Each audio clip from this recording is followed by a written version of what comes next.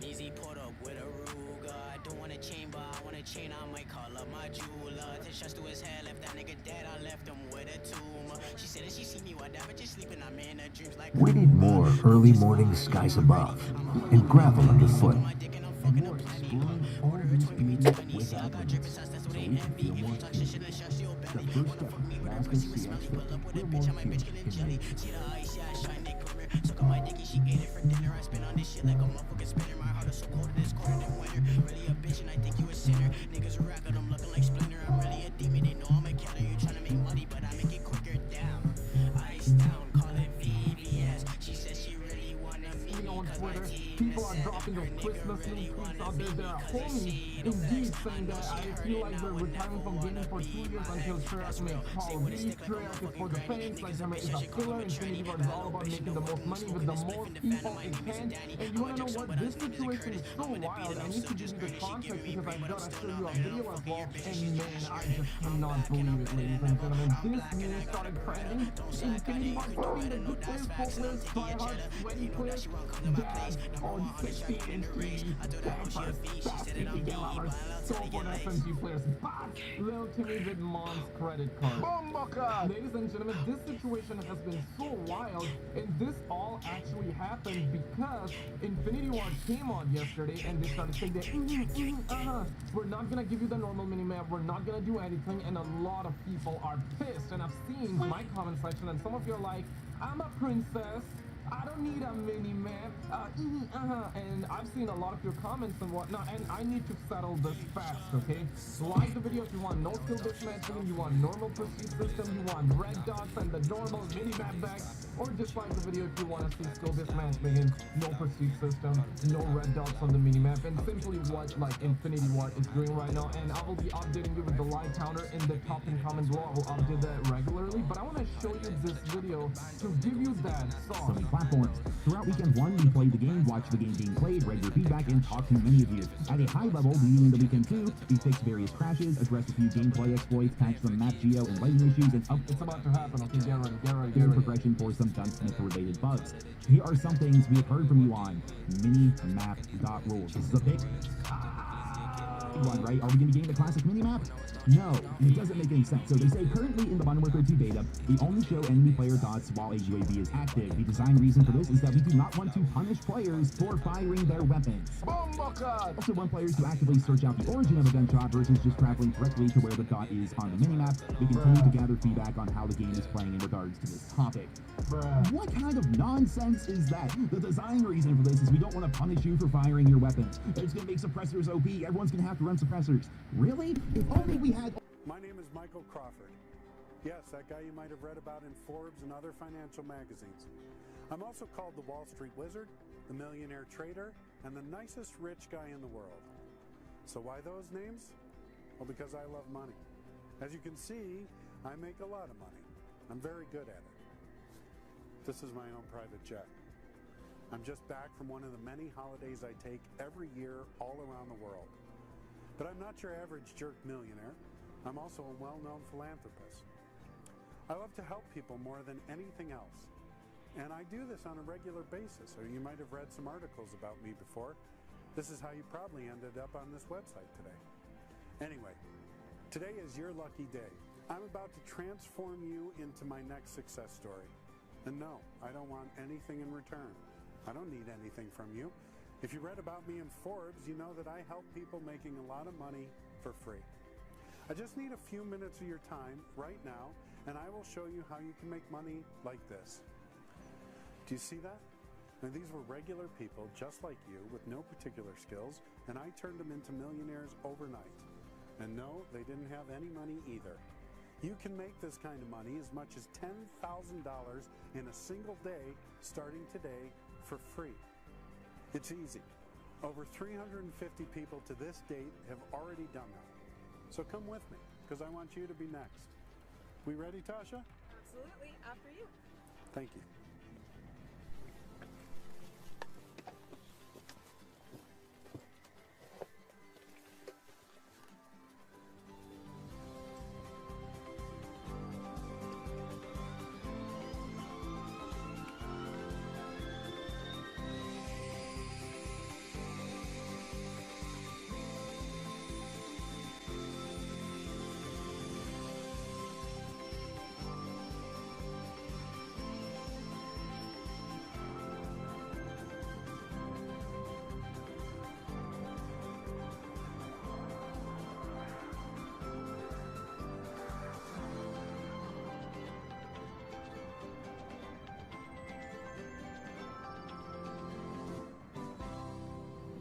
So I'm on my way to the Quantum Code headquarters to show people for the first time on camera how regular people have been making millions, yes, millions of dollars, thanks to a highly sophisticated piece of software executing calculations at speeds nobody has ever heard of before.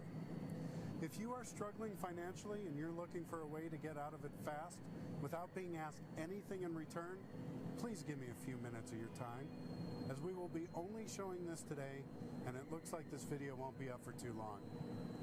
Ever wondered why the rich keep getting richer? Do you want to know how some of the wealthiest people in the world, some of these guys here on Wall Street, and their rich and powerful friends make their money? Yeah, don't listen to what they tell you.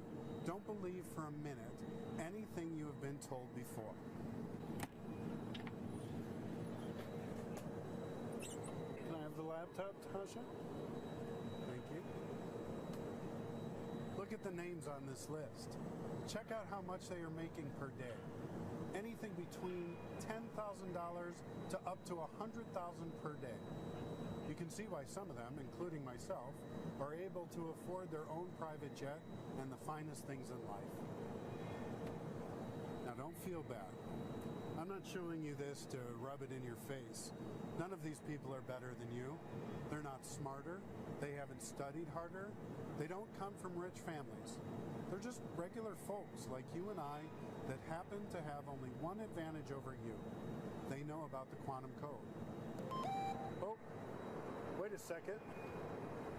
I just got a message from one of the guys I shared the system I was telling you about with. Huh, look at this. Oh, wow, Michael, look at this. Just made another $16,000 today. This is crazy. My wife is crying for joy right now. You changed our lives. We went from broke to millionaires this year. Thank you so much. We don't know what to say.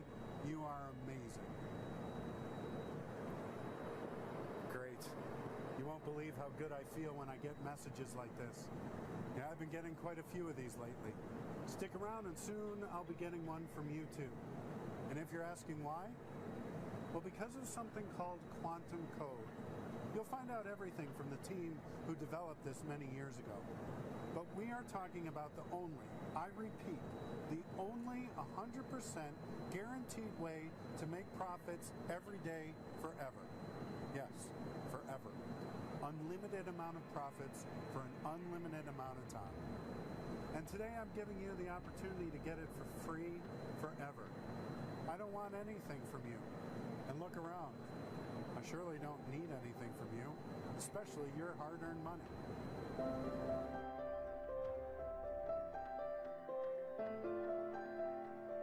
Here's your drink. Thank you very much, Tasha.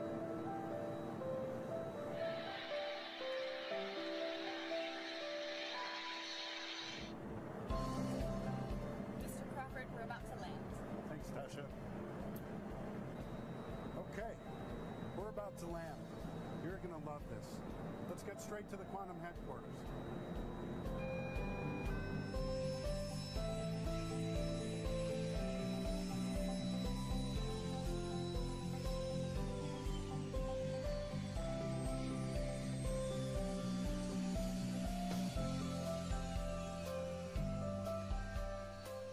I'm about to introduce you to the guys who can change your life today.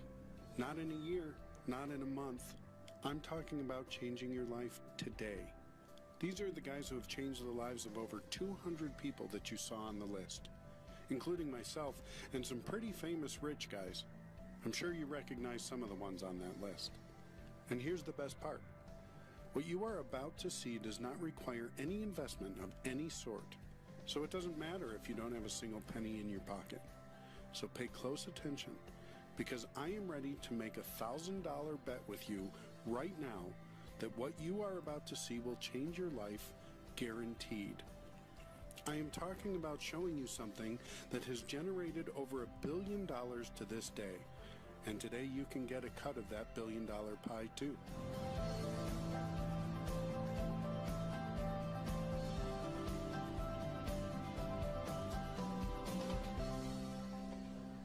Hey, Michael. Just back from for your trip? Yeah, just got back, drove straight here from the airport. I want the guys to see your handiwork. You sure do love flying around in that quantum jet of yours. Well, I like to travel a lot, as you know, and it's one of the perks of using a fully automated system that works for you 24/7. You're a lucky man. Hey, I'm glad you're here. The guys wanted to show you some results they're getting off of the new quantum software. You're going to love it. Everyone's going to love it. Who doesn't like free money, right? Right, can't wait to see this. And if the quantum team has made the new version of the software even more profitable, the guys watching are going to love this too. Hey, Vlad, I'm going to be in there in a minute. I want to tell the folks a little bit more about what we're doing here. All right, boss. Morning.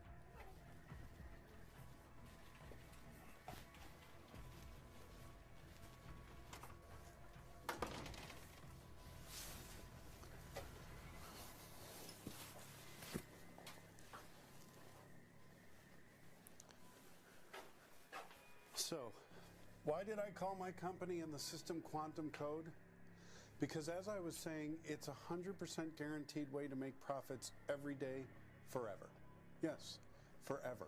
Unlimited amount of profits for an unlimited amount of time. No losses. And the winners never stops. Money keeps coming in forever. It's very easy when you developed a near quantum speed technology.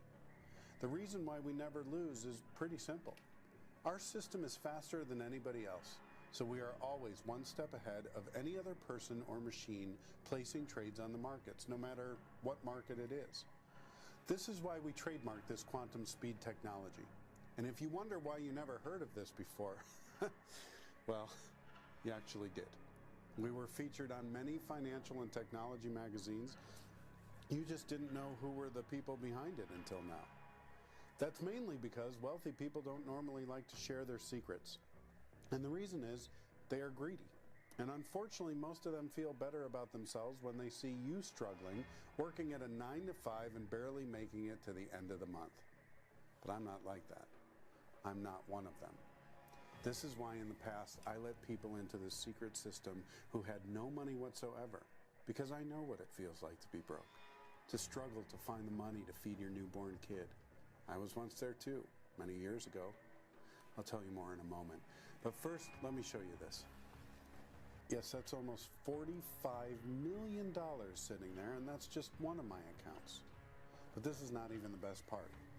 There are other multimillionaires out there using our quantum code software, so yes, I do make over 10 million per year, but some make much more than me. But what I want you to understand, this not only gives you an almost unlimited amount of money, it also gives you freedom. In a moment, I'm going to take you to where we get together to brainstorm the latest updates to our quantum code software and check results from my account and the accounts from other users to make sure everything is running smoothly. I bought this building a couple of years ago so that we had all our staff working full-time in the same facility to keep tweaking and improving our trading software, the one based on our trademark system called Quantum Code. But before I introduce you to my team, let me first introduce myself. My name is Michael Crawford, and I am the CEO and founder of this company, Quantum Code. And although I am a multimillionaire thanks to this software, I was actually not the first one to make 7 figures per year using it. You see, I was one of the guys working in New York for a big firm, doing high-frequency trading for a lot of wealthy people. We took care of the portfolio of some of the most influential investors in the country and made so much money, so much that as I showed you before, quite a few of them ended up making an average of $10,000 to $100,000 per day, 5 days per week, like clockwork. No losses, 100% wins, 100% guaranteed, simply because of near quantum speed from our trading software. And this was all thanks to my own creation, a system I fully developed together with a team of tech wizards from all over the country that used what we called NQS technology, which means near quantum speed. Now, I know you probably never traded.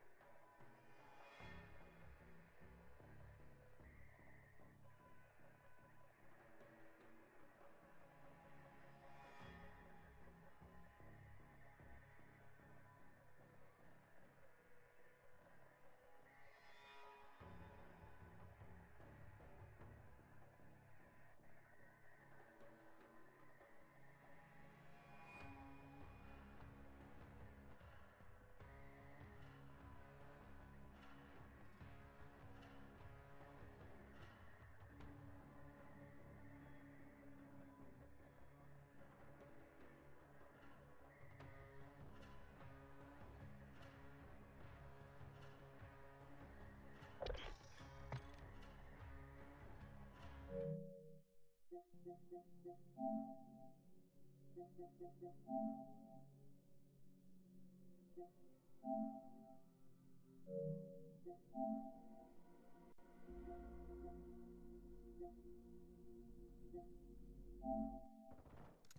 UAV in the area.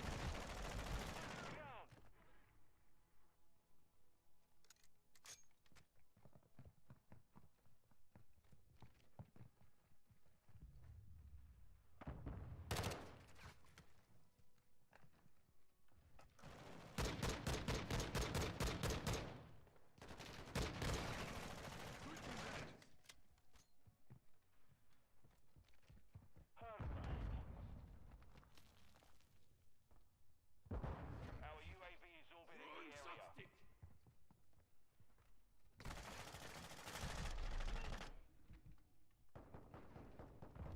Mission compromised. We are defeated.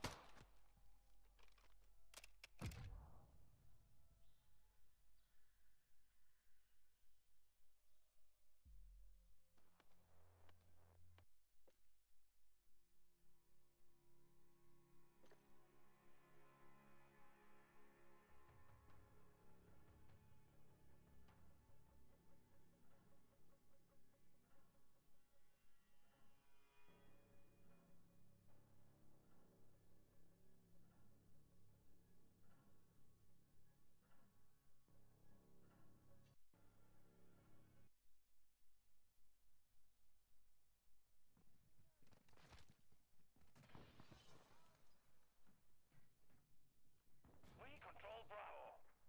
We're losing Charlie. Domination. All Jaeger, capture and hold the objectives to win. Friendly UAV online. New and challenging. Yeah, a little bit of throwback, right? Are you excited to kind of replay an old classic in a new iteration? Modern Warfare 2 is my absolute favorite COD of all time. 2009, that was my very first Call of Duty that I ever owned. I am so ready to experience just that nostalgia again.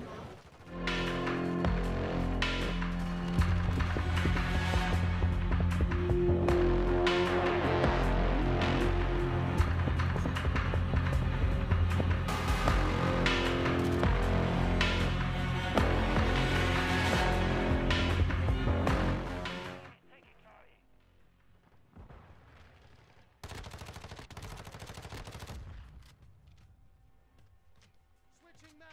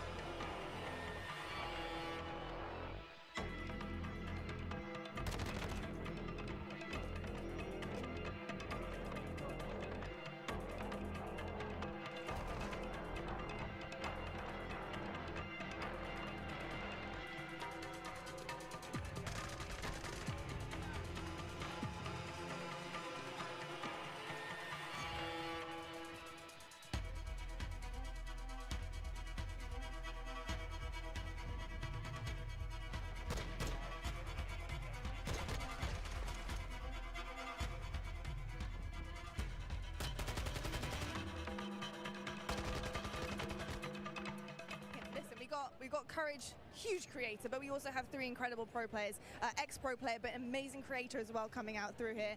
Modern Warfare 2, this is huge for you guys and for the rest of your career, of course. So going into your new season, what do you want out of this big game? Because this is massive for you guys. I'm a simple guy when it comes to Call of Duty. I just want to see the best COD of all time being played. And I personally think that MW2 will be the best COD of all time. Yeah, it will. You know what? I think it will be. It will be. You know what? It will be. So he was saying earlier he wants like nice and fast paced. I'm looking for the opposite. I want a nice slow pace game. I can sit a little further back, watch over my teammates. I'm 25 and I'm proud of it. And I think it's going to be the perfect mix of both. Some good maps, some good fun. I get to beat on him for another year, and I get to hopefully beat his team. Lost by 1 round recently at the big one. So hopefully a good year ahead. Yep. Anything you'd like to add? Yeah, I'm just looking for good maps. I mean, I want to see just a different variety of maps. I think it'd be really cool. And we could switch it up between fast and slow. I just want to see some creativity in the map. So that's what I'm looking for. Can we go play? Go on, off we Go on, get out of Bye. here. Bye. Thank you so much, gents.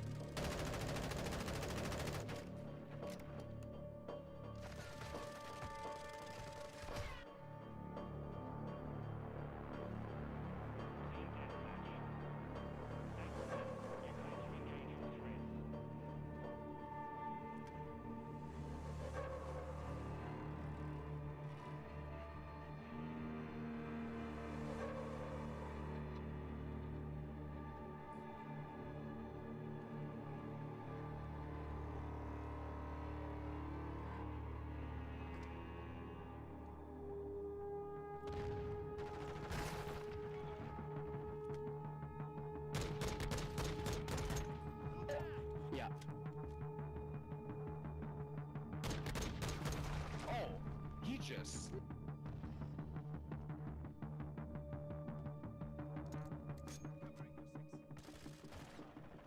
Enemy UAV active.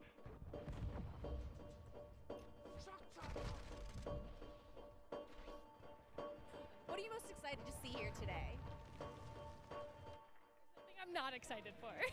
I think honestly being able to see a lot of people who've played online together finally in the same area after everything that's gone on and being able to get back together, like that's going to be a really fun time for people to be able to like see each other across the way.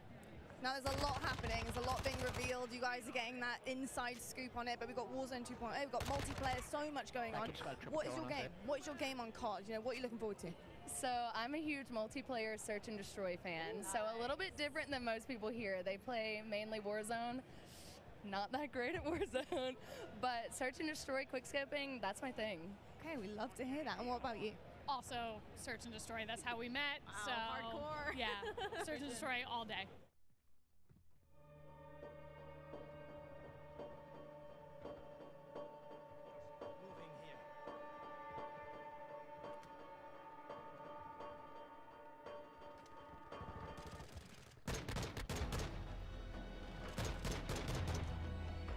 Wow, holy fuck, that was easy. You guys are fucking shit.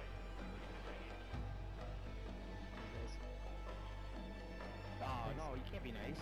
No, talk shit. Yeah, thank you for the triple though, that was wicked. No, talk shit. I appreciate that shit. Just boxing you guys on my own. You push square. Yeah, that's why I circled you, your God, buddy, no. the other guy, your friend, after you told him, and I still shot you up.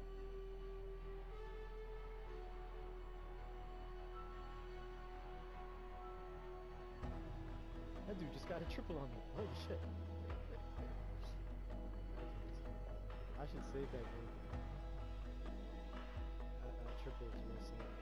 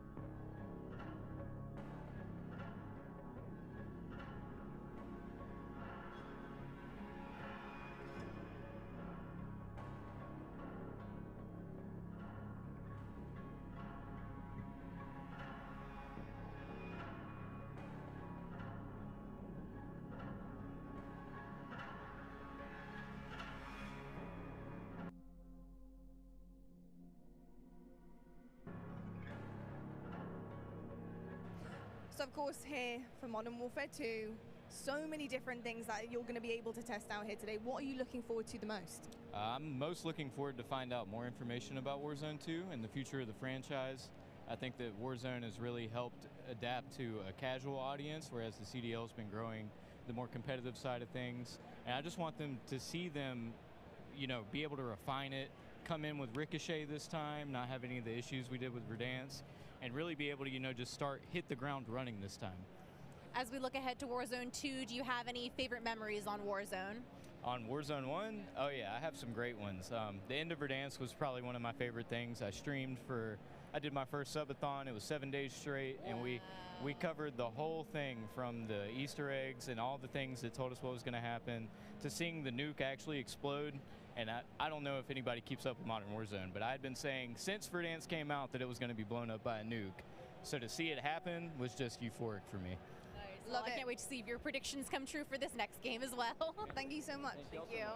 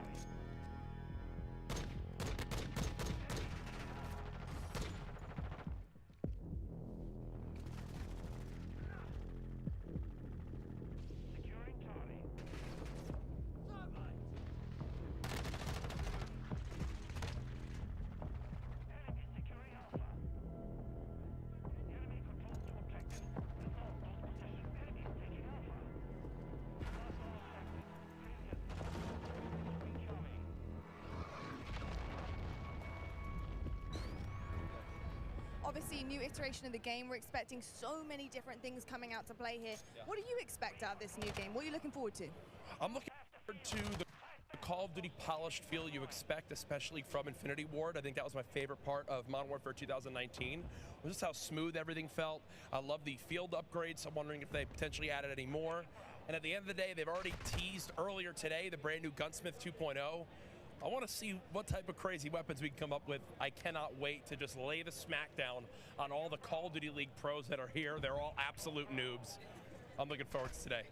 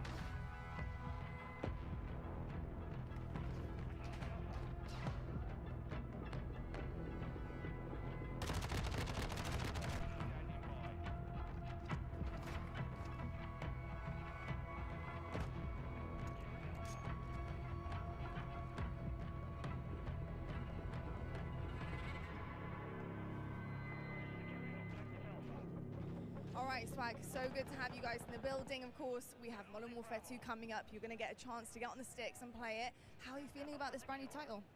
Really good, man. I mean, MW2, the name itself has so much hype around it, and it's just so exciting to play a game. Infinity Ward is my favorite company to make the game, so I'm super excited. Amazing stuff. So, gents, how are you guys feeling? We've got Warzone 2.0. Our first event here, so I mean, we're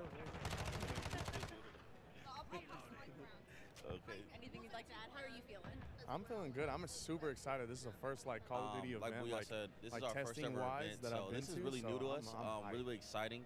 I don't know what to expect, but I'm just ready to play. You know what I mean? Any favorite memories from the original Modern Warfare 2 that anyone wants to share?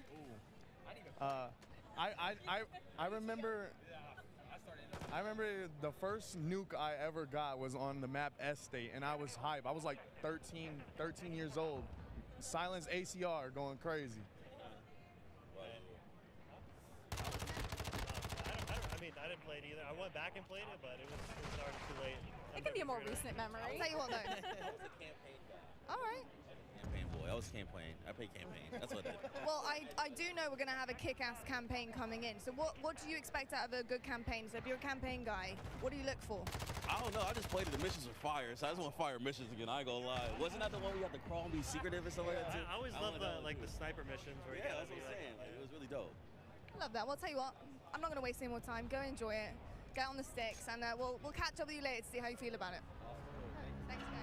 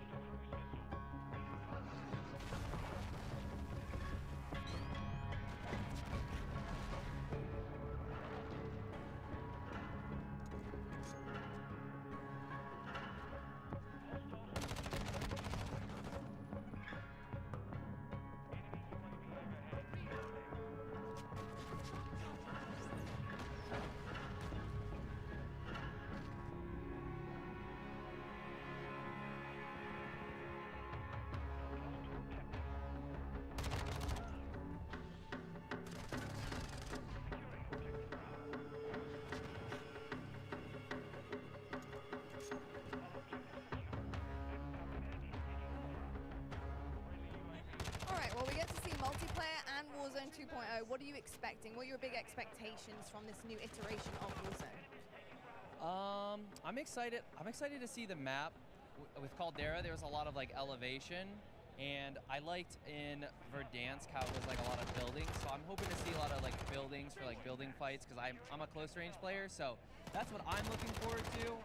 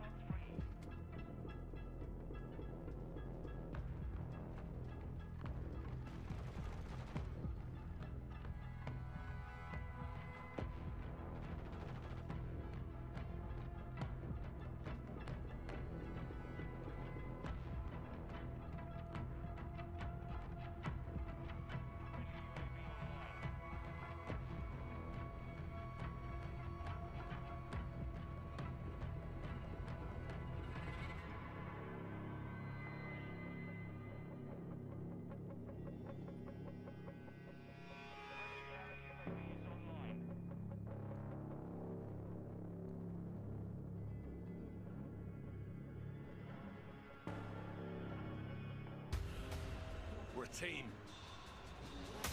All of us. Let's go get him.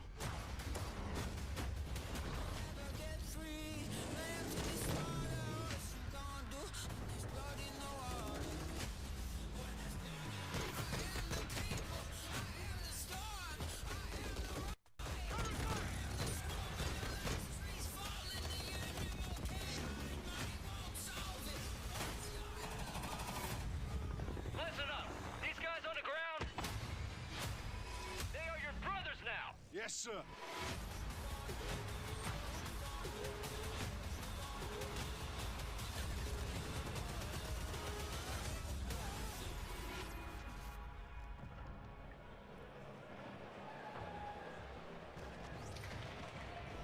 Hello, everyone, and welcome to Call of Duty Next.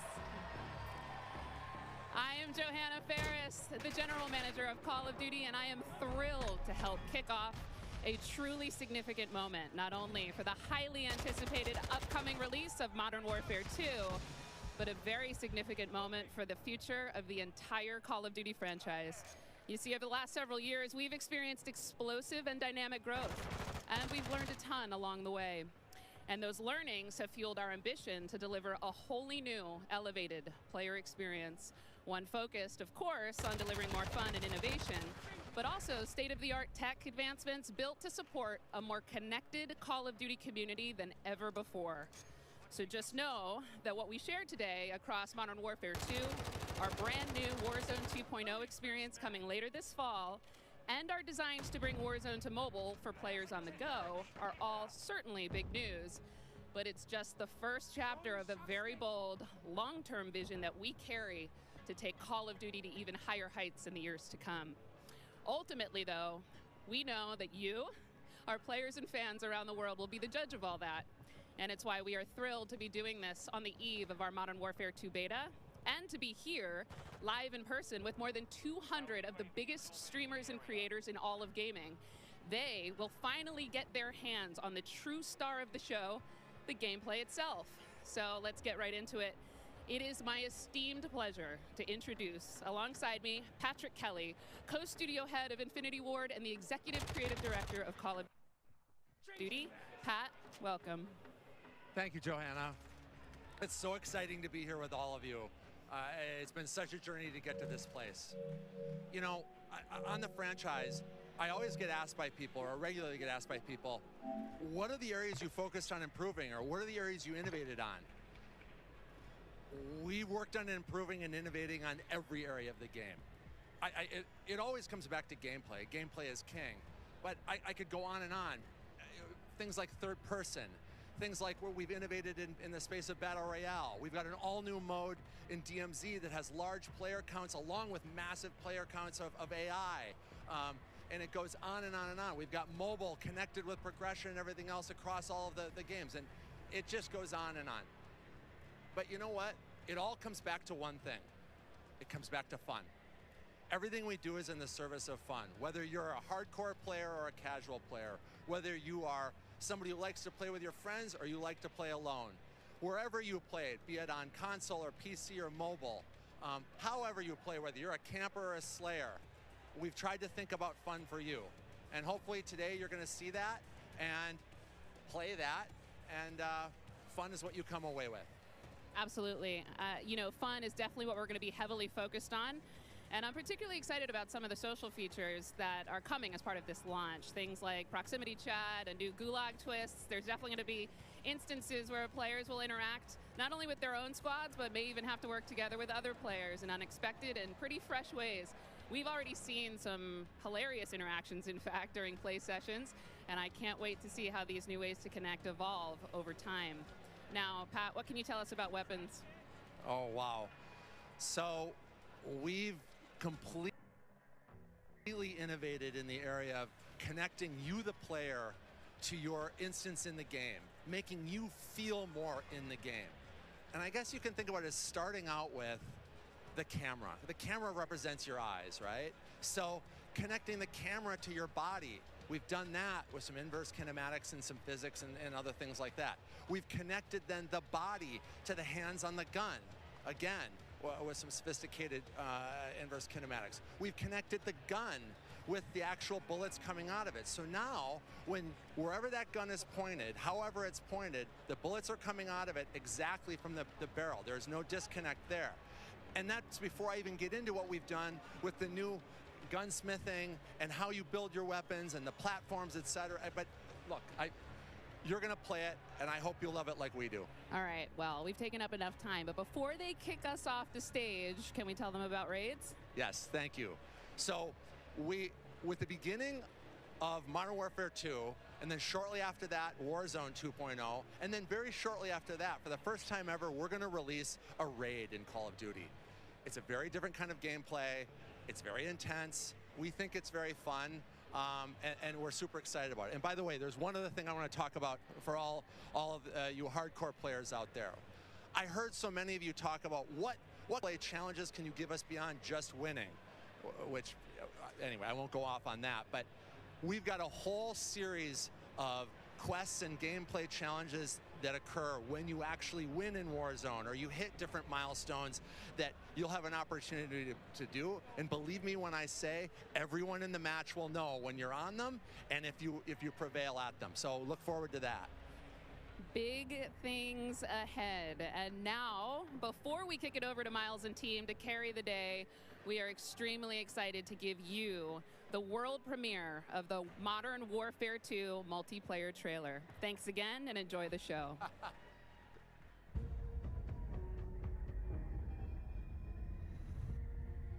We got intel reports of Hassan and the cartel forming terrorist cells all over the globe.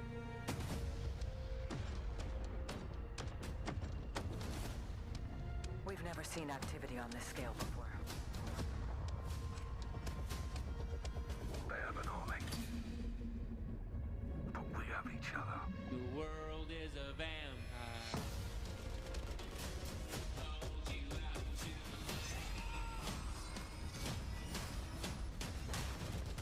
Coming back!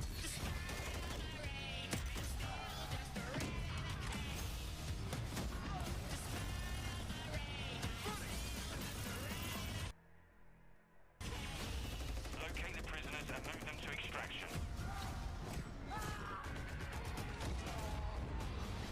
Enemies above! Drill charge! Eyes on the hostage. You're gonna be okay. Hostage secure. Sniper, on cover!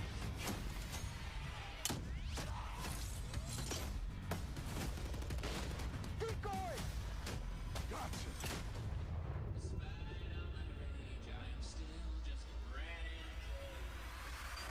Airstrike! Take cover! Do not let them cross the border. Take him out!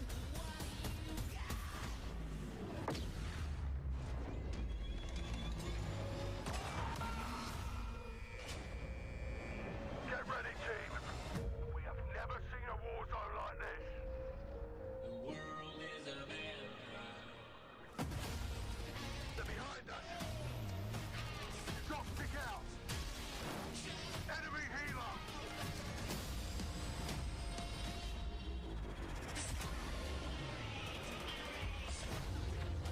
Take out that boat!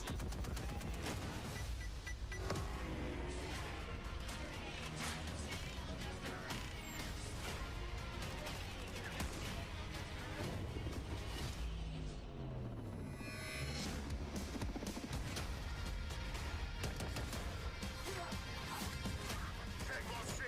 Check box 6! I'm on my way. The world is a vampire. Pre-order now and get early access to the open beta.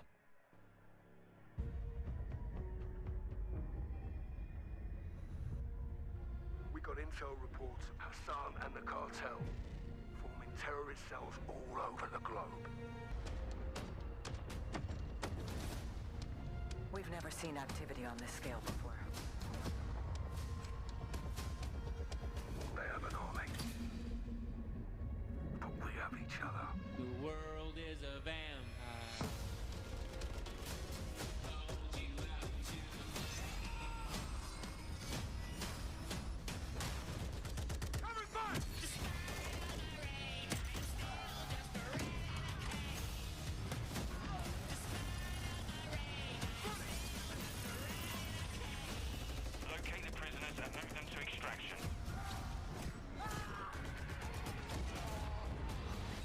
Enemies above. Drill charge. Eyes on the hostage. You're gonna be okay. Hostage secure. Sniper, find cover.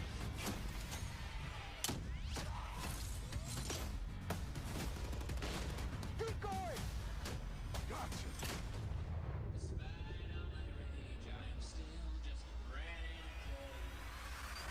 Airstrike. Find cover. Do not let them cross the border. Take him out.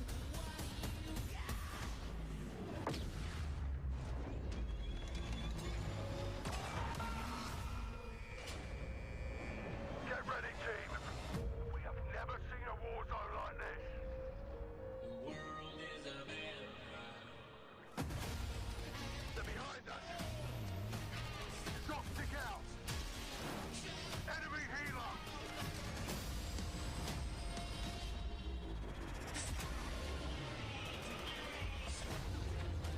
Take out that boat.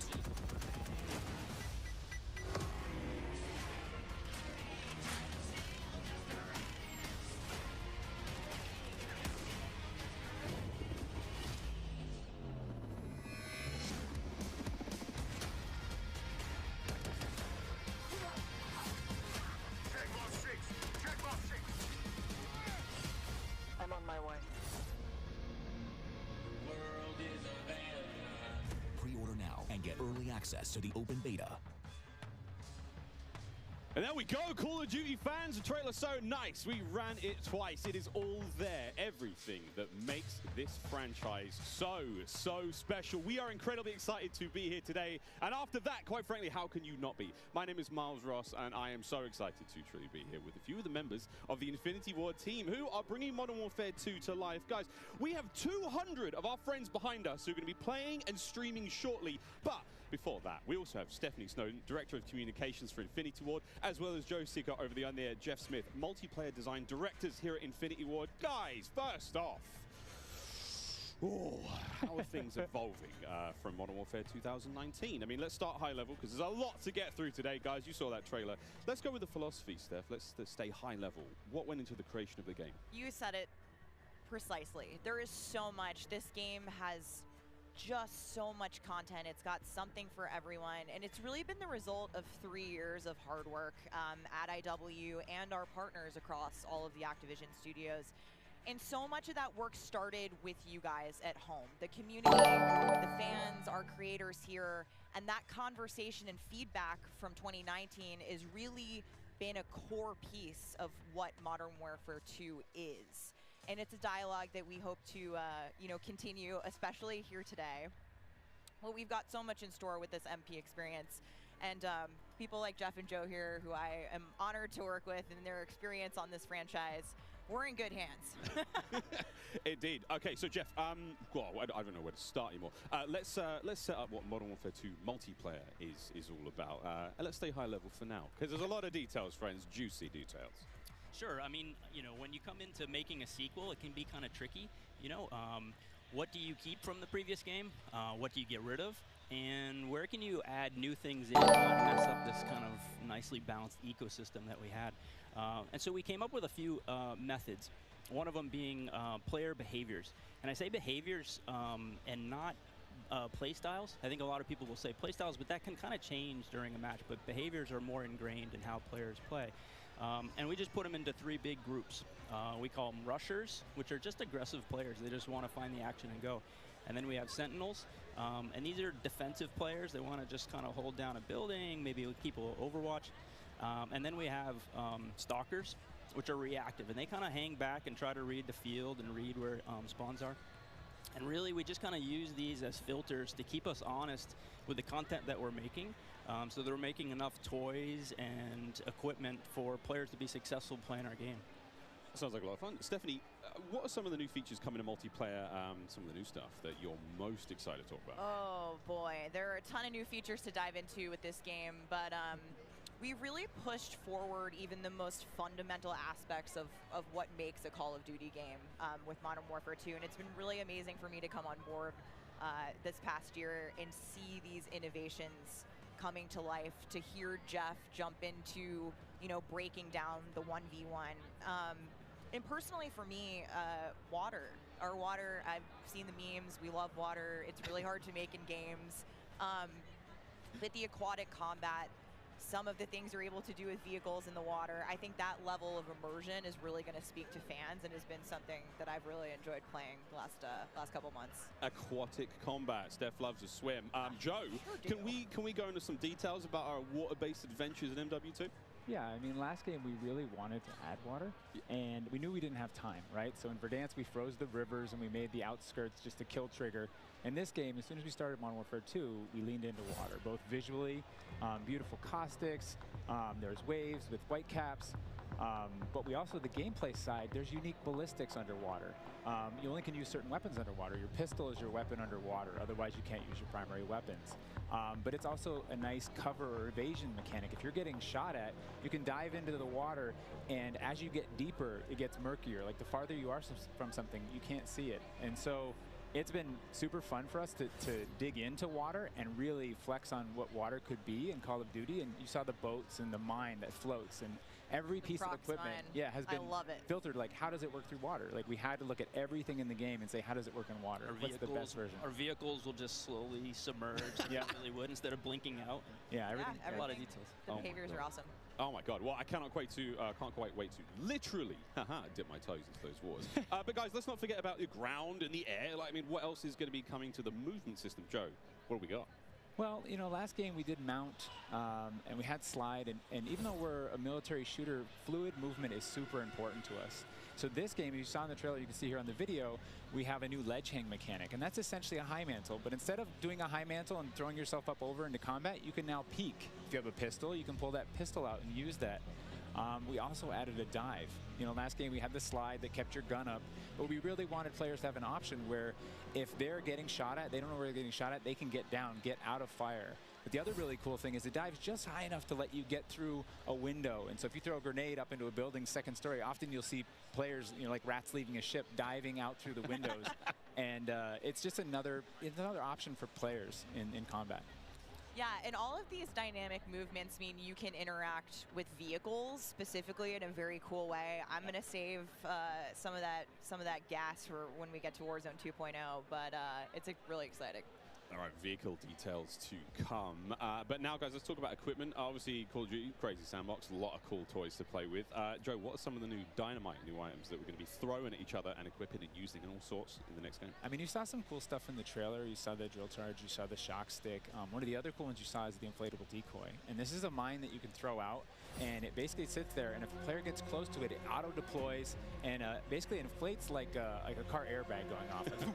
And it faces the person that triggered it, and so it's a great distraction technique. You can also fire it off with a clacker if you want to control when it goes off. You can throw it in water, and here you just saw the DDoS.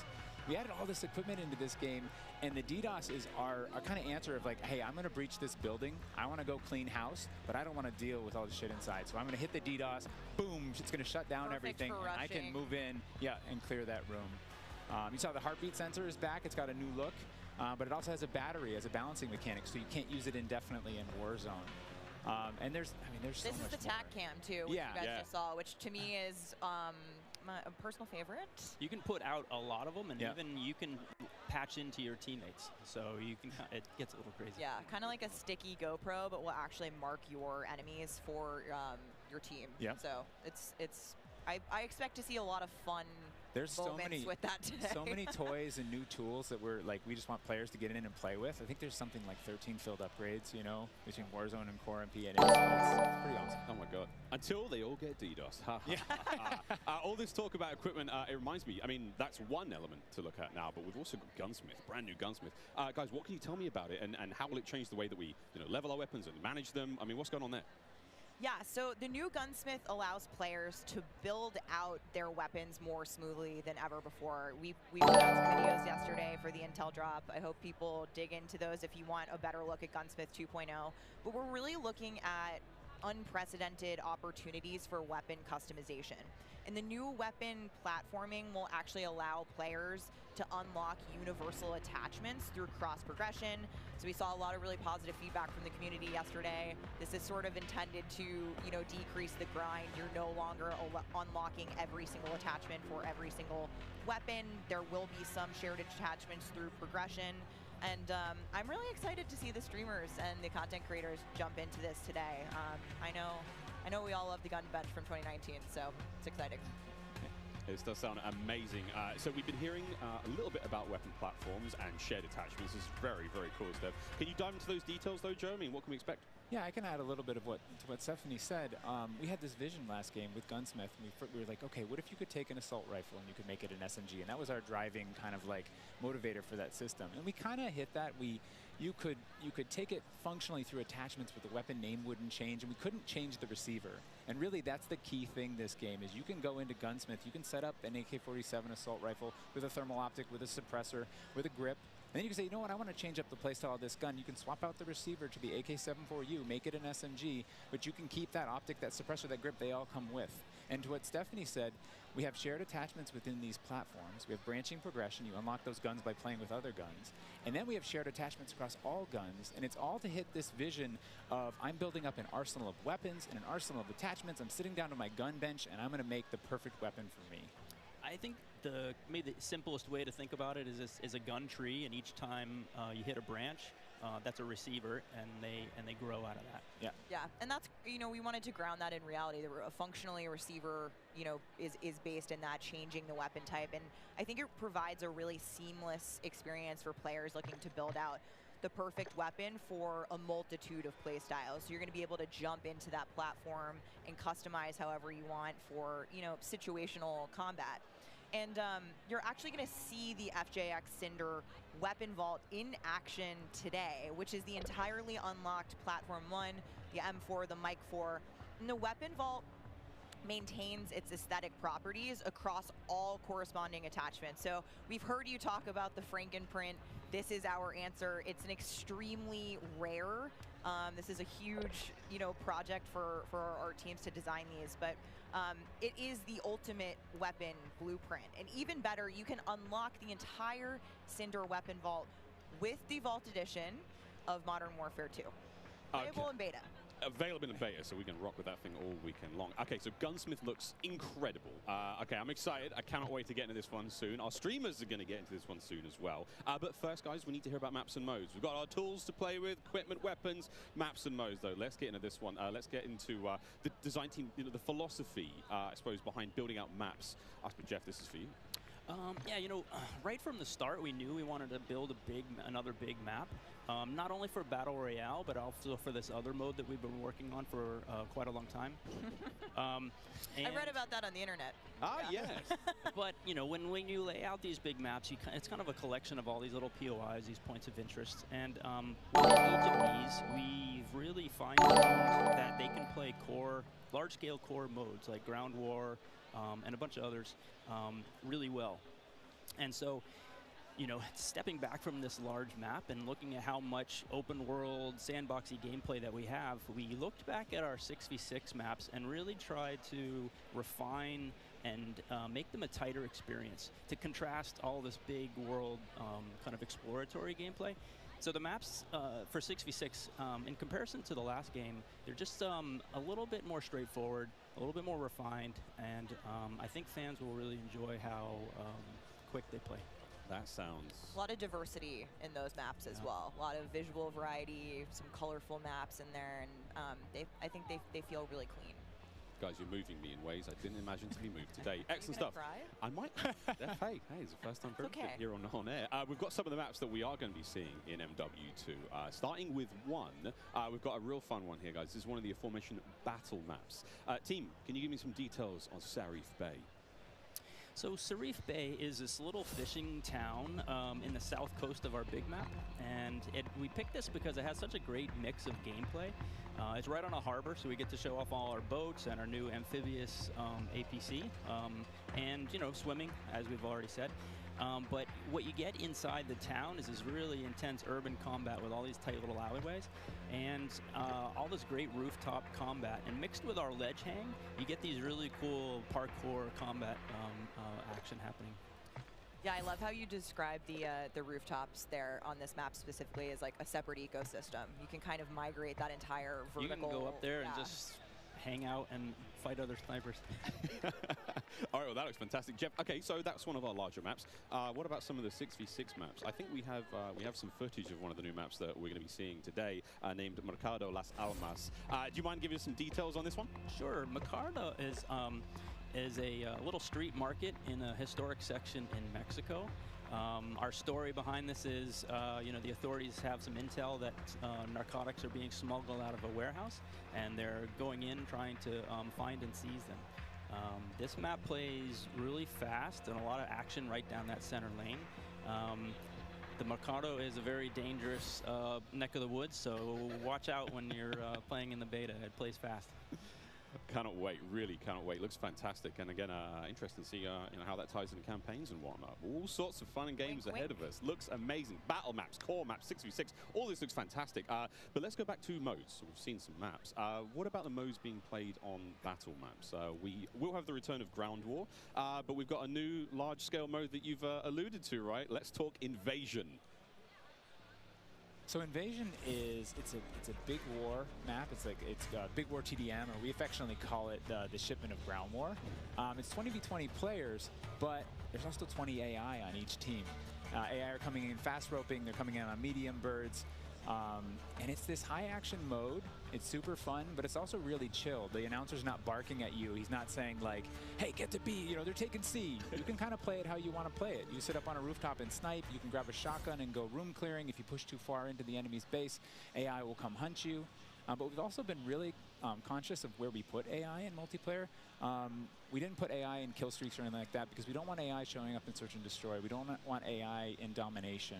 This mode, though, however, was built for AI, and it's a super fun mode. Can't wait for people to try it. Kind of a funny aside, we took the name Ground War from a playlist in MW2, and that was just large-scale TDM and DOM. And we kind of did the DOM in the last game, and now we're able to add kind of the sandbox TDM, and so we're kind of completing the cycle of that old playlist. Yeah. Well, this large-scale stuff looks amazing. This looks so awesome. And okay, so what about the new 6v6 modes? Let's keep dialing it in closer and closer. Steph, what have we got? Yeah, so we also have 2 new 6v6 modes that you're going to be seeing here played today, and they will be in beta in Prisoner Rescue and Knockout. Prisoner Rescue. Okay, let's go into Prisoner Rescue first, Joe. So Prisoner Rescue is an attack and defend mode. It's a round-based mode. The defenders have 2 prisoners. They're kind of spread out, and they need to keep hold of them. The goal of the attackers is to get to those prisoners, pick them up, and carry them to exfil. When you pick them up, you enter what's called a wounded carry, where they're up on your shoulders and you can't use your primary weapons. Instead, you have to use a pistol if you brought it, or you're just stuck with fists. But the way that we give the attackers an advantage once they grab that prisoner is they get a radar sweep for their team, so they can call out where the defenders are. And the objective icon over the prisoner goes away as soon as they scoop them up. So now the defenders have to basically rotate back to the exfil and set up defensive positions. And it's this heart-pounding, adrenaline-pushing like mode once you grab that prisoner and try and get them out. Yeah, that hero run to exfil is definitely big S&D energy in this mode, which resonates with me in my time in esports. So this is my personal favorite of the new ones, and also sort of the strategic revives that happen. There is a revive mechanic, and so you are able to pick up your teammates, and I've seen some pretty wild comebacks in our playtest so far.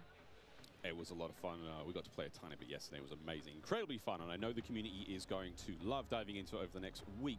Okay, I can hardly believe that there's actually a lot more content to get through, but there's one more thing I have to bring up. I have the honor of officially announcing that third-person view is finally coming to Modern Warfare 2. What are the details behind this one? We got a little teaser of it on stage from Patro, but what are the details? Yeah, you saw a little hint of it in the trailer, too. It's been a pet project for us, right? We've always wanted to do third-person, and all while we're working on all this other stuff, we've been kind of lifting up and doing third person in each mode. And the cool thing is that it's a modifier on our game, right? We can just turn on third person. In the beta, we're playing it in Hardpoint, but we want to try it post-launch in S&D. We want to try it in VR. And we have You know, camera work. The camera collision's been reworked. It handles tight spaces. There's a water camera. There's an interior camera. You can feel the weapon shake when you're firing with it. And it's just, we've put a lot of work into it, and we're excited for people to give it a try. Incredible. I can't wait to see what third-person COD feels like in 2022. Sexy skins and everything. This is a lot of information, Steph. Like, there's a ton here. I tried to warn you. We're delivering a lot of new features for you guys to try out ahead of release. And I said we were going to be bold with this beta, and we are, but there's even more to come at launch. So this is just a taste. How is this just a taste? How can there be even more? I mean... We haven't even got to Warzone yet. Not even okay. Okay, so what about this year's third mode? So I'm happy to say that Special Ops will return as our third mode and will be focused on 2-player missions, asymmetrical in game design. So think 1 player on air support, 1 player on the ground. And I think the OG fans will be really excited because we've looked at, you know, some of the iconic Modern Warfare missions like Overwatch and really tried to implement some of those themes into the design. So we'll be talking more about Special Ops in the months to come. Yes, you are indeed. Well, I'm all set then, Stephanie. I do believe we have one more surprise for PlayStation players out there. What's that? Indeed we do. Let's roll the clip.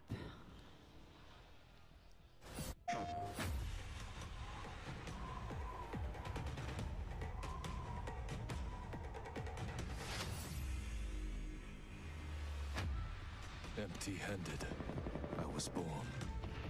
Empty-handed, I will ascend.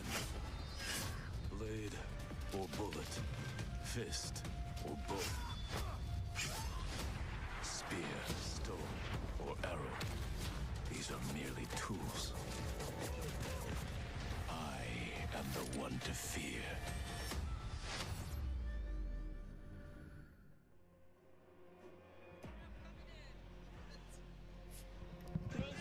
Take Miles ISO. Fix your mic. PlayStation players will receive an exclusive operator, Oni. Oni is a warrior and gun for hire, descended from centuries-old samurai clan and torn between country and family, just like me. This is such an awesome-looking operator, guys. Oni is going to be playable on day 1 for all who pre-ordered through the PlayStation Store. Plus, he comes with a high-level weapon blueprint, playable in multiplayer and Warzone 2.0. Steph, badass. Oni is awesome. I myself am a PlayStation player, and so I will be becoming Oni main day 1 for this game. And it's been really awesome to see our narrative team building out his lore, really bringing this operator to life with the creation of his backstory, his motives.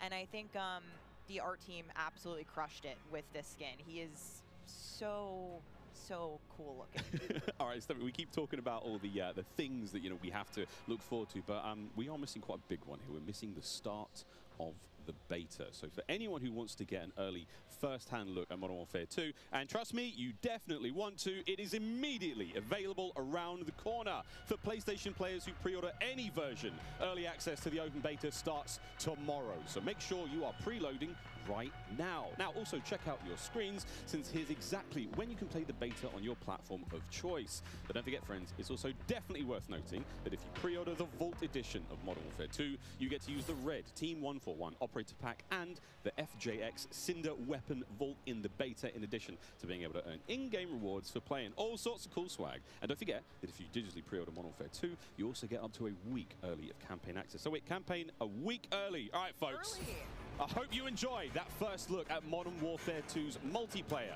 Don't forget, you're going to get to see it live and in action in a few short minutes with our crazy set of streamers here, 200 plus here, and ready to rock and roll. But first, we'll be right back to show off the world premiere of Warzone 2.0. Don't go anywhere.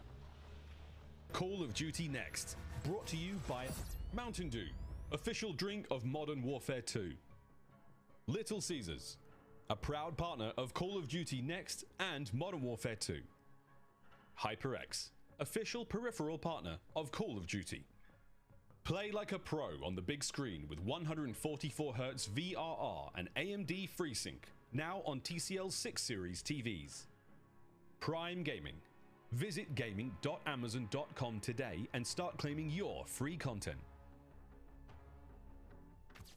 It's about to be a classic. We have 200 creators here on site, marching down the green carpet with one mission in mind: to be the first players to play Call of Duty Modern Warfare 2. And there is so much in this game. There is almost too much. This is like one of those days where I enter and my hopes are so high. And what are you looking forward to most when it comes to Warzone 2? Prisoner rescue. I'm looking forward to using that inflatable soldier decoy to mess a lot of players. Kill streaks, I think. I'm honestly here just to learn as much as I can to prep for Altnet of Optic, because those guys are very old now. So maybe some OG maps coming back. A map that everyone can play. Honestly, give me a broken shotgun. What's your favorite game mode and Mountain Dew flavor combo? Search and destroy Code Red. Capture the flag, Code Red. If I'm going hard with the boys on a long night at S&D and I'm trying to get some nasty in-game comms, I'm drinking Baja Blast all night. Terminal or high rise? Easy terminal. Ooh, terminal. Most people have terminal nostalgia. Terminal. Terminal, 100%. I just replayed that recently and I realized that spawn trapping is horrendous. Easy. Strike. High rise. High rise. Terminal. What's your favorite flavor of Mountain Dew? I've grown up on Code Red, so it's still Code Red for me. Honestly, I like the basic one, just Mountain Dew itself. Dang, I was gonna pick Code Red too. Can I get a second one? All right. Baja Blast. Starting October 17th, unlock dual double XP, COD points, and also an exclusive Mountain Dew skin in Call of Duty Modern Warfare 2 when you buy specifically marked Mountain Dew. You thinking you getting me? Is you kidding me? Ripping everything and I'm forgetting to show you.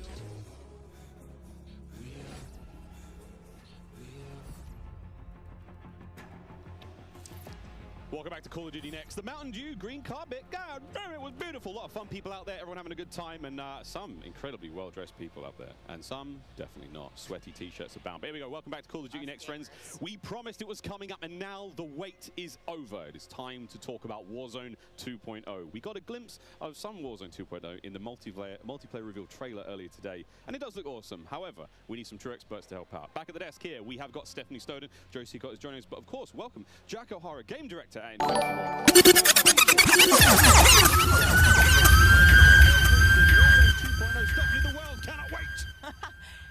It feels crazy for me to be up here revealing Warzone 2.0.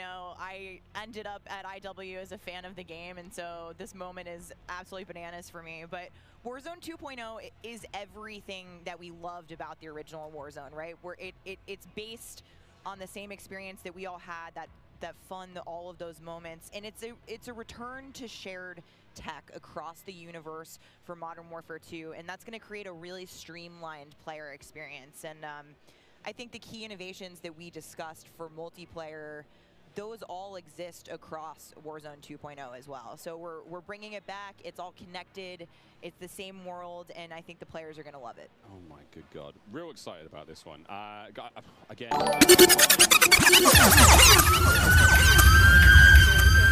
Warzone 2 have been developed side by side since the beginning, right? Since we started down this road, and they're part of the same universe. Like Stephanie said, they share the same mechanics, the same weaponry, and even more than that. But the centerpiece of all this, of course, is the new map that we've been working on since 2020 with teams across the globe. It brings together our philosophies on map design, it brings together new technologies in order to do it, and lots of artwork to make it happen. And we've learned so much from players experiencing Verdansk and playing in Verdansk over the first few years of Warzone, and we're really excited for them to land in Al Mazrah with their squad. There's a wide variety of points of interest for players to explore in this map, and we're really looking forward to seeing everybody in there. Oh, here we go, a brand new map to explore and traverse. I cannot wait. Stephanie, let's take a look. That's right, Miles. Welcome to Al Mazrah. This is our new map for Warzone 2.0. It is a really interesting mix of geography. It is expansive desert settings with a mix of industrial areas, towns, a city, and of course water. It looks way better on this screen than it did on Twitter. But you're gonna find a lot of really cool elevations. And it's actually the biggest BR map that we've ever made, and I am so excited for all of our streamers here to jump into Al Mazrah later today. It's huge. Look at the size of that thing. Okay, so that was a big picture, and it's a great way to see it from a sort of top-down layout, but let's take a better look at some of these points of interest. So when we set out to create these spaces, the team works to make it feel like a real space, right? So that there's infrastructure in between all the different what we call points of interest along the map. And if you're paying attention, you might even see a few that seem pretty familiar out there as well. And so as the team works through these, they're trying to find some variety on each point of interest to make them something that the players will want to drop in and get the particularity of that single point of interest and find the place that they want to drop and where they want to play, whether it be a high elevation observatory at the center of the map, whether it be the big city that's up the top right, and whether they want to explore that or whether they want to work in some of our POIs where we have water intersecting with geometry here. So we have in this one. Ooh, that looks familiar. That does seem familiar. And there's a river system that goes through all of this. So you'll be able to catch in a boat and drive between the different POIs. And here's one of our favorites, Sawa Village, which is that's my favorite. Colloquially called Sunken Town. I mean, I love to swim, so you find me there. Absolutely. I'm curious what you guys think, Jack and Joe, on what the hot drop will be today, right? We've been talking about this the last couple of days. This is our first time seeing other people who are not us play Warzone 2.0, and so I'm just very curious where you think everyone's gonna immediately drop today. I think some people are gonna drop to Observatory just to go back to home, you know, go have some fun. They're coming home. It's always nice you're moving through the map and you kind of hit a spot and you're like, wait I've been here before. I know this is. You have all these flashbacks. Yeah, there's a lot of nuggets in there for some old Modern Warfare fans. Yeah, I'll say Corey. I think that's gonna pop off. I think people will land around the edge so they stay in as long as possible in this match. But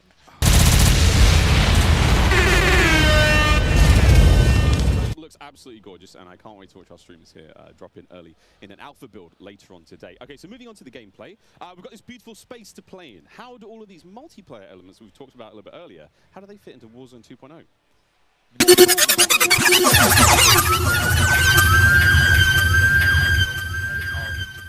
So that tactical camera works in Warzone, that decoy mine works in Warzone. Like, it's all of it's been built from the ground up for both. The slide, the dive, the water, like. More swimming. Yeah. Oh.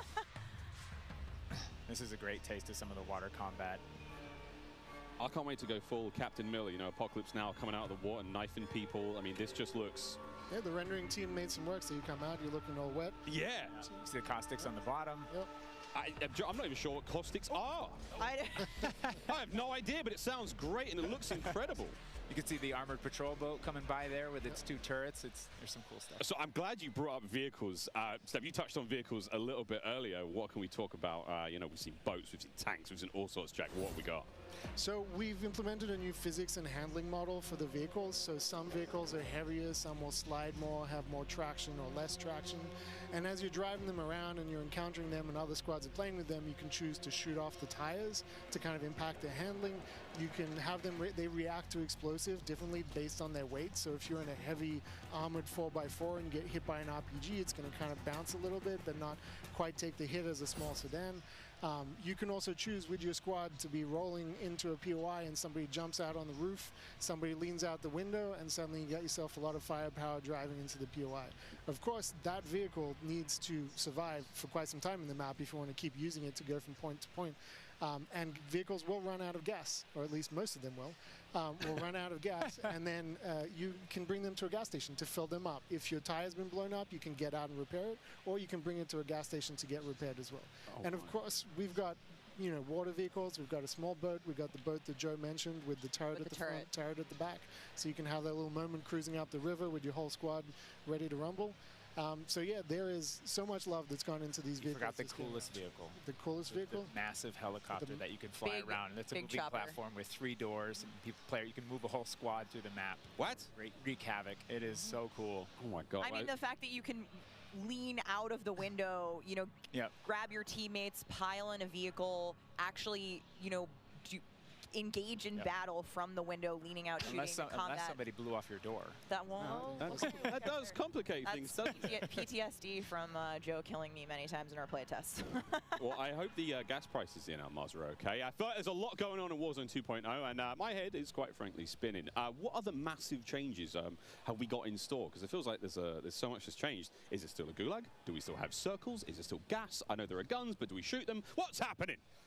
What do you want to jump into first? Oh, Stephanie, go ahead. Go. We've made some pretty sweeping changes, I think, to the high-level components of Warzone 2.0 to continue providing players with both a dynamic and rewarding VR experience.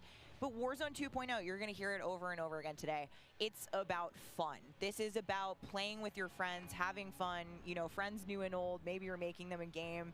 And I think one particular feature that I cannot wait to see the streamers engage with will be our prox chat. Yes! So it's coming. It will be in Warzone, and there is going to be some amazing clips. But I think Joe can tell us a little bit more about looting in Warzone 2.0. I'm listening to that. The streamers love prox chat. They're like, yes! You know, in looting in Warzone 2.0, we still have the humming crates. You know, you can still travel around and listen for those. We still have the loose loot on the ground, but we wanted to add a layer of learnability and logic to our looting, right? So if you're outside, if you're a little kid, you fall down, you hurt your knee, and your mom's going to go inside, go to the medicine cabinet and get you something to a Band-Aid, Neosporin, whatever. So that's our looting. If you need health items, you can hit a bathroom in a building and there'll be a medicine cabinet. You can open it up. If you want to get loadout items, there are these hidden caches throughout in between the POIs that are in ground, and you can memorize where they are because they're always there. So you can kind of start to develop these paths through the map of how you loot. And there's this logic applied to looting. You know, you can find toolboxes that'll have grenades and things in them. And you find these other crates that are kind of like, it's as if the military that occupied this space came through and dropped off military items. Those crates are always there, so you can always have this reliable layer to looting. Incredible. This sounds really exciting. We go on a road trip through Al Mazrah and quite literally like have a route we plan, hit the gas station, pick up gas snacks. up, yeah, pick up snacks, pick up ammo and all sorts. Okay, cool. So what about circle mechanics? I mean, this is obviously a huge component of BR's, Joe. Yeah, I mean, the circle's been a staple of BRs. It's been really hard to move away from it, so we kind of talked about what could we do to mix things up with the circle. So we've got this new mechanic where the circle can actually split, almost like a cell splits, into 2, 3, or even 4 circles. And then those circles kind of close down. And what it does is it segregates teams, and you have these micro battles in those circles. And at a certain point, you're like, okay, we've cleared out our circle. We think we're good. And then those circles merge. They come back together. And you have this very directed fight of like, as the circle's moving, you're like gearing up in buildings. You're like, here we go. It's about to kick off. And as soon as those circles hit, you have that final fight. So it's another kind of like twist in the gameplay that we feel like is a cool world event that would happen. Like, oh, the circle's splitting. We need to do X. Crazy. Get in the car, we're going now, go! All right, so apart from circle splitting, what about the Gulag? Is that still around? I mean, there's so much change, man. I mean, I'm ready for it, but Joe, what do we got? The Gulag, you know, we've been experimenting with, we've tried some crazy things with the Gulag. But the current version of the Gulag that we have running right now, where we're excited people to play, is you're not in there alone. You actually have this temporary alliance with another opponent in the map, and you have to work together, and if you can defeat the other team, you can get out. And after that, you guys are enemies again. But for that moment, it's like, all right, we need each other. Let's do this. You use the proximity chat to talk to each other. And the other thing we've been playing around with is you may see a little bit of an AI presence in the Gulag. So you have to be on your toes. Like, you're working with an enemy. There might be an AI here. You're picking up weapons. And we're excited for people to try it. And we're going to get feedback today, too. And like Joe said, we've been through some pretty wild iterations of the Gulag, which I will not reveal here. But there's a lot in store. There certainly is a lot in store. Jack, I have heard of a new concept coming to Warzone 2.0 called Strongholds. That will include AI that may impact how players get their weapons, etc. Can you clue me into what that's all about and if it's even true? Absolutely. So strongholds are reinforced buildings that the AI is occupying inside Al Mazrah in BR. And the players can choose whether or not they want to engage with them and assault them to get cool rewards, including free loadout items, which is one of the new ways that we're adding for players to get their hands on their best weaponry. We've worked really hard to bringing AI at scale into Warzone 2, and you're going to encounter them in multiple modes in different ways.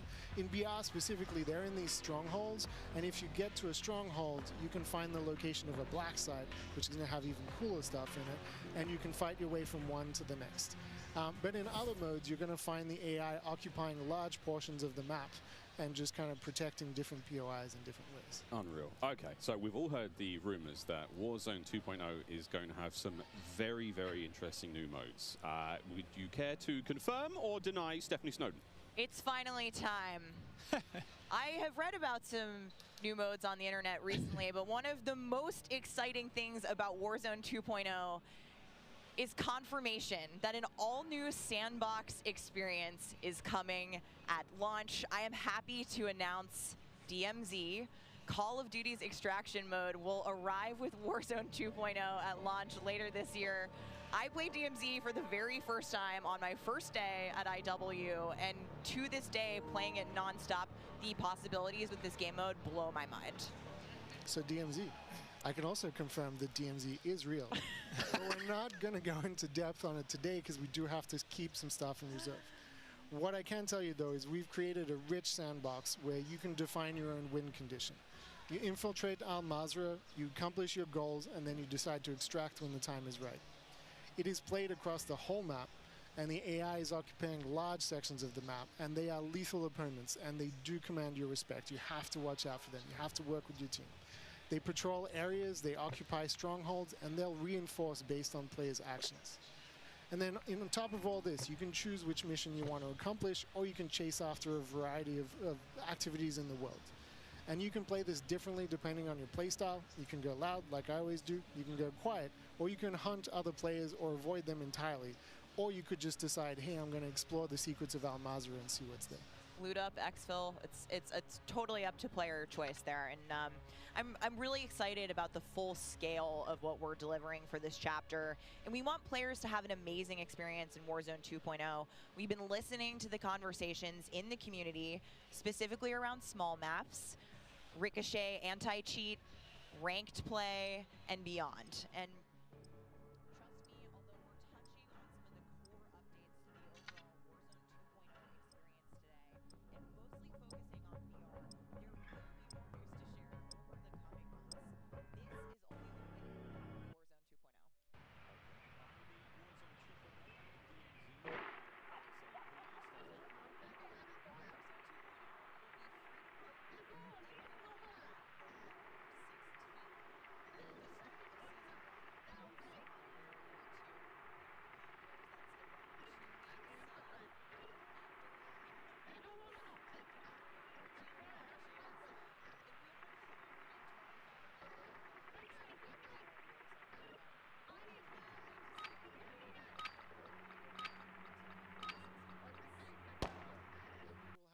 to see a Warzone 2 Battle Royale Alpha playtest happening right here behind us very, very soon. Yeah, the streamers are hot to trot. They're raring to go. We will see all of you in Al Mazrah on November 16th, but don't go anywhere just yet. Stick around, because when we come back, you'll see just what Warzone looks like when it's built up from the ground for mobile. You're not going to want to miss this, I promise. Then, after that, we have live gameplay coming at us with all of our friends set up across each and every Modern Warfare 2 multiplayer. We've got Warzone 2.0, Battle Royale, we've got Warzone Mobile. It's all happening here, ladies and gentlemen. Don't go too far. Call of Duty Next, brought to you by the GMC Hummer EV pickup, the world's first all-electric super truck. Intel, built for the next generation of gaming. Squad up sooner with Xfinity rewards. Get early access to Modern Warfare 2's open beta. Jack Links, squad up with Sasquatch. Jack Links is good with it. Eureka Ergonomic, leading designer in gaming furniture and proud partner of Modern Warfare 2.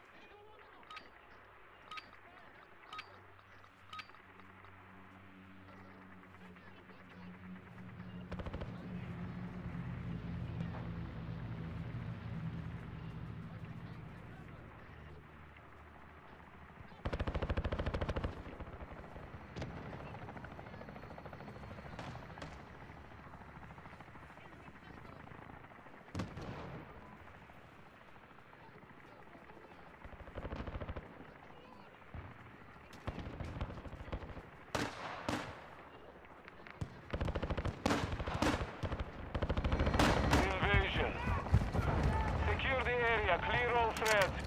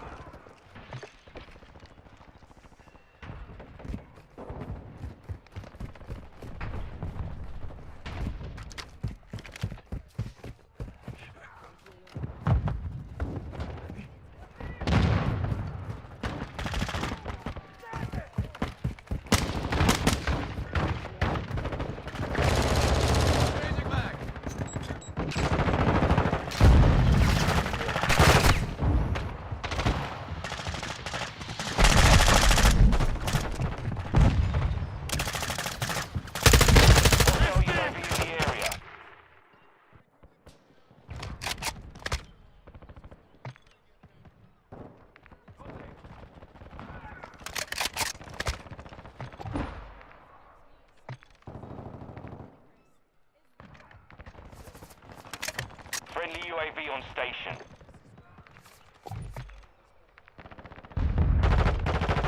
Hostile mortar strike near your position.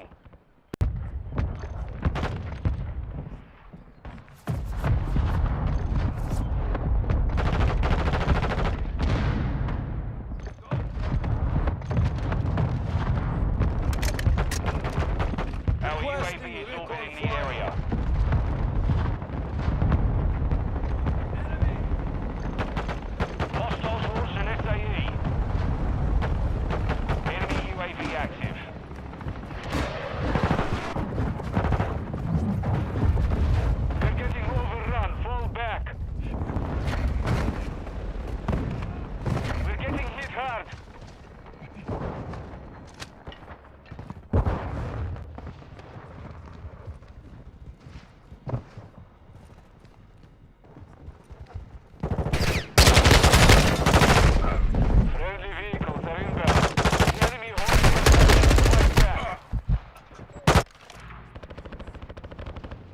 Friendly SAE on the way.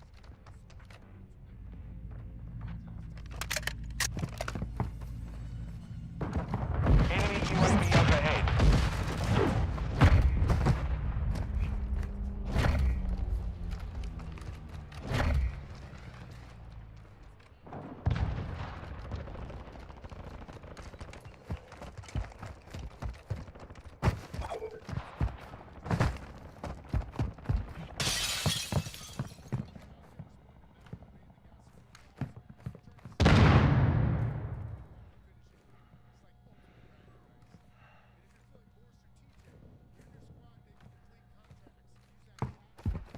Hostile UAV in the area.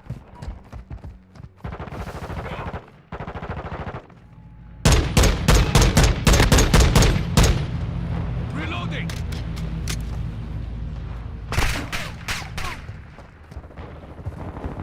Gas hands activated.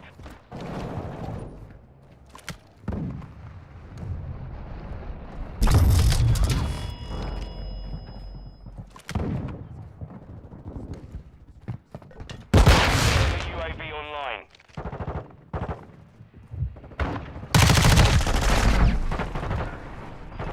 Hostile cruise missile incoming.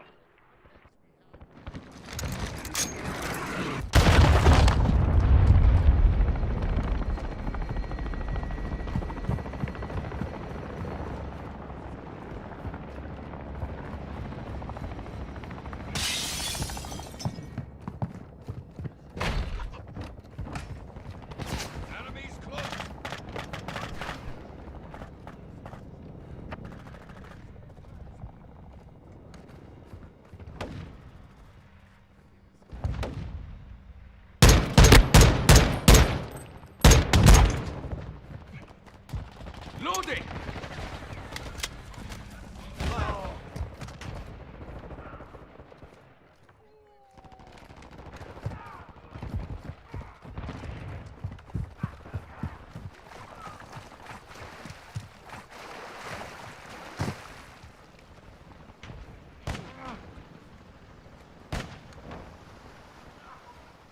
We are losing ground. Secure the perimeter. Hostile SAE near your position. Friendly UAV on station.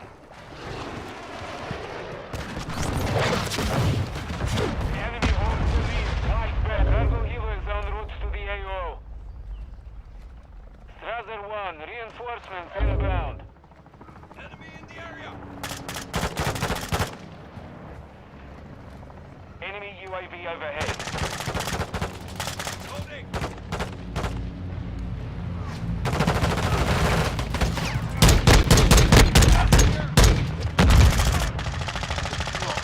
Friendly UAV online.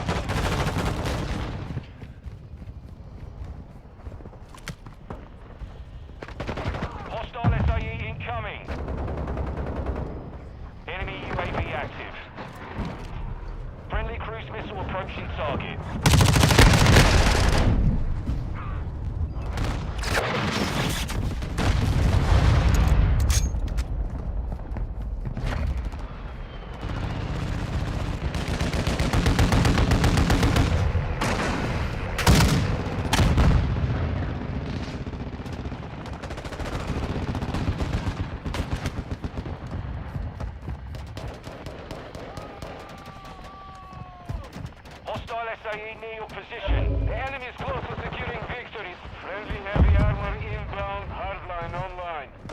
Hostiles launched a cruise missile.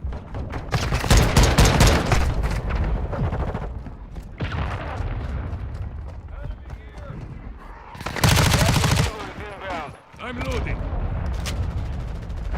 Friendly SAE launched.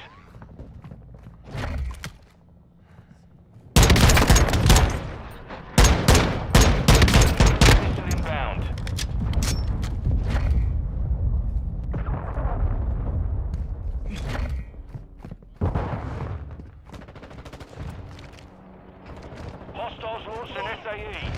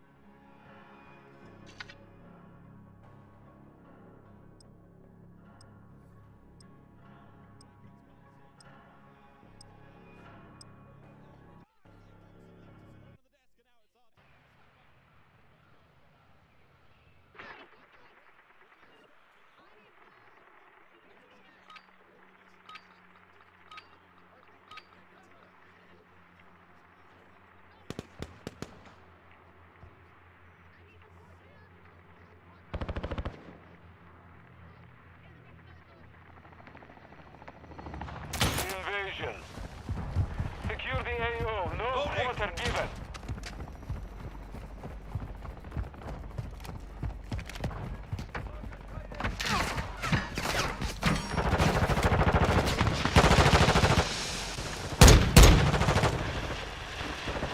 Reloading!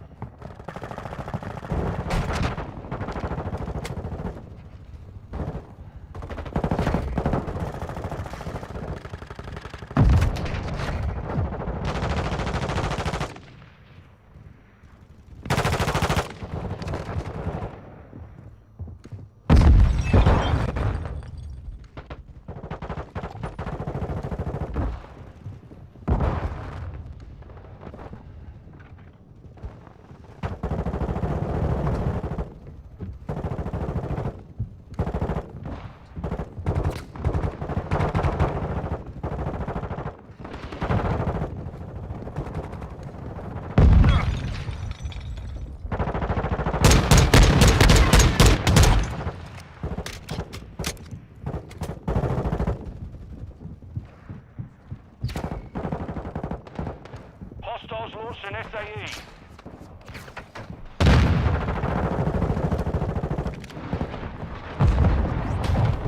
Hostiles launched a cruise missile.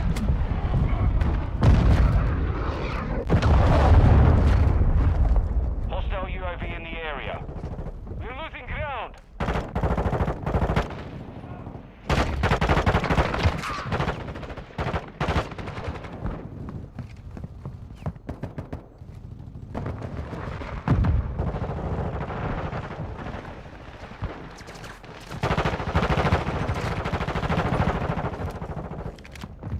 We're losing ground. Secure the perimeter. The enemy has the advantage. Take it, but deploying vehicles to the AO.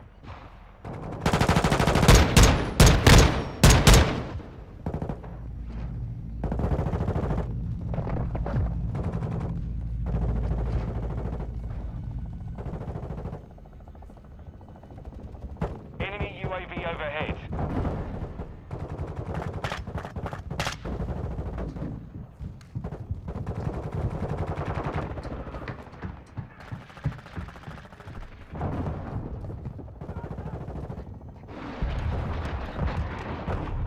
Hostile cruise missile launched.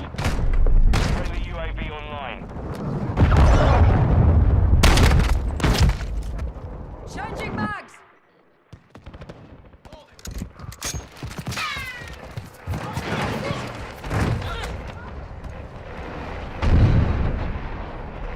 Hostile cruise missile incoming. Our counter UAV is active.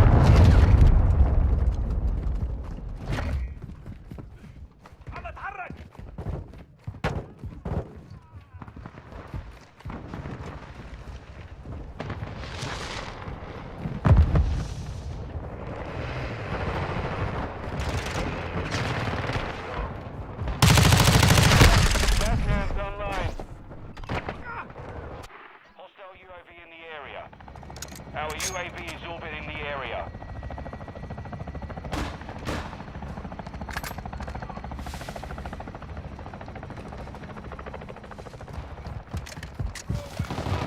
Hostile SAE near your position.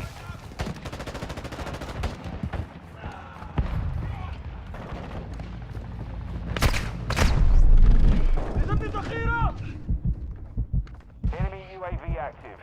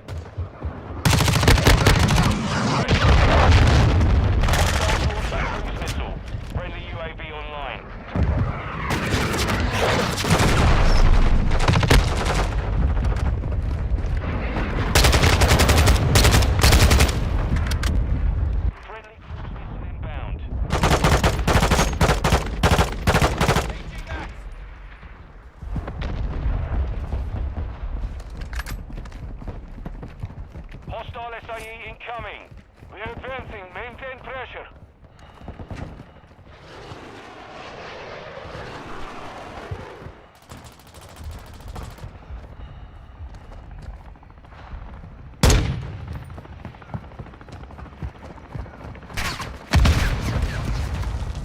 Friendly UAV on station. Reloading!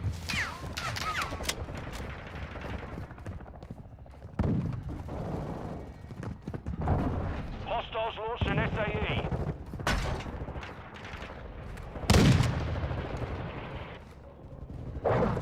Enemy is overhead. Heavy armor supplies are inbound. Cargo helo is inbound.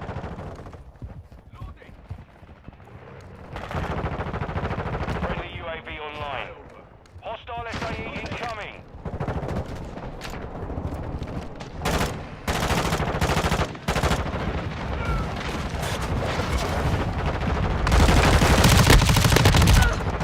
Changing mag! Hardline activated.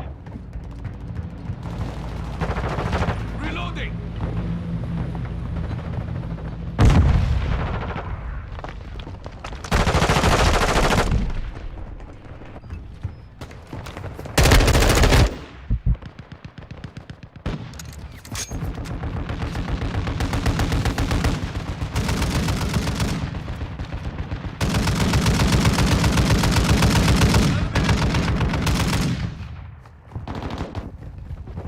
Friendly mortar strike inbound.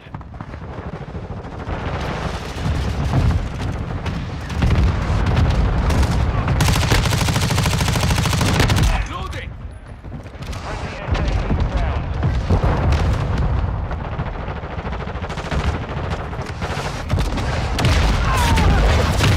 UAV in the area.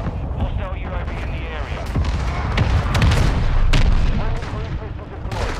They're about to lose this fight. Push them back.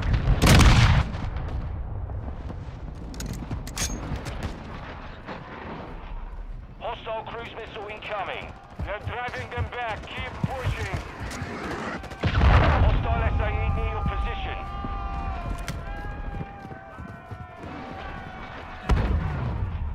Hostile cruise missile launched.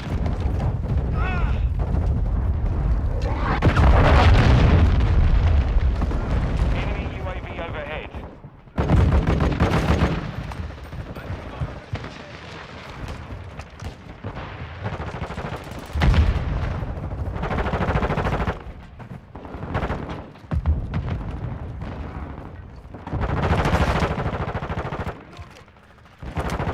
The cargo helo has entered the airspace.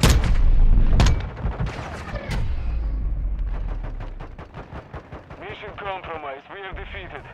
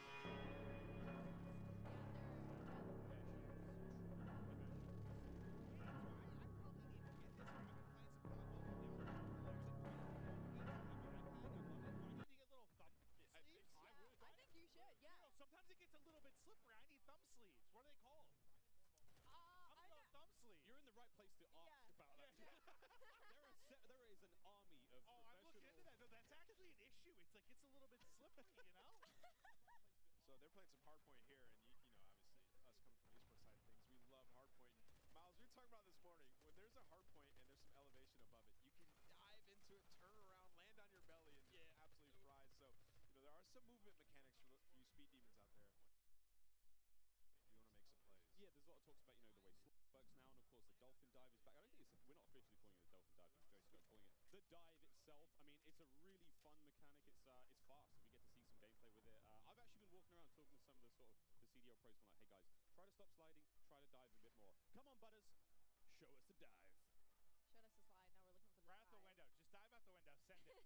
And all the windows are built to be diveable through. Like, that's the way the game is. That's what Joe was kind of saying, right? Like, they've seen it so much in playtesting, and Nate goes into a window, like, everyone spins it out. So you think like all the exciting moments you're going to have.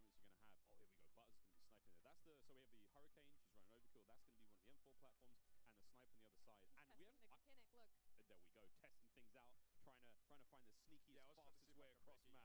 Yesterday. I couldn't. I was trying to see if I could break the slide. No slide Well, that works out. Yeah, look at her face. Ooh. She's just like going around, testing out the movement. Someone just runs right in front of her. That works out. Give me a freebie. You know what I'm noticing on this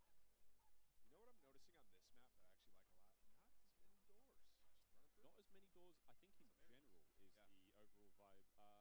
Not as many doors. Just running through. Not as many doors, I think, in general, is the overall vibe. I mean, most of the maps we've seen so far, quite small, very fast-paced. Again, Jeff talking about that, you've got a very distinct feel. So it's like the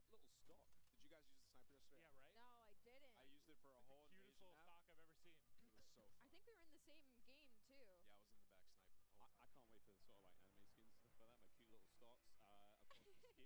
way more intense action. Of course, there's like invasion stuff. 6v6 is a totally different flavor.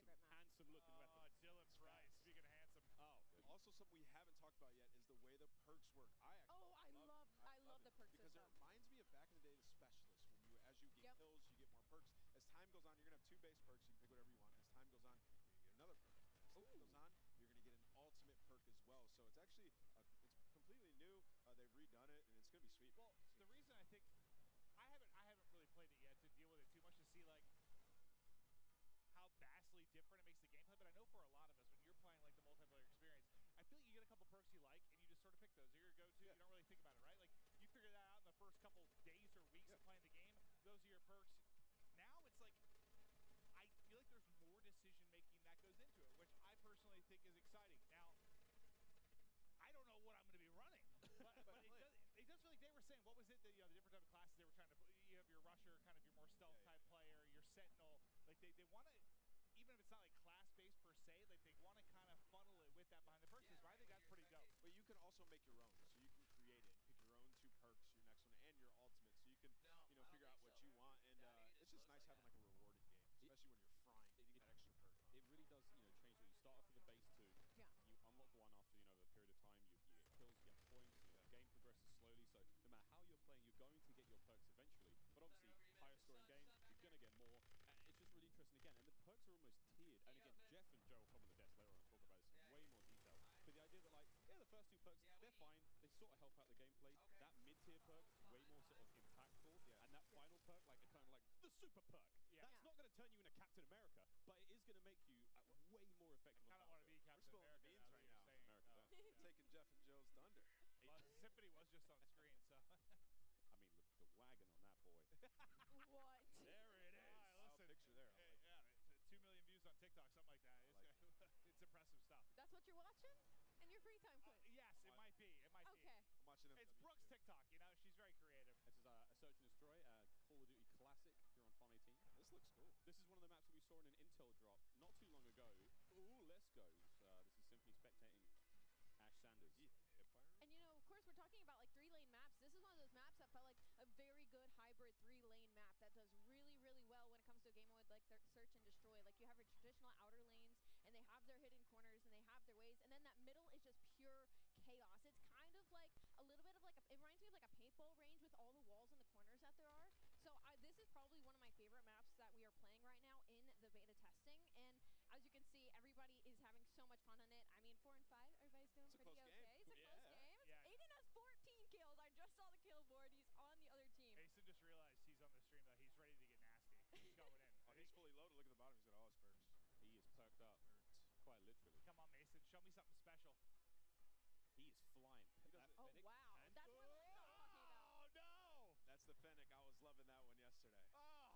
That thing turns... That's an OG weapon. That turns people into soup. business. Smoked him. Nice try, Mason.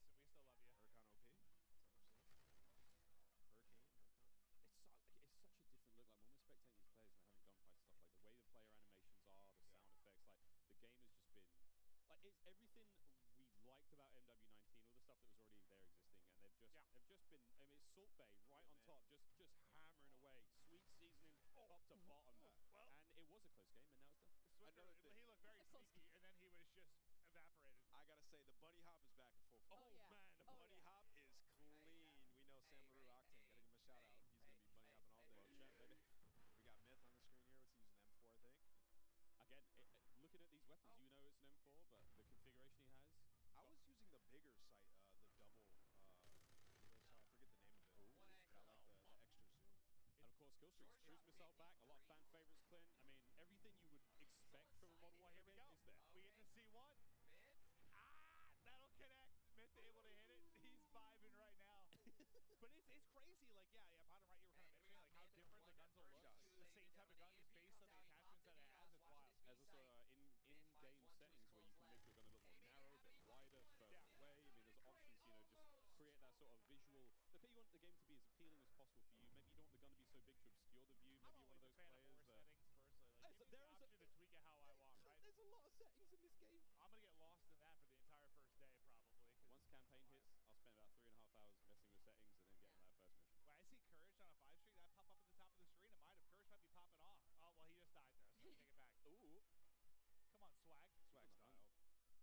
a 5 string,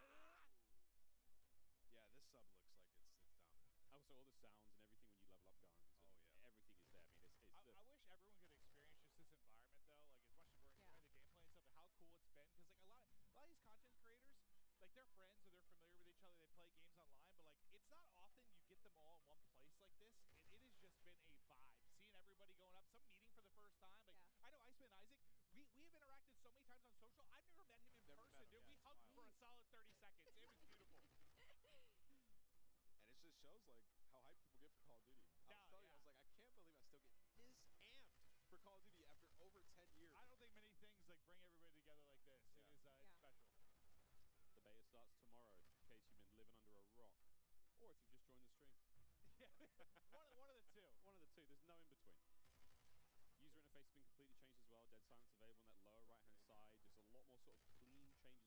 online, but, like, it's not often you get them all in one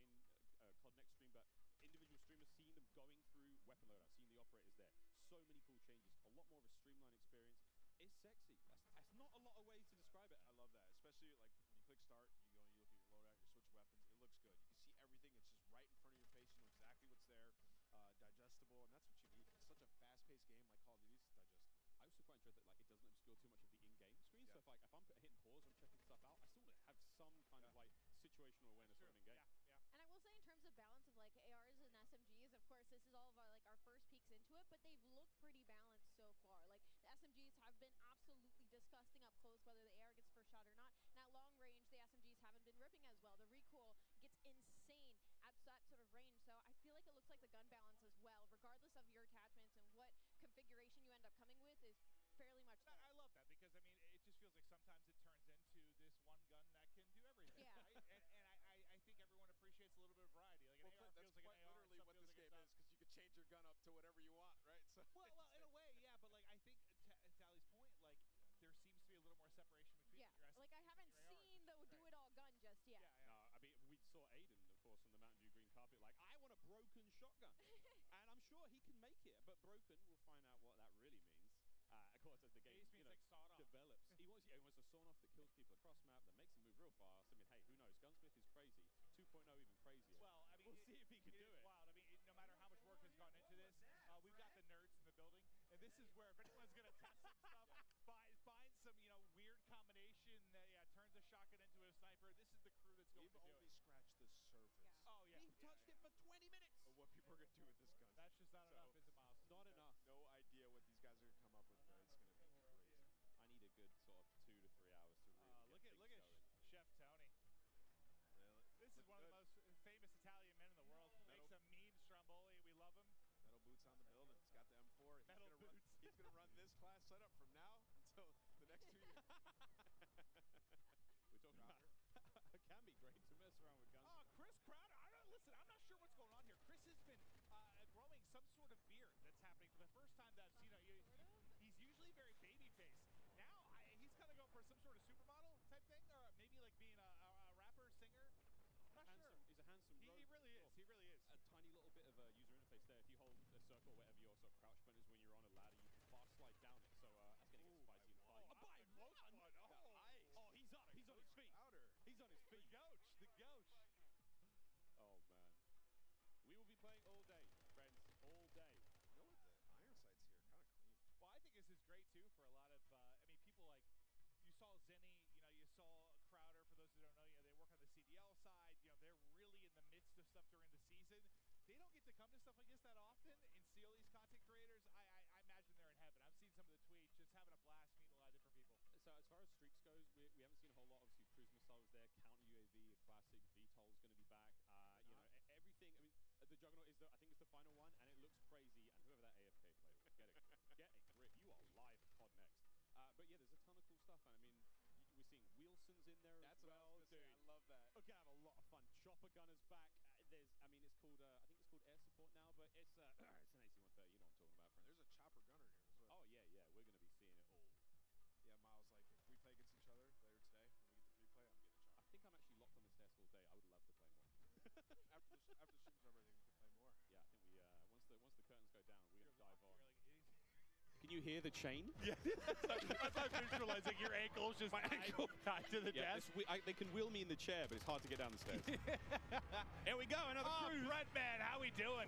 And what a shot! He got two. Hat over the headset. He killed Nick Merckx. All right, we're gonna see see you later, Nick.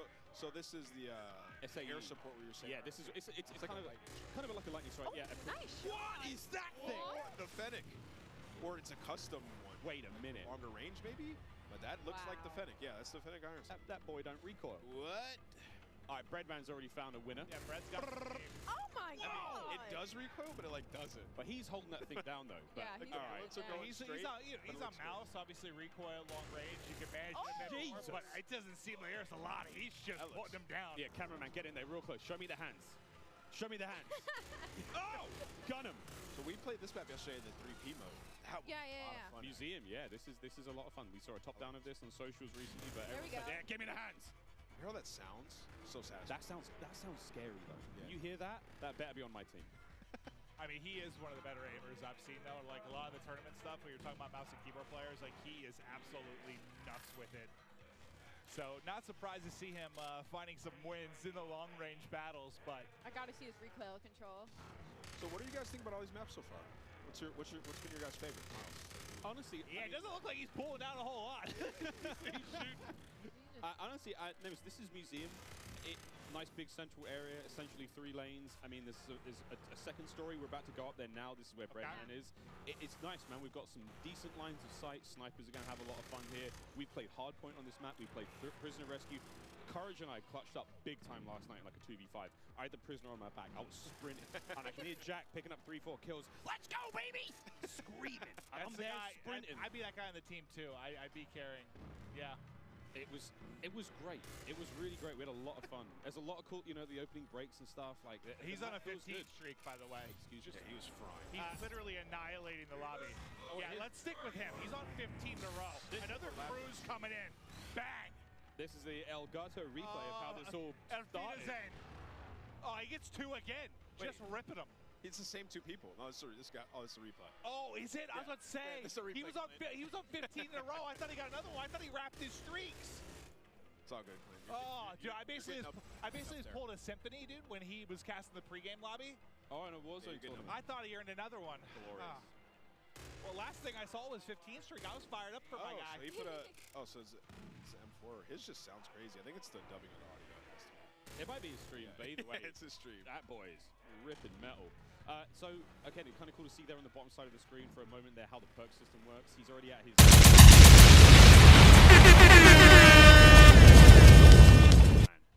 And, of course, he's working his way towards that final perk here in this hardpoint. Yeah, it's not that crazy. I thought he wrapped streaks now, is it? He is annihilating everyone.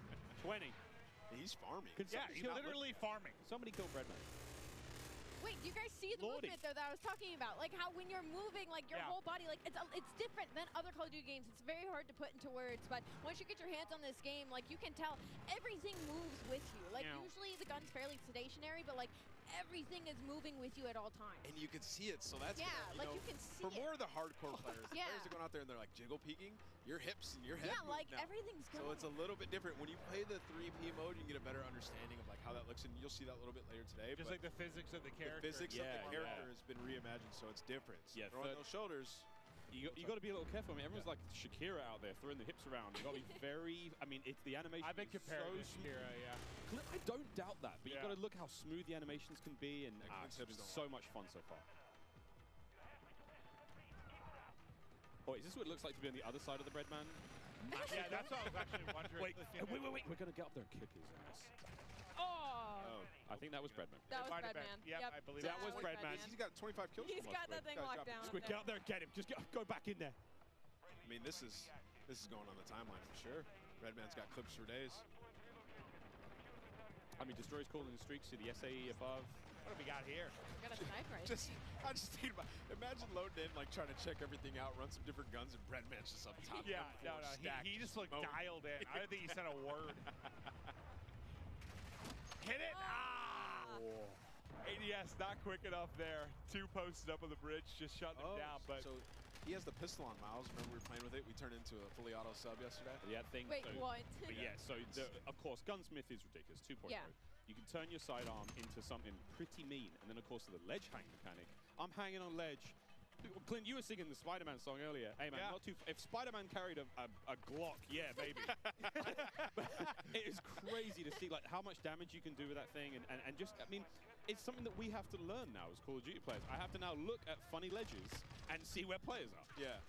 I was also trying out some of the field upgrades yesterday for the short amount of time that I did have. I tried the camera one. It was so interesting. Just like throw it down, go hide in a corner. You can see when they're pushing at you. It's You hold your own. You hold your own flank at that. Yeah, you got your own choke points. That's great. And again, another thing. Oh! Isaac, he nearly got both of them there. And of course, Isaac, one of our streamers coming in from Europe, made the long trip across. yeah, I was wondering how many people we had here internationally. I've casted over him in a bunch of Warzone tournaments. He's made some deep runs. Guy's a monster. But as he's just trying to hit some snipes and try some of the different weapons, Bredman's kind of been annihilated in the lobby. But there we go. Another shot gonna hit. Bang. I'm already really liking the sounds of these guns. I'm liking the way Right? crosshairs look. Like this is something I cannot wait to get. Oh, hello. Breadman just got a 3-piece, and then Isaac followed up with the 4th in the feed. That was very satisfying. Oh yeah, they are just tearing them apart. It feels like. What's that field upgrade he has there?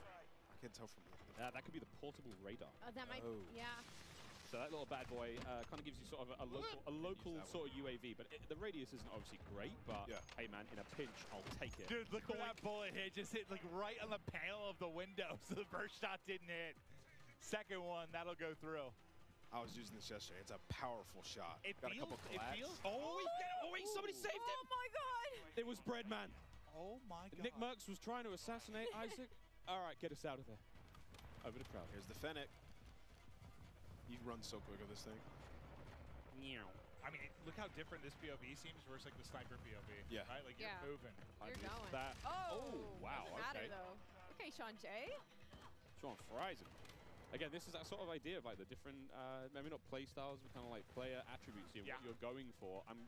Crowder is obviously, he's way more aggressive, he might be hitting flank soon, but the way he's kicked himself out. Whoa.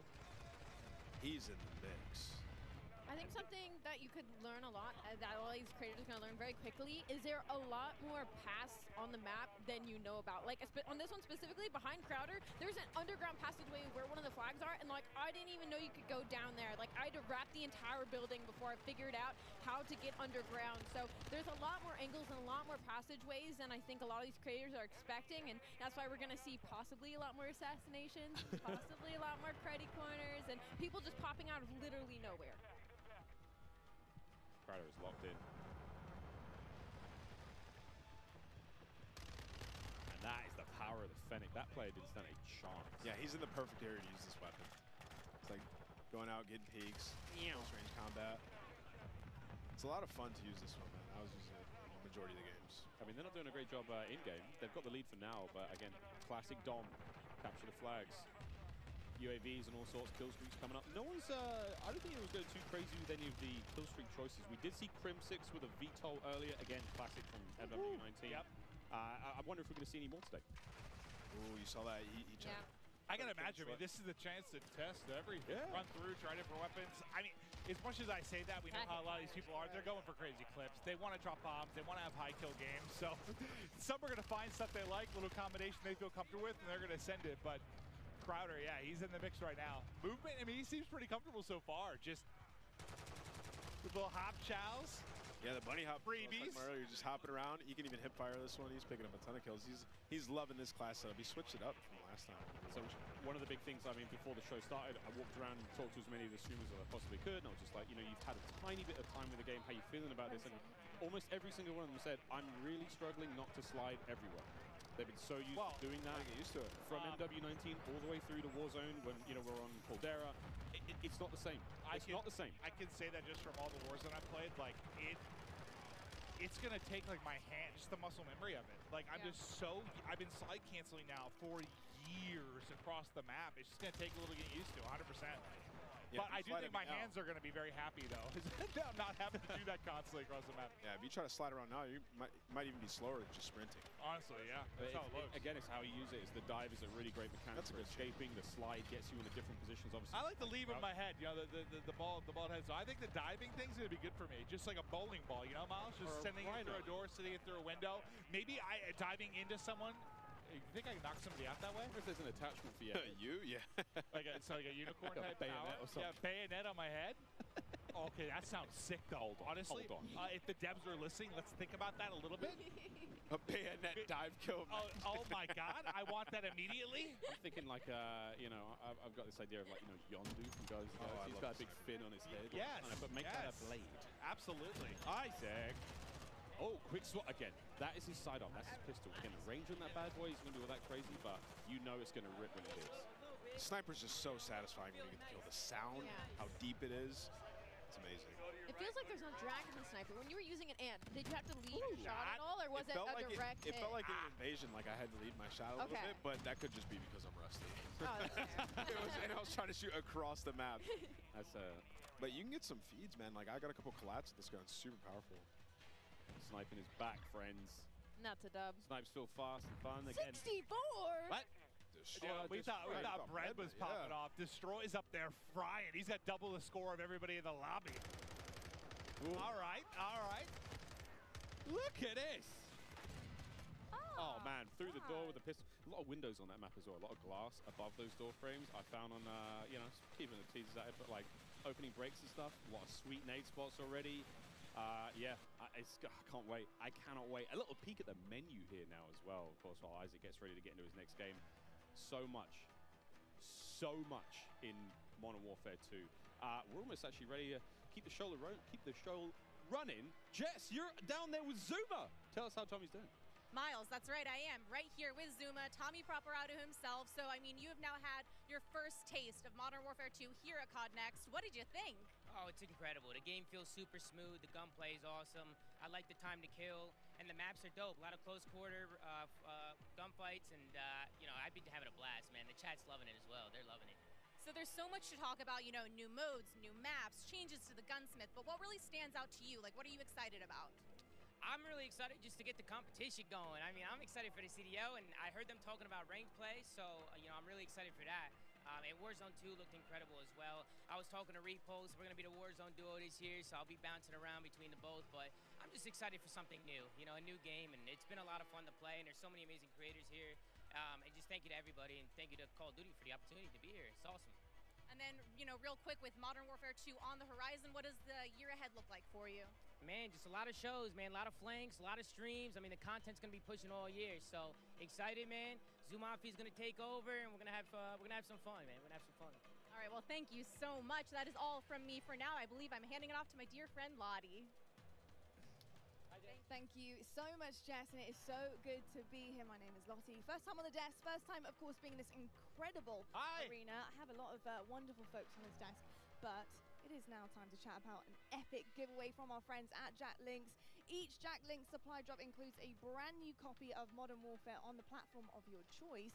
delicious Jack Link's limited edition products and brand new epic in-game items that I promise you'll be dying to get your hands on. So check this out on how to enter. Looking for an epic way to celebrate the launch of Modern Warfare 2? Jack Links has got you covered, giving you the chance to win the ultimate Modern Warfare 2 supply drop. Keep an eye out during the broadcast for the Jack Links Sasquatch to appear on screen. If you see it, grab your phone and scan the QR code, following the prompts to qualify for entry. Tune in to Call of Duty Next. Squad up with Sasquatch and level up for the ultimate viewing experience, courtesy of Jack Links. Terms and conditions apply.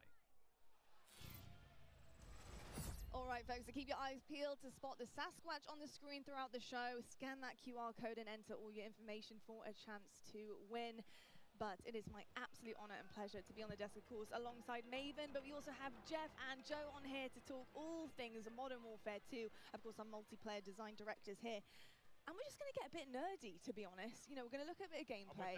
I am so excited to talk about it. But Maven, I've got to ask you, what do you want to dive into first? We have the two guys that are going to answer our questions. Well, first off, by the way, you guys killed it in the opening of the show. Thank you. Know, it started real smooth. I'm sure nerves are going a little bit, but it was awesome to see. But I know we're going to have gameplay that's going to be popping up. We're going to chat through stuff. But I think one thing I kind of want to chat through is just there's been a lot of significant changes. You guys are always looking to how to kind of tweak the wheel a little bit.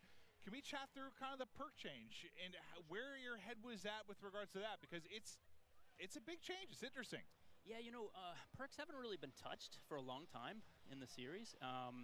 And I guess by nature they're passive. And so most of the time we've found people just, you know, find the 3 that they like, and that's it. They kind of forget about the I said that earlier. That's me. Yeah. Like, I find a few I like, and, like, that's my class. There we go. We just wanted to come up with a system that was a little bit more engaging. And so we grouped them into 3 different categories. You get 2 to start with, and then you pick a 3rd, and then you pick a 4th, and they're rewarded as you play. You really like how they proc at the end. I mean, an announcer comes up, tells you what perk you got, and it kind of re-engages you with what's available, right? And they're earned through time and score, so eventually you'll get them, and you're not gonna. It doesn't reset on death. It allowed us to kind of like create a couple more powerful perks and put them at the end because you're not going to have them the whole match. And there's some interesting depth there where you can say, okay, UAVs are really powerful early match. Like there's different things you can do where you're kind of like, if you're one of those players who really wants to noodle, you're like, okay, I know these aren't in play yet. Well, I guess, listen, it's very different, but I'm also a big like RPG guy, so I like the process of like unlocking things and earning things. It's just like at the core of who I am. So I dig that, just like the progression over the course of one single map. I think is very cool. Yeah, it just feels good. It feels good. It feels good to be reminded what you have. Yeah, no, 100%.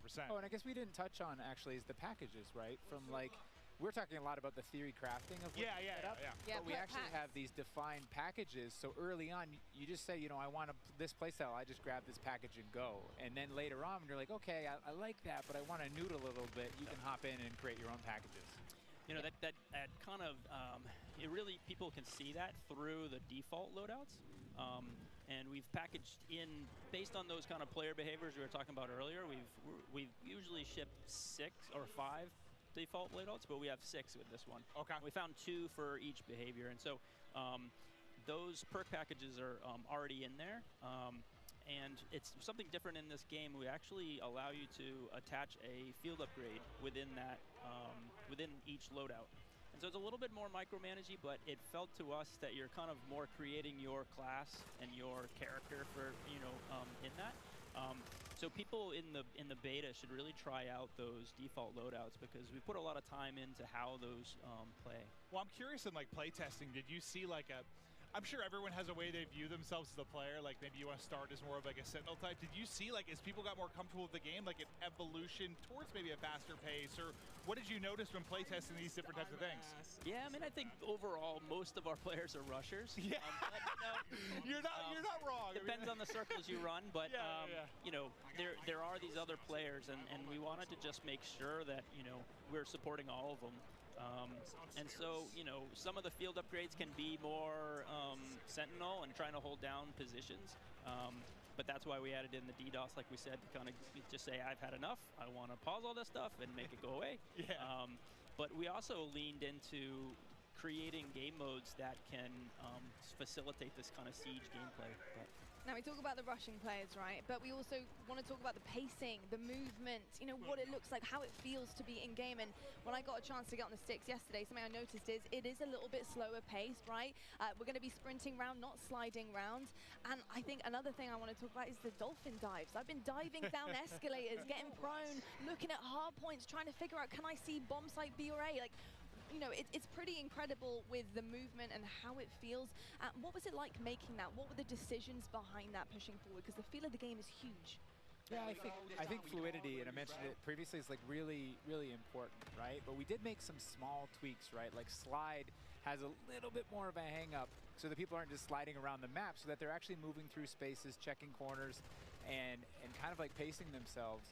But the general movement of guns should be almost exactly the same. And Jeff and I regularly check in. We're like, okay, how are we doing? Like, let's look at last game, let's look at this game.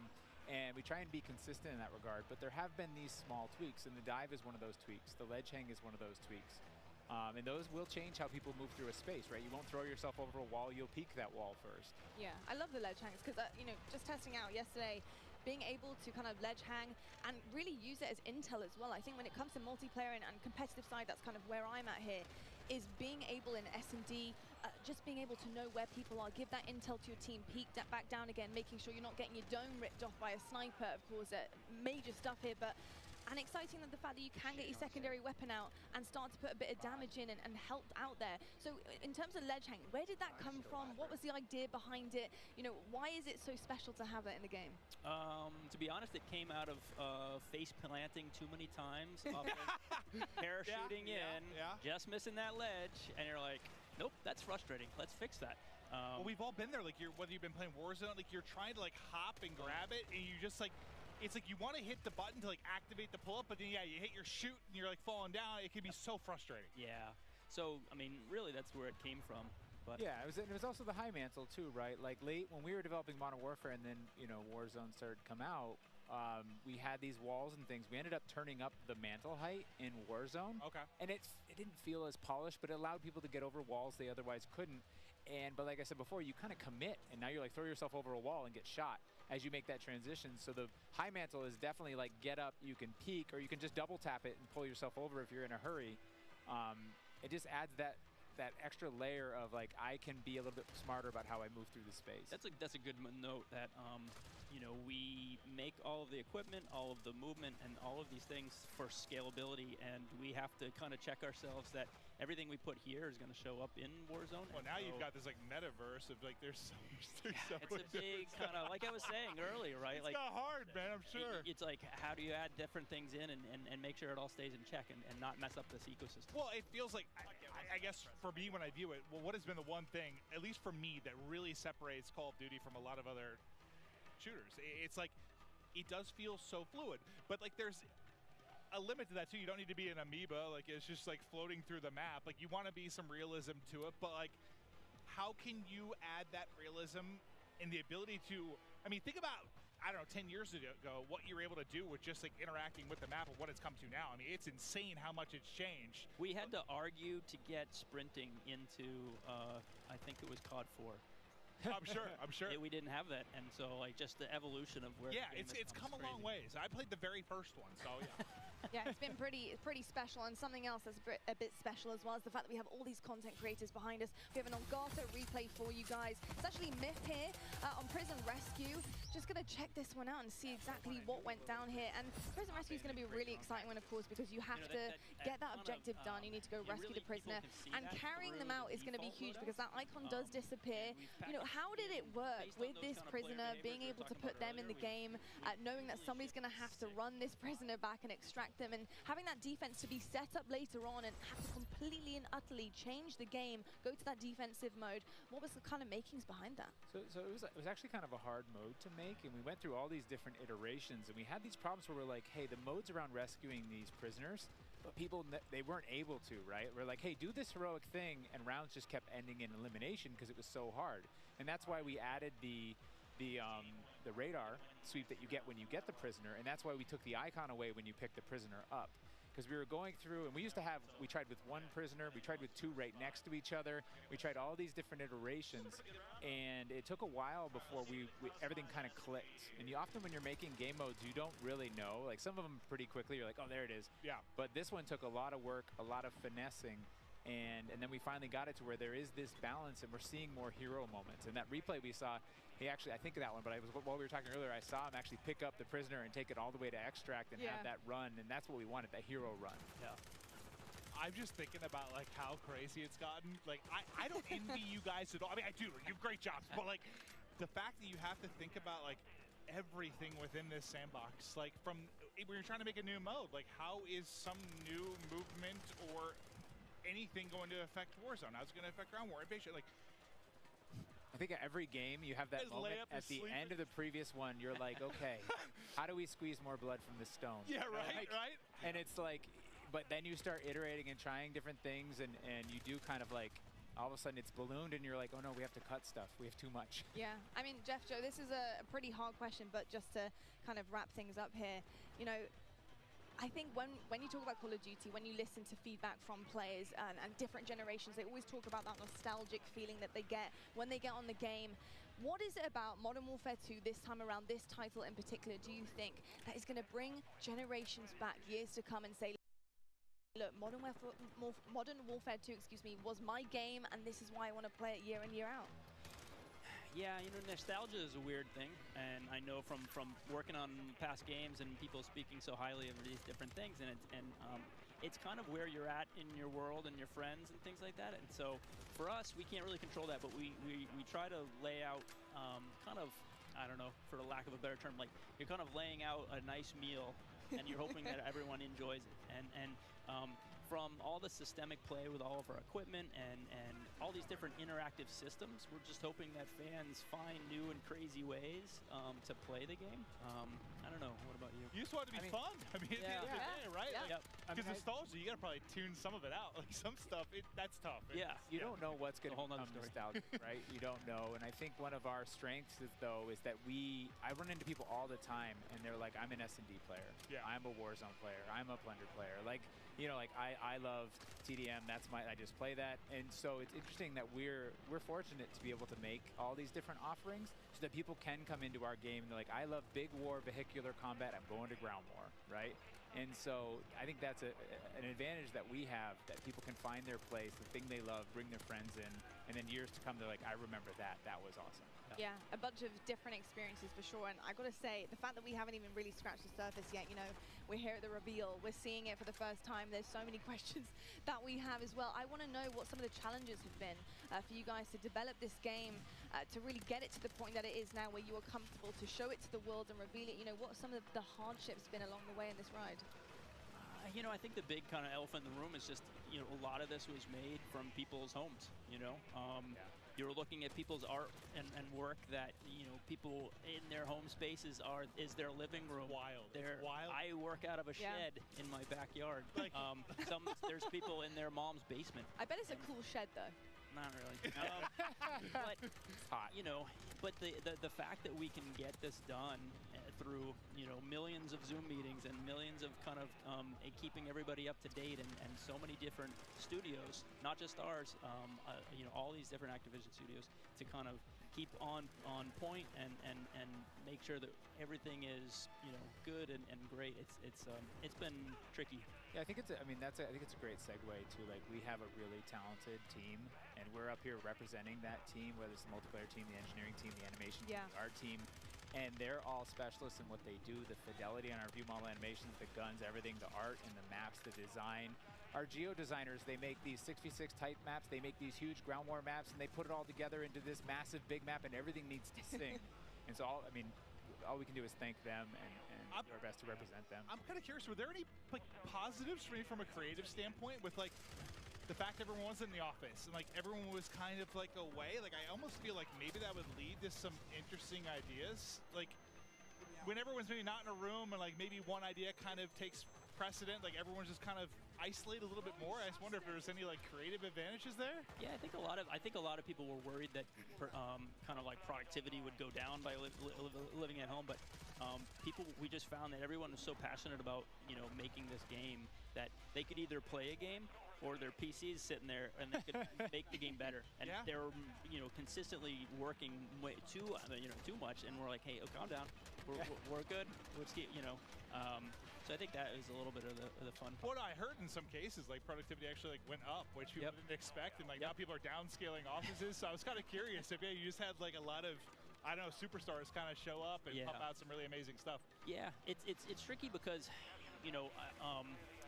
we've just now been coming back in and getting kind of that kind of community in the office, and that has been a great way of kind of solidifying the game and getting people back in and feeling you don't get the big hoots and hollers when you're at home, right? So we get people in the office, we get them in the big pit, and we're all playing. And Gold star. Yeah, you get that feedback loop of like, I made good stuff, and someone's happy. Yeah. Look, drawing back the curtain a little bit, because when I think of how to handle a brand new game, a brand new title, bringing all these exciting factors to it, I'm thinking of like bare bones, in your shed maybe, with a whiteboard, just writing things on, just brainstorming. What is that process like? Building the blocks, building the foundation behind this brand new game, putting those ideas down on paper. How does it work for your team?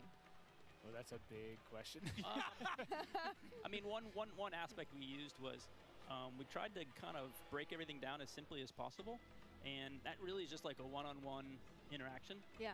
Like, if you imagine how many times a one-on-one interaction happens in multiplayer or in single player, and like what does that look like? They could just shoot each other, but it's what is in your loadout, what's in my loadout. It's almost like it's like a card game where I use my flash and you use your smoke, and and so like we really worked on how many permutations and how that can play out. And so we figured if we can get that to come and play out in a lot of different ways, we can make a really deeply replayable game, which should, make everyone really happy at the end of the day. Nah, it seems like everyone's having a blast so far. I mean, this in general, it's got to be pretty special to see just this many content creators here, gassed up, enjoying the game. I mean, it's been absolutely incredible. Honestly, Jeff, Joe, thank you so much for being here, giving us all the insights, letting us nerd out a little bit, ask all the questions that we're dying to know. But I tell you what, it is about time right now to head on over to the main stage to talk a little bit more about COD Mobile. We've got Beef Mummy and Matt Lewis over there. Let's take it over to them and see what they have in store. All right. Thank you so much, Lottie, and welcome back to the Command Center presented by Xfinity Rewards. And it's time to finally drop into some epic Warzone mobile gameplay. And joining me here, none other than Matt Lewis. I've been so excited to bring you into this stage. He is the Vice President of Product Management for mobile. Thank you so much. I am super excited to be here today. We just have some awesome gameplay. We have some cool new surprises for you. So I'm just really looking forward to sharing this moment with you and with just the entire Call of Duty community. I'm so excited. I'm just ready to get into action. And obviously things are just heating up over here. And it really is impressive what you've been able to pull off here. And watching someone play, it looks great. It feels great. It's as if it's running off a console, to be honest. It's true. How did you guys make this from the ground up? Yeah, it's a great question. So one of our game pillars was what we call relentlessly Warzone. I like to think of it this way. There are a set of emotions and an overall gameplay quality, something that's felt when you play Warzone.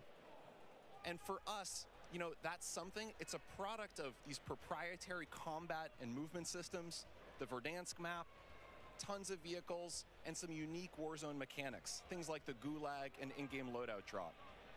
So you put all these together in a pot, mix them around, put some magic powder in there, and boom, Warzone. So games, they can try to match this recipe and they can spend a decade, iterating and testing and trying this and that, but they're just not able to quite get there. So for us, being on the same technology, it means we don't have to tinker nearly as much. It's just an incredible advantage for us.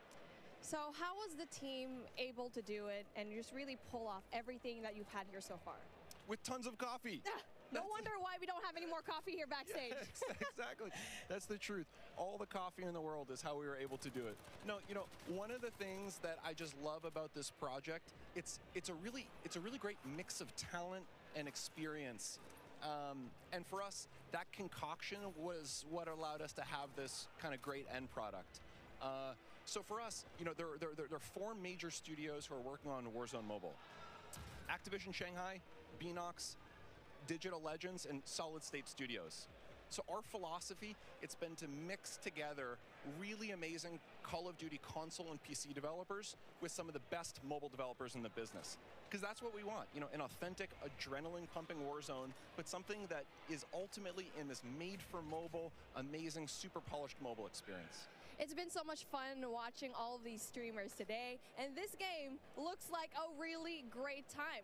What is the best way for our viewers at home to guarantee they will be the first to drop in and play Call of Duty Warzone Mobile? It's a great question. It's a great question. So for us, pre-registration is going to start today. We'll have a little bit more on that later. We're super, super, super excited. And if you're on Google Play, if you log on to the Google Play Store right now, you'll be able to start to pre-register. If you're on other platforms, please keep an eye out on all the social channels. We have the social channels live now, so follow, comment, all that kind of good stuff. And we're coming soon on the Apple App Store for pre-order. We have some incredible rewards. I'm going to talk about those maybe in a few minutes, but maybe for now, kick it over, check out some gameplay. Oh yeah, I can't wait to go and pre-register for myself. I'm just so excited. But that brings an end to our coverage of Call of Duty Warzone Mobile. And honestly, it's been such an amazing, great time here. But obviously, before we do end all of these, we're gonna try to see what kind of fun all these streamers are bringing up over here, because we are taking up on the screen right now. I mean, this ends with us just trying to introduce the game, but obviously every one of us, we want to see the gameplay. We want to see everything that's happening here, and obviously I am with the best person to talk about everything that is happening here on your screen right now. Oh man. So when I'm looking at this gameplay right now, for me, one of the things I love about Warzone is that vehicle play. The vehicle play, the movement, and the combat systems all tied together. I'm a thumb player. I can't do the claw myself, so when I see other thumb players, in particular on the vehicles, it's a soft spot for me. I just feel great. Yeah, I mean, I feel like a lot of the players right now, even if you're not on mobile, you just see this map and you go back way back 2020, and you're just seeing this map Verdansk. It's just you're basically having a little bit of a throwback from when you used to play this map, and you get to play it here on mobile. And so I feel like it's just so exciting to finally see this map back into life. And really, we're just ready to play. I know, yes, we're in alpha right now, but I played the game yesterday. It feels amazing. 100%. I think you nailed it. I think the team is really, really, really happy with where we are. If we think of the development process, we typically think about 4 stages, and we're in the 2nd stage right now, where we're live to some amount of people in our alpha, and we're going to be entering a beta shortly. So for people who are interested in getting their hands on the game, the best way to do that, to pre-register now, follow all of the channels on social. There'll be some great updates there, and we just have loads of improvements, loads of surprises too. We just have some super cool stuff coming in. New features, maybe some new gameplay. Gunsmith is looking absolutely incredible. I think players who are familiar with it, they're just not going to believe what we have coming out with soon. And as you can see over here, we definitely have streamers that you're very aware of already, just logging in, checking out Warzone Mobile. And it looks and feels amazing, as you can see on your top left screen. We were talking about this beforehand, right? One of the POIs that we really love to talk about is Boneyard, because for me, in my experience in Boneyard, it's great. It has so many chests. You definitely can get a lot of money, but the moment that you drop in, you already know there's a bounty on your head, most likely. Me too. Boneyard for me is my favorite. I'm a player. I like to equip 2 things. I always like 2 primaries for myself. A shotgun is a must, and I like my shotgun and my sniper. People make fun of me for it, but that's what I love. Boneyard allows me to do both those things. I tend to like to hide out myself in some of those little airplane shells, wait for unsuspecting people to come in, and you know, sometimes I'm lucky and sometimes I'm not. But that's me, Boneyard all the way. The fun thing for me too, we've been noticing, some people have been noticing, Bobby talked about this a little bit earlier, is, you know, being able to go back into some of those points of interest that you like, in particular ones that were former MP maps and previous Call of Duties, it's just one of the things that makes Warzone awesome. I know people were talking earlier like, oh my God, Superstore, Superstore, Superstore. Oh yeah, So- speaking of Superstore, I mean, I like dropping in there because I feel like I'm going on a shopping spree, grocery shopping, all the weapons that you need on the ground, they're over there. You know, but the thing is, it's in the center of everything. You're in the middle of everything. So if you want to go and just go away into safety, you're going to have such a hard time because you're worrying about people up top. Airport is right there. Boneyard is right there as well. So I feel like for me, like since we're seeing Boneyard right now, it's kind of like a safe little spot because it's right off to the side, but you still get really good loot as well. Totally, well said. And for me, one of the things I love about Verdansk as a player is there are these mix of different ranges. You have really close quarter, inside combat, things like Superstore. You have some long distance sniper areas. Some people I know like to go on top of dam and try to pick off some enemies. And then you have things that are great for AR, you know, that mix of ranges. So it really is kind of like, you know, choose your own adventure. How do you want to have that kind of gameplay? Well, talking about the gameplay that we have right now, we definitely want to have a little bit of a look into the different streamers that we have, because obviously you can see here the duo. We got Hawks, we got Bobby Plays, and they're definitely really known in the scene, especially when it comes to mobile. And so it's really exciting to finally see these guys enjoy the game, because we've been talking about this for such a long time. And I really asked Bobby, are you going to be here in this event? I saw your invite. I wanted one as well, but obviously I sneaked into the COD Next event and was finally here, finally able to you know, see the alpha. But hey, since we're here, taking a look at what's going to happen here on the right side of your screen, you're taking a look at the map, and it's like it's exactly what we saw in Warzone. Totally, and it's getting to one of those end crunch periods. This is my favorite. The circle started to close, not yet final circle, but it's definitely that time. You got to be a little bit strategic and smart about your choices. There is a penalty if you get a little bit too aggressive. And now, speaking of being aggressive, it's like we were talking about it. It's really a matter of where you drop, because obviously the tier 5 loot zones, the tier 4 loot zones, you'll always have that risk, but obviously the reward is a little bit more high. I mean, especially if you're going to be dropping at the very ends of the map, at the very end sections of it, where yes, you might not have better loot, but you might have a better time not really looking for those kills. But the best thing here is you need to find that middle ground in every BR game that you have. For here, cash is king. You need to buy out, go and find a way to buy your fallen teammates, because we've already talked about it before, or maybe even meet them in the gulag later on. I'm really hoping to see a gulag feature over here. I want to see it.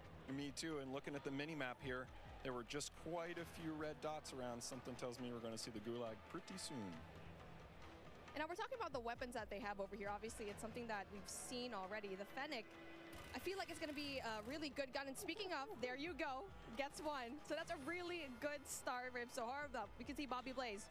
I mean, it's just like Bobby Plays has been such a tremendous name here in the mobile scene, and now he needs to get out, because he's going to be in big trouble, especially going out here with no cover whatsoever. Yeah, I don't know. He's living dangerously. I don't know, Bobby. I'm worried for you, man. Yeah, Bobby and Hawks, they need to find a way to, you know, just get some cover. There you go, finds one. Gets the kill. Okay. That's going to be really good for them so far. So again, so far so good, and I'm really looking forward to kind of just talking to the guys later on after this gameplay, right? I feel like they have a lot to say. Me too. Super curious to hear. Also curious to hear how this interaction here ends. I want to go back to one thing you were saying earlier with the loadouts. One of the things for me that I just absolutely love about Warzone is being able to have this little in-game economy and the strategic choices that happen as a result. Sometimes I want to get my own loadout. Sometimes, no, I'm all about buying a new score streak, leveling up, helping my squad that way. There's a really nice element of strategic choice, and it's ones that we know players in Warzone 1.0 on console and PC, they just absolutely loved. And, you know, in mobile, there's really nothing quite like it. So just can't wait for players to get their hands on that. Oh, most definitely, because I had my hands on it yesterday. I'm not very good at it, and that's why I'm being a shoutcaster. I'm just kidding. But really just playing the game and playing Warzone in general, it feels as if you're playing the same thing on console and PC. And so that's such a huge deal, especially since you're putting it in such a tiny device, tiny but powerful device, and to have the same thing here. Not only that, it has its unique aspects as well. I think we've already mentioned it before. Mobile, yes, even though you already have it, Warzone is here, it has its unique features. Big time. And when we started making the game, we listed out all these options. We could make something that was totally not connected. It was its own mobile experience, no connective tissue to Call of Duty console or PC. And on the other end of the spectrum, we could do an exact port, something that felt exactly the same. Had same experience, same economy, same everything else. What we decided in the end was, there are different principles that we want to achieve. We want to make sure on the core game, so here the moment-to-moment gameplay, it feels just as good as Call of Duty console, because really for us that's the best shooter in the world. So we want to make sure that we're rendering that properly on mobile. We just think there's nothing better. At the same time, for mobile players, there's certain customizations that are really important. Sometimes on the event side, or what we call internally the live ops side, but also just on the controls. So we want to make sure we're taking those best of both worlds and adding them together into an experience that just feels like nothing else on mobile. We think we're on the right track. Yeah, well, speaking on the right track, Noah from YouTube getting these kills already, and it's our first time seeing him right now. So again, where he's at, it's going to be a prime spot because it's not going to be too crowded, as you can see here, but you can also get really good loot. So that is definitely one thing that you want to have. And now for him exploiting all of these, I can see the movement is very much like Warzone. I feel like for me, that was one of the bigger questions. It's like, what's the movement going to be like? And you can see here, it's good. He's done. He's already kind of felt the game pretty right to the fact that he can get a lot of these kills. And so how was it like trying to transform into the movement coming in from Warzone, going in here to Warzone Mobile? That's a great point. We thought movement, that's one of those things. Movement and really the whole combat experience, it's something that we just felt like we don't want to mess with it too much. It's so special. It's what makes Call of Duty Call of Duty. So for us, it's about rendering that in the right kind of way. And again, not totally there, but man, we're pretty happy with where we are at this alpha stage in the development process.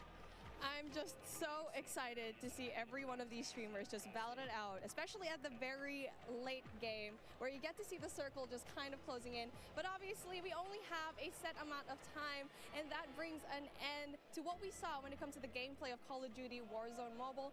And it has been really fun, really exciting to see all the streamers playing the game, and we still have way more lined up for you.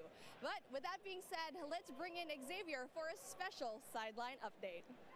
Yeah, what's going on? WWE Superstar Xavier Woods, aka Austin Creed, here with the only, the man, the legend, Myth.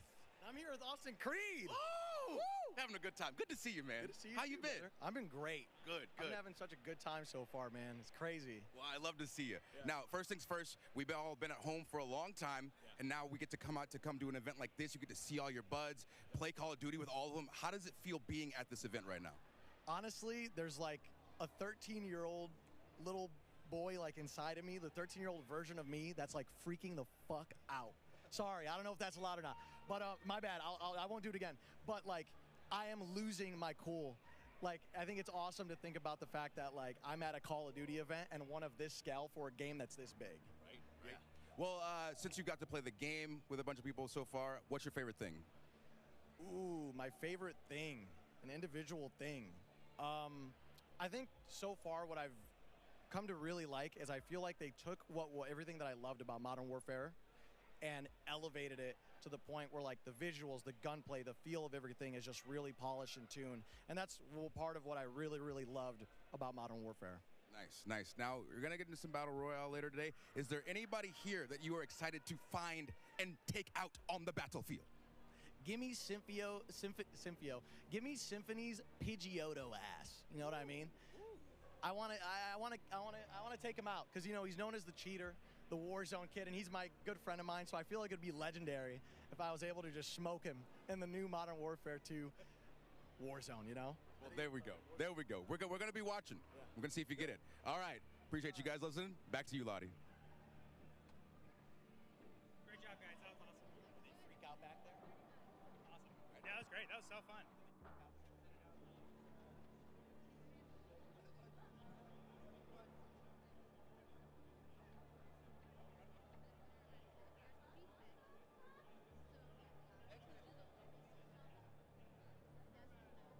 Inside, how hyped up he is, like, oh, yeah. I love it.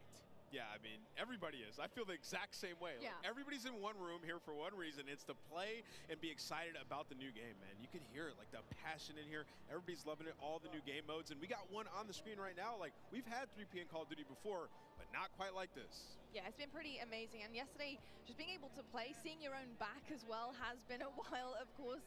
I gotta say, it felt pretty damn good. And when you got used to it as well, Ali, like, yeah, start frying. And I know you fry. I was having an incredible time yesterday. I was on other streamers' setups, so I made sure to change my clan tag to CXT, so everybody knew who was absolutely world starring them on the map. But I will say, the energy in here compared to like a competitive event is just, it's intense in a totally different way. It's intense in the fact that everybody is just so excited and everybody is just having pure fun and bliss loading into a new game, figuring things out. Like, the energy is just on a different level.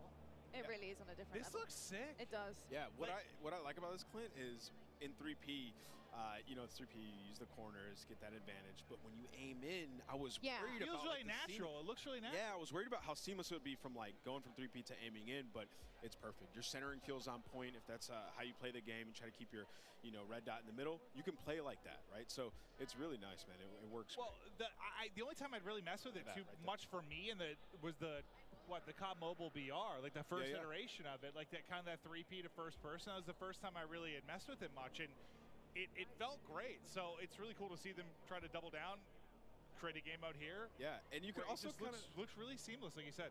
You can also kind of see how your character moves. Remember we were talking about earlier, Ali, where it was like the character, the movement, like it feels different. It's reimagined. Like when you're jiggle peeking, you can see the hips, the head move, everything. Yeah. You can really see that in the 3P. That's what you know. When I had that realization, I was playing that earlier. I was like, okay, I'm gonna have to play these angles a bit differently. And you know, if you're a little bit more of a tactical player, like to get that information, this is gonna be what you want to play. And I don't know if this goes for everybody, but this is the first time I played a third person like this, where you actually went into your sights still. Like, that you weren't still in third person when you went to ADS. So that was very interesting to transition for me, and I was curious at how it would work with a controller, because I use a controller personally. I feel like mouse and keyboard players are a little bit more accustomed to stuff like that. So I was wondering how that would translate, but like Ant was saying, like, it just felt natural. Like, it felt normal, and it was actually really, really fun to play, because your FOV, like, you see everything, and like you play and you peek corners like totally different than in your first person mode.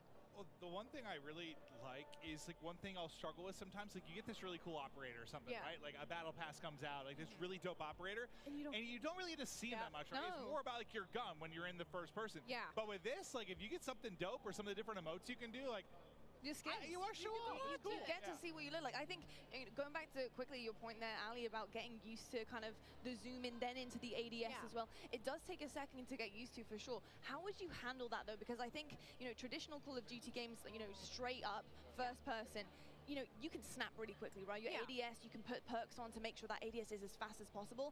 This takes a little bit of time. So are you pre-aiming when you're going around? Like, what are you doing to try and kind of combat that? Well, I'll tell you right off the bat, when we first loaded into it yesterday and got a little bit of a taste, I thought it was a bug. Like, I thought you weren't supposed to be able to ADS. I was like, oh my gosh, no way. Like, oh, they're going to be playing tomorrow and this is going to be happening. But that, it was meant to happen. It was such a smooth mechanic. And talking about getting used to it, I was pre-aiming quite a bit, but as you got used to it, the hip fire on a lot of these weapons is actually incredibly accurate. So if anything, you're going to find yourself hip firing a lot more than ADSing when you're playing this game mode. Again, leaning towards the mouse and keyboard players who are more used to not I think actually your centering is just, your centering is Listen, incredible. Guys, I'm not gonna lie, I've played tournaments 3P on Call of Duty. We had it back in the day. Like, I've grinded 3P Call of Duty. It's actually a lot of fun. We used to have search and destroy tournaments all the time. I think these guys are having a lot of fun with it. I mean, you can see, like, it's a completely different play style. Where did you come from? Hitch is surprised. Yeah, he's not happy with that, for sure. But it's absolutely incredible. And another thing, you get a different kind of FOV feel for the map as well. You know, you see things in a different kind of scope and bigger picture here. I'm kind of curious to see what things look like in terms of like hanging from ledges from third person and how that kind of works as well. Like, they put in so much work into the game. Like, IW, I see you. You want us to see everything. And that's kind of what 3P is for. Like, Clint, that's a really good point. Like, with your operator, like, I want to see that swag. Well, I miss, like, it was a simple thing, but back in Blackout, like, the first iteration of the VR, you had like these emotes that you could do, like a hula hoop or something that would go out to third person. And I kind of miss that going forward, because I like to see, if I get this really cool operator, I want to see it more.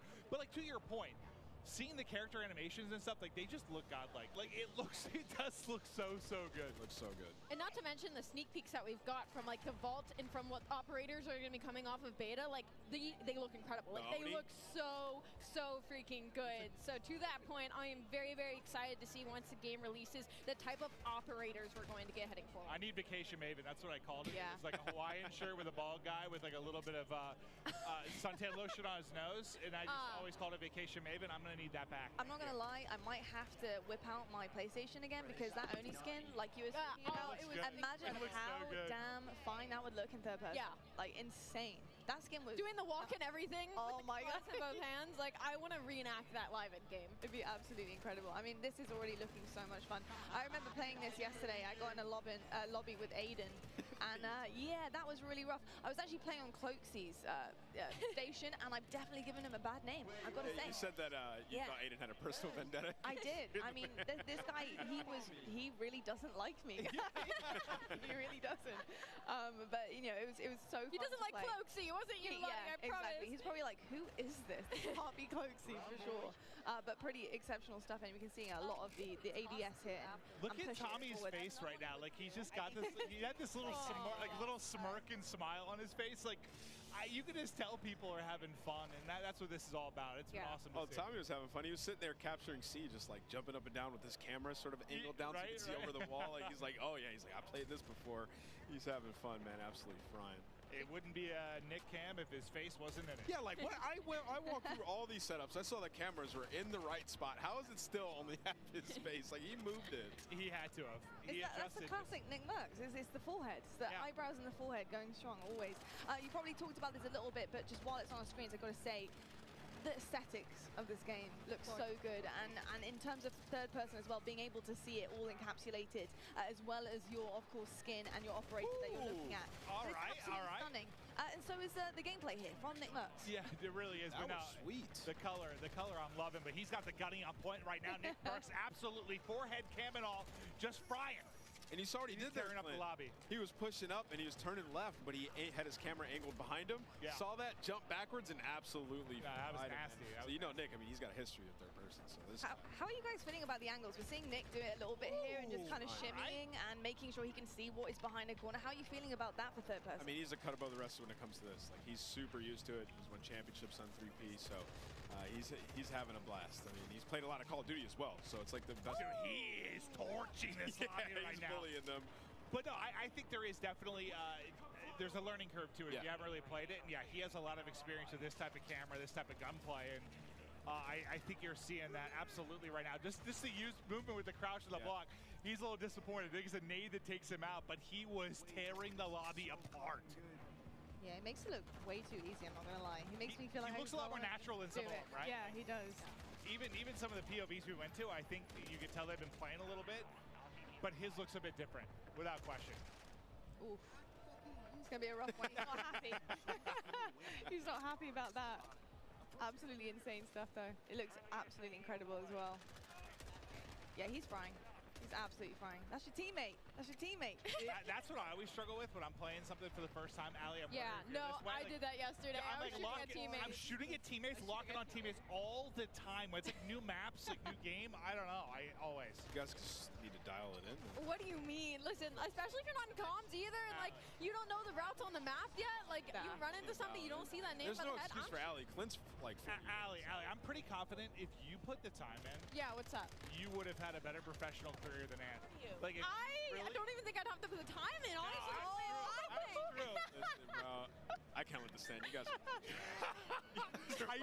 I used to always mess with Ant. I got if I skipped college and I was grinding, like Ant's in trouble. We're gonna take a look at a replay now. Nick was absolutely popping off in 3P. We know he's got the experience with it. Let's check out the Elgato replay.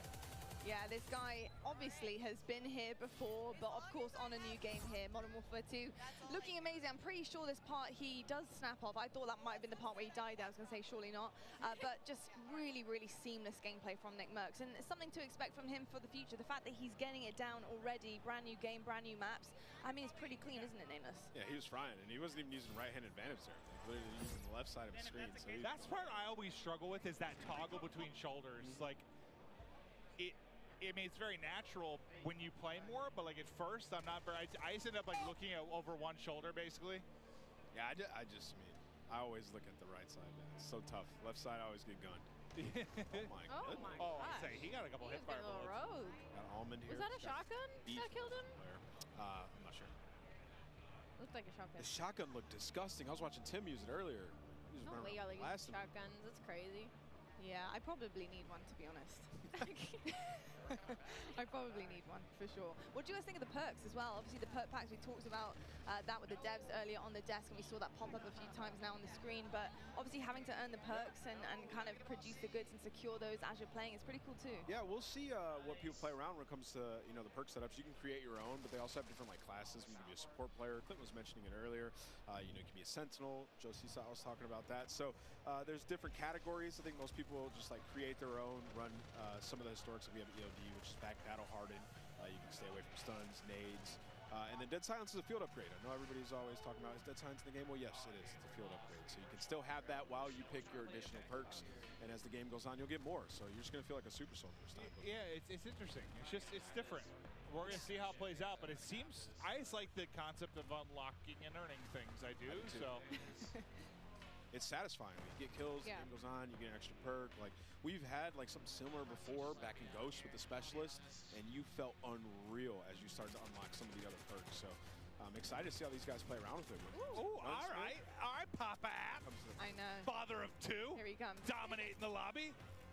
I love seeing a sub in his hand. I mean, this is probably one of the better opponent views we're going to get, as he is just looking to be a menace right Using now. the 74U, looks like a version of the AK. Yeah, he is. Oh, Yeah. this is Oh, do it Oh to him, my Ab. goodness. Oh my goodness. forget as these guys grind, they're going to start unlocking more weapons. So I know. we haven't seen this yet. We've seen Fenix, we've seen the Hurricane, the FSS Hurricane. We have not seen the 74U on the stream yet. There you kind of get to see the dolphin dive, the dive from the third-person POV, which I still think that's what I'm appreciating the most about this, is just seeing some of the animations from the 3P. It just, I don't know, it's a different beast. Nice to see. I just want to see somebody dolphin dive in third person down an escalator. I'm still waiting for that. I'm with that. You can turn around mid-dive. Yeah, 360. Yeah, so like, people are going to be getting twerked on. Just, yeah. Definitely are, for sure. I mean, the 360 down an escalator is going to be pretty nasty. Yeah, Whoa, Crim, Crim, App. These guys are turned. Speaking of, I want to know how you guys feel so far about competitive play. I mean, we've got some incredible pros or ex-pros on our screens as well. I mean, so far, so good. How are you feeling about the pacing? How these guys are playing great. These guys are playing great. Yeah. But I think, the main things are like going into it from a competitive aspect is like the maps, which the maps look pretty good. Yeah. Auto looks great. And we've only seen a it's like impossible for you to say. Yeah, just gotta spend more time on the maps, see how they play out. Feels good. Like for me, Get when some I sit grinding down, Clint, like the first thing that I look at is like the gunplay. How does it feel? Yeah. And it felt great. Like the movement feels good. You got some, extra mechanics. You get good gunplay and movement. It's like everything else is kind of will be all right if it's fun to play. Yeah. So I think so far, like it's W. See, and I'm on the other end of that spectrum where I'll look at the maps right away. Like, I'll go through my attachments and like, all right, I'll try this one out. But really, when I first load into the game right away, I'm looking at the map layout. That's kind of like my forte. And I will say, the Mexican Village, that map, I love that map. And like a competitive aspect, it gave me a little bit of like a 3-lane, as well as the paintball map that had the middle section of Chaos. I was talking about how there was the underground passageways. It's giving, again, like a 3-lane hybrid. So with the maps that we are given to play with on this alpha test, I am looking forward to the game release. I'm looking forward because for competitive side of things, at least my personal opinion, things are looking bright. Cool. Amazing stuff. I love to hear that. And I tell you what, I love to hear from some other people in this amazing arena. We've seen a ton of action so far, of course, our third person mode as well. But it's time to toss it on down right now to Gina Darling and Stephanie to give us an update on how things are on the floor and what is going on over there. Hi, Stephanie, and welcome back. Now listen, we've heard it teased a couple times today. Raids are coming to Call of Duty. Now, would you mind letting the people at home know what they can expect for this new experience in Modern Warfare 2? Thank you, Gina. It's so exciting. I feel like I have been able to announce so much cool stuff today. So this is sort of the cherry on top of the sundae for an awesome stack of all of the Call of Duty content that's coming your way this year. But Raids, an all new experience, different gameplay than we've ever really brought to fans. And this mode is ultimately all about communication and coordination, the things that you expect from a raid. We're actually going to be looking at episodic missions, all of them sort of a couple hours in length, starting with Season 1 and the launch of Modern Warfare 2, and then having that narrative, which will actually, you know, play in with the campaign, continue to play out across every chapter. Exciting. Oh, I'm so hyped for this. Now, can we get a little bit more detail on the gameplay itself? Yeah, so we're looking at 3-person teams. And like I said, this is all sort of a mix of combat, of narrative, and puzzles. So those sort of core mechanics of what we know and love from raids are coming to Call of Duty in that style. And like I said, I think the way that the narrative will continue to evolve seasonally across each encounter and each mission, stoked for everybody to get a chance to see these. Now, listen, as a longtime Call of Duty player, lined up during midnight so many times, and at the still GameStop, at the Best Buy. Shout out to the mom and pop shops too. And still streaming Call of Duty to this day. This gets me so hyped. So please let me know, how and when can we dive into raids? Right, so this is gonna come with the launch of Season 1. So same dates you're looking at for Warzone 2.0. This will be November 16th. Season 1 kicks off for Modern Warfare 2. And I think it's gonna be somewhere in the middle of Season 1, actually. So it's gonna be great. Awesome. You heard it, guys. Thank you so much, and let's go back to the desk. Thank you so much, Gina and Stephanie, and really excited about everything that is coming in. I just feel like the more the day goes on, the more we're getting, the more reveals are coming. I mean, there is so much to unpack here, isn't there? It's just, listen, I've been a part of a ton of these launch events or premieres, and you know, we've shown, usually it's been like a multiplayer reveal, or maybe we'll show off like a campaign or something. Never, I don't know how to describe it other than like it feels like we're in this sort of like metaverse now. With Warzone Mobile, with Warzone 2, with multiplayer coming from Modern Warfare 2. It just feels like it's this giant sandbox of so much cool Call of Duty shit that I love it. Yeah, absolutely. I mean, you know, it really is an experience. I feel like Modern Warfare 2 is bringing absolutely everything to the table. Or, on the other side of things, there is something for everyone, right? I mean, we're getting DMZ, we've got Ground War coming on our screen in just a moment. I want to see a tank blow someone's face off. I mean, third person, the list is absolutely endless. So the fact that there's so many Call of Duty fans that love something specific about COD, they have something to sink their teeth into here, Ali. And it's it's a lot. incredible. He is a good-looking man. It's like an amusement park. No, you're good. I need you to let you shoot your shot. I got distracted by Cloaksy. I'm so sorry. Continue your point. I hope he sees it later. I'm so sorry, Cloaksy. I am so sorry for yesterday painting your name. And I was just saying, it's like an amusement park of Call of Duty, right? There's just so much going on, and like we haven't even scratched the surface of it. Like there's still so much to be played. We're heading into Ground War. We're gonna see tanks. We're gonna see the vehicles. Like so much. Oh, the water! This the is water! This is what I've been waiting for. This is what I've been wanting to see is the boats. Wow. So they're going out. They're going fishing. They're going out. They got the full squad in there. Look, like I would not want to run into these guys. We played some Invasion. Oh, it's Stone Mountain. I'm not surprised. I'm not shocked to see that. Dude. He's ready to get tactical with the ships. Yeah. These guys got, okay, I was going to say, he's running around with a pistol. Got the M4 in hand. Zuma here, so you know he's twisted. Yeah. Nah, he's having a blast. It's been amazing to see Tommy Zuma's success in recent months. But, yeah, he's got the gunny still. It's cool to see him out here competing, playing, having some fun. But this is like, what, kind of like a middle ground between like your Warzone and your multiplayer experience. For those of you that haven't like messed around with Ground War, it's just giant sandbox. You're gonna see it all. Very, very different from your 6v6 type maps, that's for sure. Yeah, still with a little bit of an objective in this one. Different than Invasion. That's a bathroom. Whatever. And everyone's in here just trying to, like, you just come in here, you pull out a sniper, you pull out an AR, SMG, drive all the vehicles, like full experience of Call of Duty can be had here in Ground War.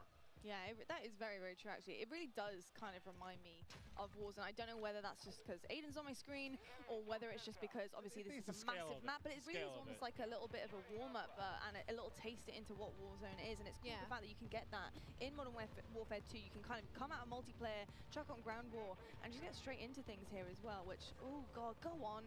That would have been so sick. We want to see a sniper shot right from the top there. Well, I was kind of curious if he was trying ditch shots at that range. Let's see a swim. Let's see some swimming. I mean, it's not even a sniper, is it? This is the breaststroke. It wasn't even a sniper. It was just a scope. Oh, yeah, no, yeah, it was. Wow. He is swimming fast. I've been compared to Michael Phelps due to my long arms and very athletic legs. Is he getting damaged? Yeah, pretty sure he's either, I wasn't sure if he was drowning or getting beamed. Ooh. Maybe a little bit of both. Hold the phone. I love how the movement with Aiden, like you can tell he's playing it like Warzone. Like when we were first watching him, like he was busting doors open, looking at the ground, looking for high ground. And so I think that's like, it's so interesting to differentiate the play styles between all the players and creators that we have here. Yeah, it's very interesting. And you can see right now he's just obviously selecting his loadout here, and it's something we also got into earlier on. But Ground War, what kind of loadout do you want? Obviously, it's very different from multiplayer. It's so much bigger. You know, what are you thinking? You gotta have like, have an AR with. You saw he just put a bigger scope. He just hit himself in the forehead with that nade, I believe. Split. Hey, listen, it happens to the best of us, Aiden. It happens to the best of us. Not me, but it happens. I love that you can select your spawn as well. But yeah, you're gonna want like a sniper, an overkill AR. Nice movement. Yeah, this spawn selection is huge, by the way. That is such an interesting, cool kind of push there into Ground War. Listen, this is what I'm doing all day. If I'm not in the back sniping Ground War, like I'm in a tank, 100%. Like, look how fun this is. This guy's just driving around, just blasting people. Nothing but vibes. What song do you think he's got playing in the tank? That is a good question. That's a very good question. Yeah, I would say it was some like AC/DC. Usually in the trailers, I feel like there's usually some. Oh, he's trying to rock shoot the water. anthem. See what Wait, drive the tank in the water. I want to see what happens. I would love to see that, please. Well, what's the one? Is it the ATV that's like can do both? It's like amphibious, right? I believe they talked about it. I think in like the opening of the show that there are some vehicles that you can take right to the water. Like this is some James Bond stuff. They said they sink slow now when you drive a vehicle in the water, which I want to see a tank sink slow. I know. It's kind of cool just to see people diving in, by the way. Isn't it? It's kind of cool to see people jumping into the water. Dip your toes into it. And just like when we scale out, they're in the desert. When we come out of game and we see the view like this, it just blows my mind that they were able to set this up. Yeah. Oh, just like the venue everybody itself? grinding, like everybody in a ground war, queuing up. It's been absolutely amazing all day, man. You can hear everybody's getting loud, passionate. They're ready, man. Oh yeah, there's been a fair amount of trash talk. Just, I mean, a lot of these guys know each other. They're in the same lobbies, just screaming at each other across. They just redeploying on a giant heli? I have not seen that. Oh, I was looking away back behind us. I didn't even see it. Yo, Stone Mountain on a giant helicopter, like 3 other players, super high up. Oh, here we go. Yeah, I was kind of curious how much you got to lead. Yeah. That's what I'm saying. I was playing. Oh, how is that not? I know. I literally was like, how? And I was leading my shot, not hitting him. I was like, surely that was on the dome. Maybe it's no lead. I think it's one of those things like just different sniper. You just got to get used to it, dude. Once you get a feel for it, here we go. Yeah, well, up close and like medium range, I was fine with sniper, but from range, it just felt harder. It's gonna take some time to get used to. It'll take a little bit of time. I mean, I'm kind of all for that. I'm kind of hoping, at least just from the amount of like Warzone I've played. And I know we're in Ground War right now, but like your really long range stuff, I'm hoping with a reduction in attachments. Like this? Oh yeah, what is going on here? This looks awesome. Yeah. Well, what sort of sniper perch is this? It's like a chopper gun. Like, this looks lit. And you can, oh wow, you can really walk around? Jeez. That's so cool. That's actually really cool. I wonder if the back is open. I need you to hit it. Oh god, out of the combat area, get out. 2, 1, oh, just back in. Look, 2 of them did it though, look, noisy. Oh. But I hope like, with the reduction in attachments, try to snipe. It's a little bit harder. Like, we've gotten so used to being able to just beam someone at 200 meters. There's a little bit more of a challenge to it. Yeah, a little bit more of a skill factor coming in. Oh, someone saved his life. Guardian Angel. I really do feel like the way that this game plays so far, the pacing, everything about it. Honestly, the skill gap I feel like is there. I feel like we're going to see that a lot. Well, that guy's thigh is no longer there. That's true. A lot of just ripped off of the 50 cal. Very true. He was just moving with the sniper in his hand, by the way, like really quick. The speed demon. Yeah, he changed the attachments there for sure. Ooh. Hey, Clug. What's up, buddy? I'm your #1 fan. I ordered your merch and I wear your shirt every other day. Big That's fan. some pizzas in the background. That's Are they hand delivering pizzas to the are setup? they? Okay, because I'm looking forward to that. Wow. I'm thinking we get a hand-delivered pizza? I'm thinking that's a little hand-delivered Little Caesars going around right now. Whatever my next break is, I'm throwing back an entire I hope they're getting napkins. Yeah, I'm not going to lie. Having pizza, watching some gameplay on this desk right now is a vibe. Yeah, I mean, what I see right now is I see Call of Duty, I see a bunch of streamers, I see Mountain Dew, I see pizza. I mean, this is literally opening night. This brings me back to being 18, right? I know. Just the best. I remember waiting in line for the game, go home, like I'm taking school off tomorrow. Like, sorry, I can't go, Grandma. I'm sick. Yeah. Got to put that temperature thermometer on the radiator. Make sure that's the highest it can be. Oh, there it is! Oh, God. Of course it's Pammy! Who better to watch for the sniper? Of course. Yo. Hit it! Hit marker. Wow. Oh, he is just flying. Oh, wow. He said, I'm getting this one. It is Pam. What a moment. Pamashi bombed. Oh. Oh, he's going to rip midair. He's been doing this for a while. Oh, no. He got one, though, from the chopper. Look at the smile. You can see him. He's so happy. Oh, I can see it now, Clint. All the 360 snipes off of that chopper. Oh, yeah. In the montages, like, it's going to It's like, what you know those moves they do off of, like, the diving board, like at the Olympics, right? Yeah. It's going to be like triple Cal-Sal 720 backflip into a snipe. Yep. Okay. Look, the dev said that they wanted fun, and that sounds pretty damn fun to I'm kind me. of with that, yeah. Oh, my God. What just happened there? Sniped out of the sky. Adios. Farewell. Was that bread? I don't know. I think it was bread. I don't know. I might need a replay. Oh, we got a demon lobby. I saw Biffle in here. Jack's getting popped. I saw Miles actually getting pretty diffy in a lobby against Biffle. Okay. He was top of the leaderboard. That's who we needed to 1v1 Biffle from Tweet. I actually think it's a Miles. Oh, versus there's the Biffle, pizza. yeah. That looks glorious. Of course, Jack takes the full parade. Oh, my mouth is literally watering just thinking about pizza. Go ask Jack for some. I could eat it every meal, I'll be honest with you. I really could. Oh, he's bringing the sniper out? Yeah, he switched to his own. He was like, you know what? Let's do it. If you can't beat him, join him. I want to know who's winning right now. Unfortunately, like I think it's Cam. Oh, they are winning there. I can see just the top, the 45, 49 winning. There we go. I need a loser's point of view now to see the score. I have not used this gun yet. This looks like a sniper. Oh, I'm confused. Is somebody actually driving that? I thought it was like a I thought it was a spawn chopper. I don't know, but Courage was Hello, trying to find out. How we doing, sir? Looking very dapper. This is cool. Selecting spawns is just sick. I'm not going to get used to that. I just like the, you know, in older games, you know, you pick your spawn, Yeah. sort of appear there, but now like the, whatever you call it, like the thing. The animation, what do you call it? Like, no, how it like takes you? It takes like flies. It's like the zoom in, isn't it? Yeah, there's a word for it there that I'm not finding, but like the zoom into like your spawn. Transition, there we go. That's probably what I was looking for. Okay. But I like that a lot. Thank you, Lottie, for saving my brain. It was struggling because it needs pizza. Mine struggles on the reg. Yeah, yeah. So don't worry. Yeah, no, I think it is really, really cool to see that. And I think it just suits ground war, honestly. It really does suit ground war. And I think in terms of the objective work, you have a huge map here and you have to cover so many different areas. So the fact that you can choose your spawn spot is pretty sick. I love it. I think Myth hybrided his pistol to like an SMG. Whenever he switches to that, look at it because that looks the auto, right? Insane so to me. There's an auto version of that pistol, and he has it on, but he has like a stock on. Nice. He's got it pretty loaded up. It's the attachments that you can really make it your own. Yeah. You can make an AR into an SMG. I mean, we've been saying it. You do a lot with And this a pistol into an SMG. Maybe that same SMG pistol into an AR. Who knows? So I've just looked at the kill feed, and Symphony is on the other team. So perfect. That's exactly what I need. I needed to snipe him. Oh. That'll bring me a whole lot of happiness. Oh, that's a tank. That was Optic Can't snipe Plague that. getting plucked. I want to see that drill charge being thrown on the ground and a tank running over it. We saw it in the trailer, but I need the one like through the roof. No, like there's one you put on the ground. Well, yeah, you can do it through a wall as well. But I think it'll just. I really want to see the Oh, okay. Off. He's popping off now. floating nade. I want to see so bad. The floating mine. Oh, Wow, there's a this lot of looks red arrows insane. over there. Yeah, wow. Oh. That looks so beautiful. It has the It's whole map awesome, on it. yeah. Like, in color as well. It looks great. Cruise missile out. He's calling everything in. Doesn't see anyone. There we go. I think they're inside. Unfortunately, not able to hit it, but fact is, Myth taking over the lobby. Snipe looking hot. I mean, we've seen everything so far in this. We've seen vehicle combat, aerial, some crazy gunfights in buildings. Cloak was just chilling inside of a tower. So everybody, your specific taste of Call of Duty you can find in Ground War. Yeah, it's a little bit of everything. Just fun. It's just fun.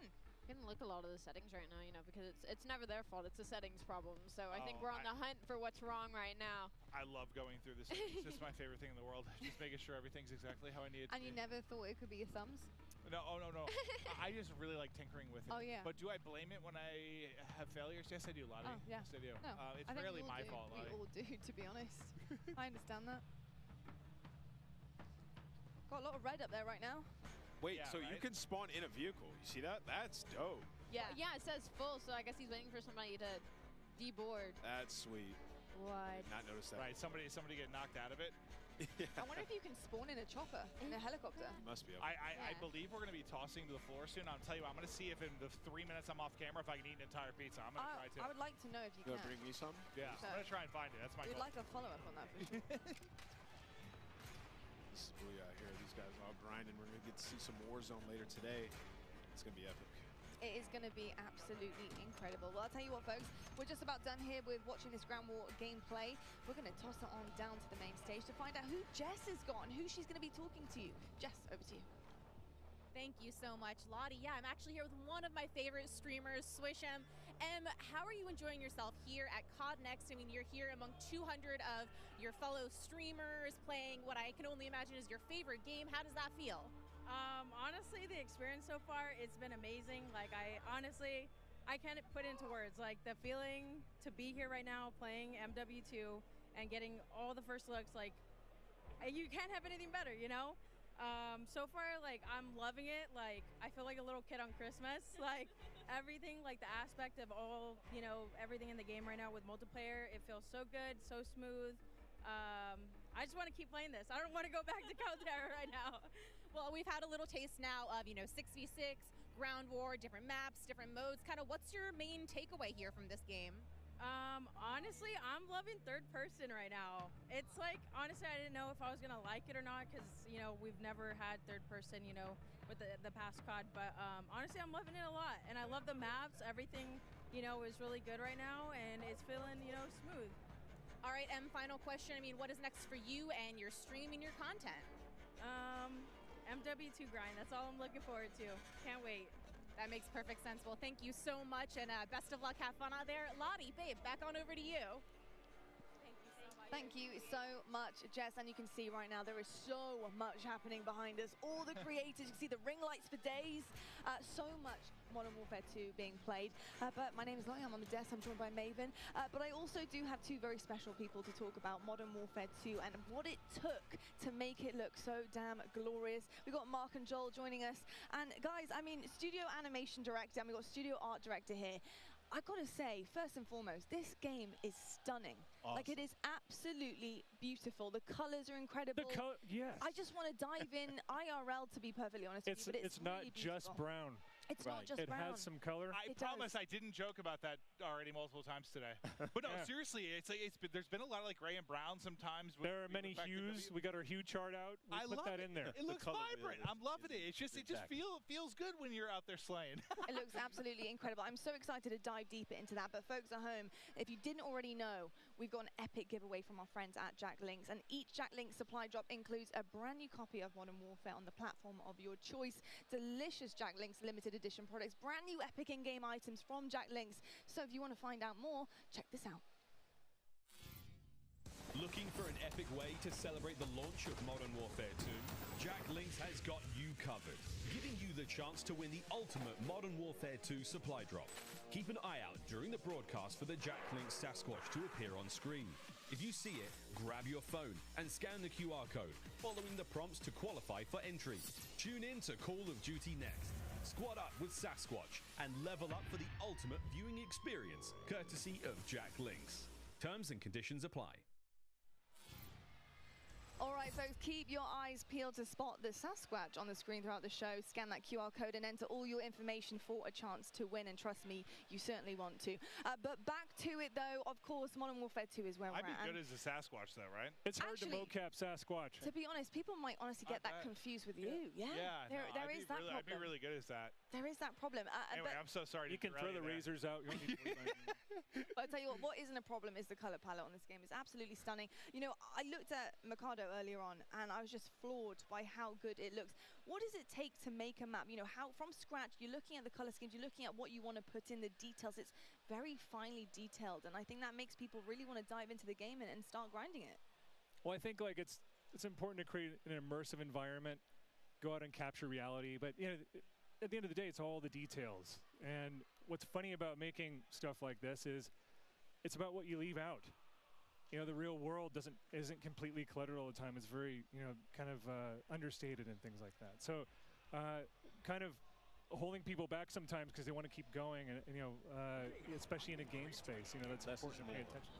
And then AI, putting AI in there and having a living world. And I mean, that's just insane. The AI part is something that blows my mind, and I think it really brings such an incredible aspect of that realism, you know, that realistic effect that you guys are trying to achieve here in Modern Warfare 2 and in COD games in general. What does it take to make that happen? Oh my. Well, it takes a lot of just research and reference that we use. Like, all of us are mad action movie fans and cartoon anime and all that stuff. That's the action side of it. Yeah. But we have to have that authenticity where we deal with our military advisors, all different branches of the military.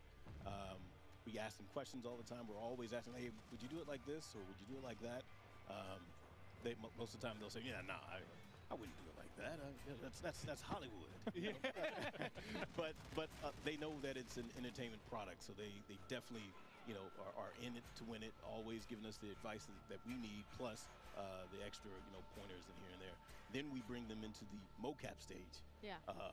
Get them suited up. A lot of them never been in anything like that. They're in spandex, with the dots and stuff. Big tough guys, but once they get going, I mean, it's amazing when you see a lot of the movements that they do. They're like, wow, man, that's going to look good in the game. Yeah. So yeah, it's just a lot of effort and magic that goes into it. Mark and I go back on this all the time. It's what you're looking for also in the performance is the human mistakes. Yeah. Mm-hmm. When people get scared, when AI gets scared, how do they react? When a soldier, sometimes all these consultants do things perfectly. Right. And they rehearse it. It's muscle memory. But you want those moments where they're making mistakes and they don't do it perfectly. Imperfections. Human, yeah. Well, I feel like the hard part, at least from the outside looking in, is just like finding that fine line between realism and fun. Mm-hmm. Because I play games, and I'm not gonna call it any other games, but like they try to have sometimes a realistic weighted movement to it that to me is just not as fun. Like I want more arcadey sometimes because that's just we're playing a game at the end of the day. It's a fine line. It's got to be very tricky. You can't go too overboard and WrestleMania or anything like that, and you can't go too I don't know. It's contrast. We see that. I mean, with the Oni skin we saw earlier, the way that the guy was walking the operator, we having that fun, that exciting That's aspect. You? Was that you? That was me in the suit. No.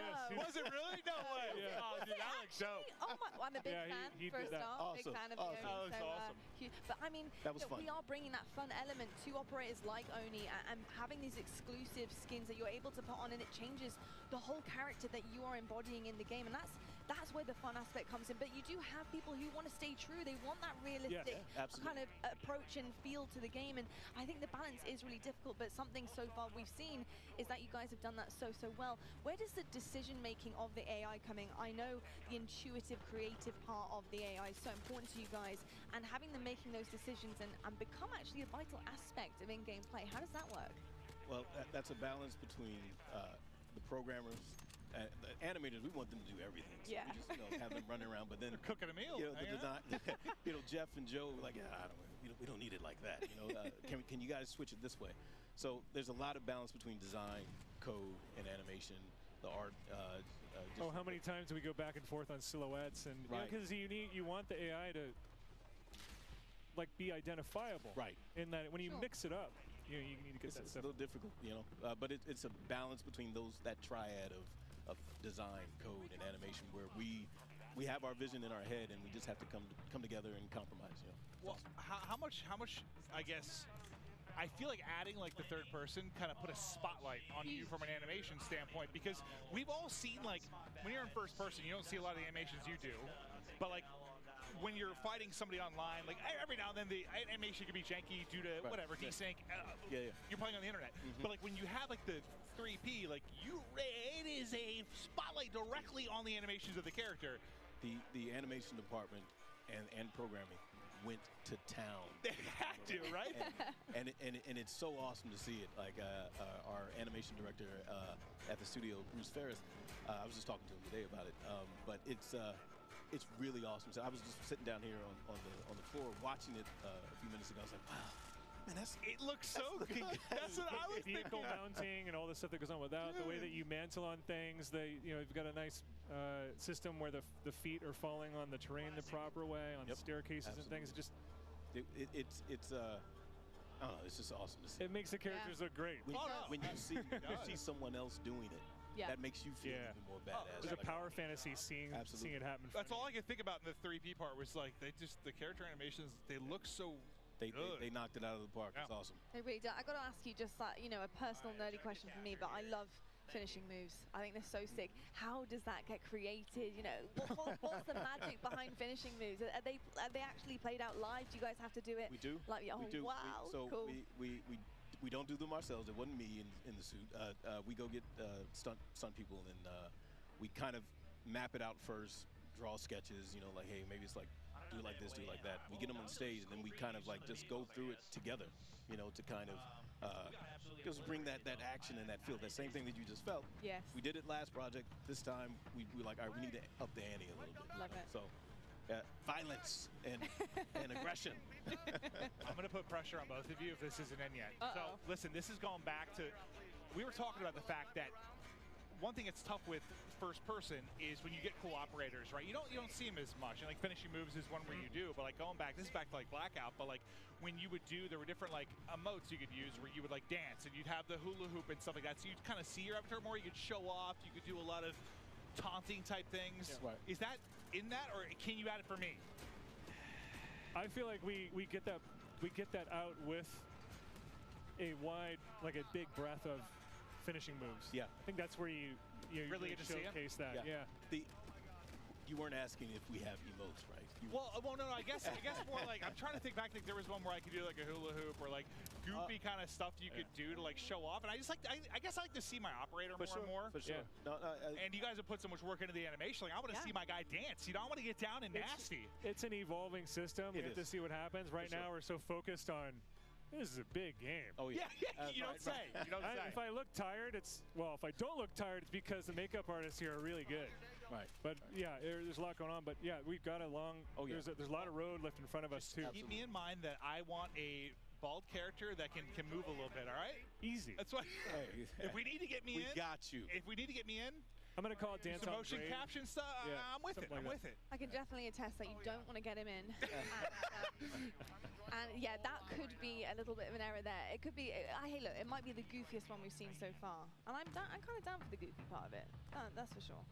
Well, I think that's where you guys get to have some fun too, right? Because with balance. Balance and contrast. It's the balance. It's the balance for I sure. imagine all the realistic stuff talking to the military, but you want to have some fun too. Absolutely. I do. 100%. And we are. Very we will. Very true. Well, look, it's my job to balance the desk out here, and I got to talk about something very, very exciting. And Mark, I want to know a little bit more about the shoe surgeon. What have you been cooking up for us here? Hey, shout out to shoe surgeon. We all a lot of us at the organization, we're shoe heads, right? So sneakerheads. But we're really excited to work with a huge name in the sneaker world, which is the shoe surgeon. They made 2 incredible shoes for us, based off of the brand of Modern Warfare. Okay. 2, with look at that. That's wow. So these actually all unique for these 2 shoes. One of them is for the Modern Warfare brand. The other one is for Al Mazrah, the big map. And it's a lot of desert tones. It just is really, really, really awesome. It's iconic greens and all that. Inspired by Al Mazrah and all the materials. These look awesome, and I also think I need to get some tattoos. On the teleprompter. and they both have ghillie snap-ons too. Like some people don't even know. What are those? You can ghillie your Like you don't know nothing about these. You got to put your ensemble together. Right. I like that. When you go out on the town, put your ghillie suit together, clip them on there, and you're set to go. I love it. But if you want to be one of the 6 lucky people to win a pair, maybe 5, because I might get one. You need to follow Call of Duty. Okay. Then you need to tweet hashtag CODNext and hashtag sweepstakes, or you can scan the QR code there and enter to win. It's as easy as that, folks. Absolutely incredible. I've got to say, I really want to cop that desert color pair.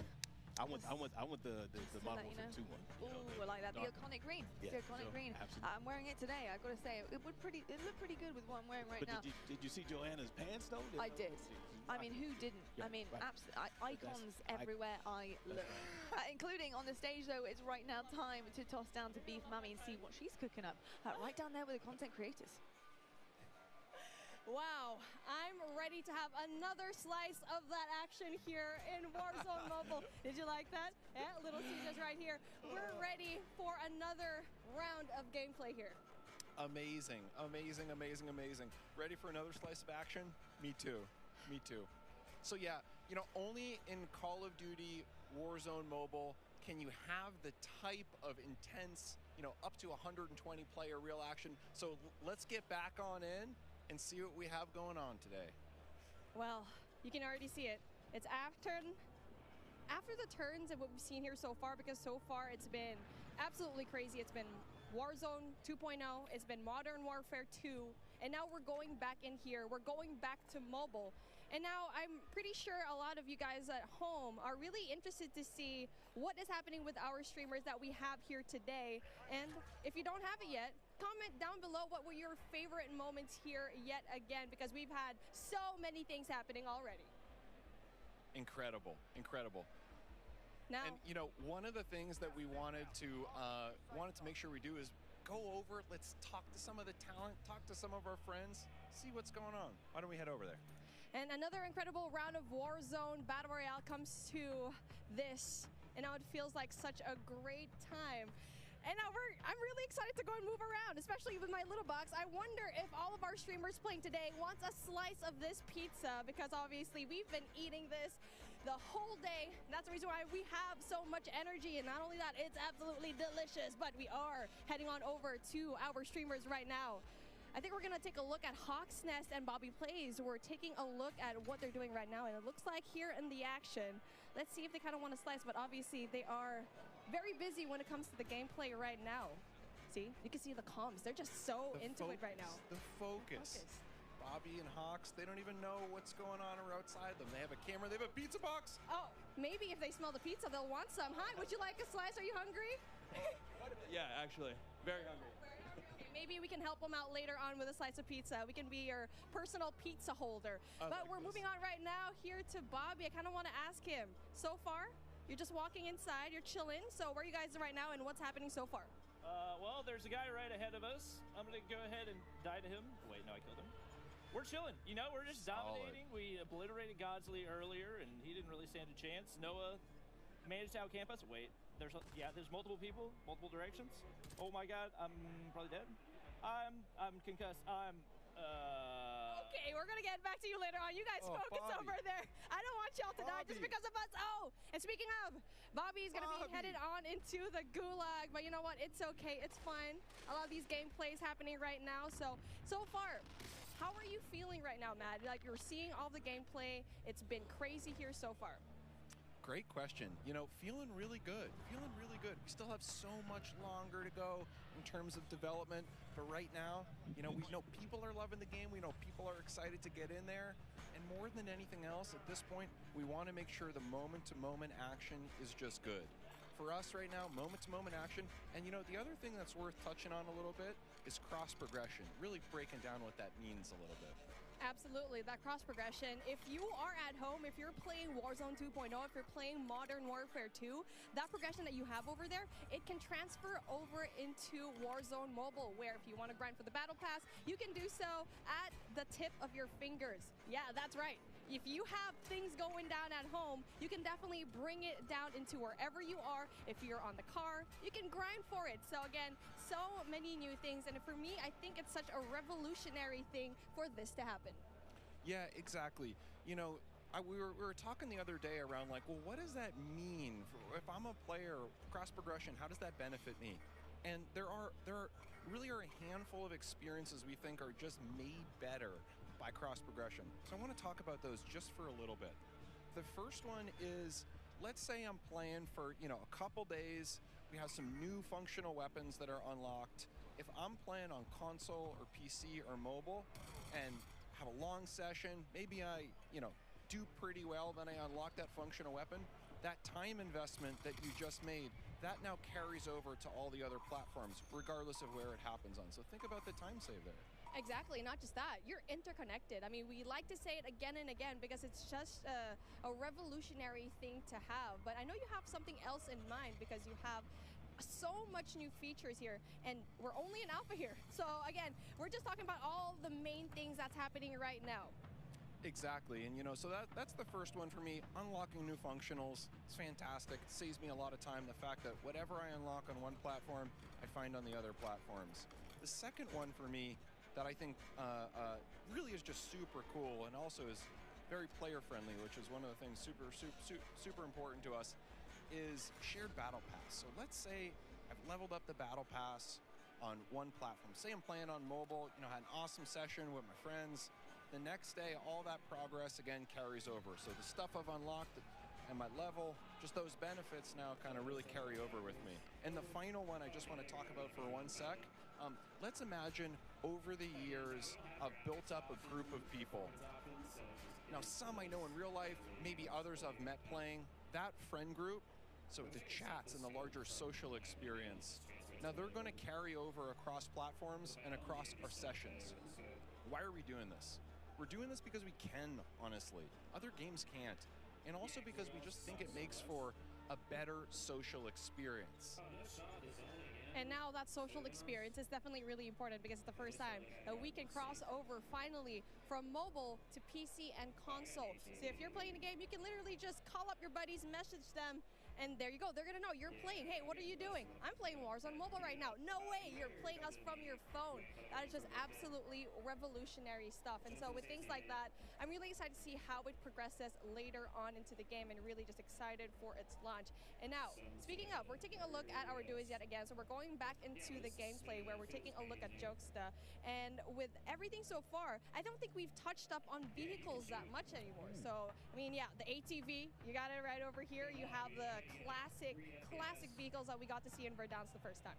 Exactly. One thing I love about the Verdansk vehicles too, a lot of differences. Helicopter, slow trucks, fast, quick ATVs. You really have the whole experience. There's nothing better for me too than helicopter. I don't know about you, but I'm a helicopter person. I agree with that. I mean, it's the fastest route to go in there, but if you need to be ready, you have to go and drop right now. Especially if there's going to be a javelin just pointed at you, you make sure that you get out of the helicopter ASAP.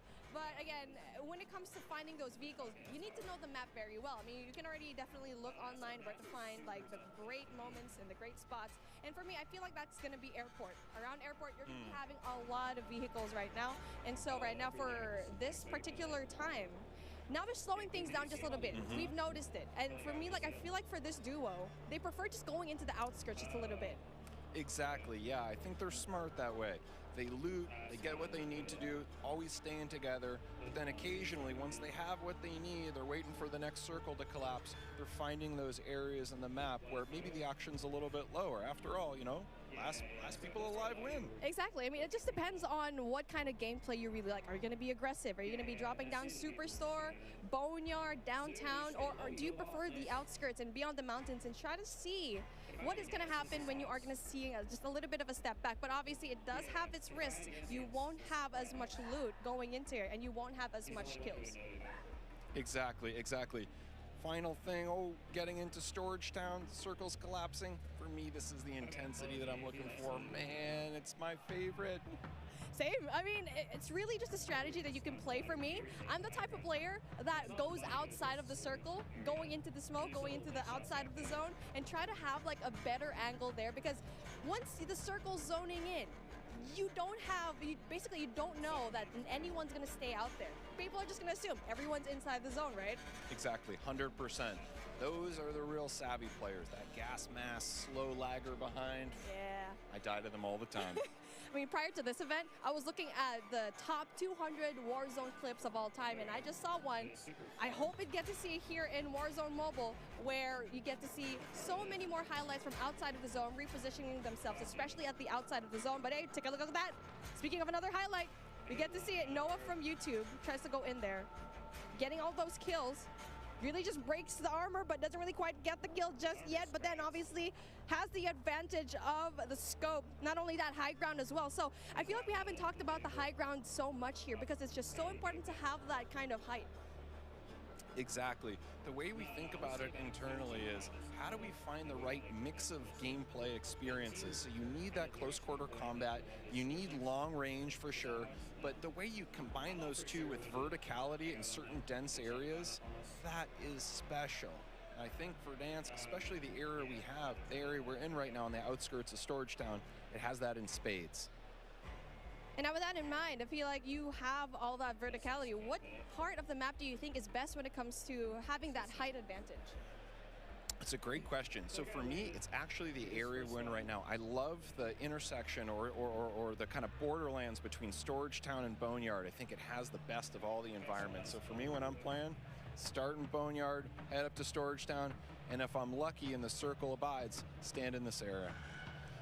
And, you know, I'm just so proud to say that starting today, as we've said before, you can pre-register for free on the Google Play Store. And for players on iOS, just stay tuned. We have incredible rewards coming up, and of course, we'll be able to pre-order on Apple App Store as well.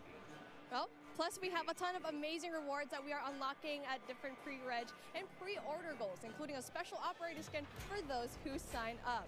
And now with that being said, I want the folks at the desk to see what they think of the new things today. Thank you so much, Beef Mummy. What a day it has been. We're almost, are we nearly done? Not even going to try to guess that one. Now, though, it's time to take a look at some of our best plays so far. Brought to you by HyperX, because that's right, guys. We've been playing COD all day, and there's only one Tommy Truant. It's a 1, it's a 2. And could it be any more? I'm on the desk here with Lottie, Alicat, and Nameless, and brother. We've seen it all, man, today. It's been nuts. It's been nuts, man. We've seen, you know, the core MP gameplay. We saw Ground War. Now we're seeing some of our best plays from our biggest streamers. We've seen Aiden, Tommy, Krim now. Aiden in the 3P mode, just running around hipfire and just frying people.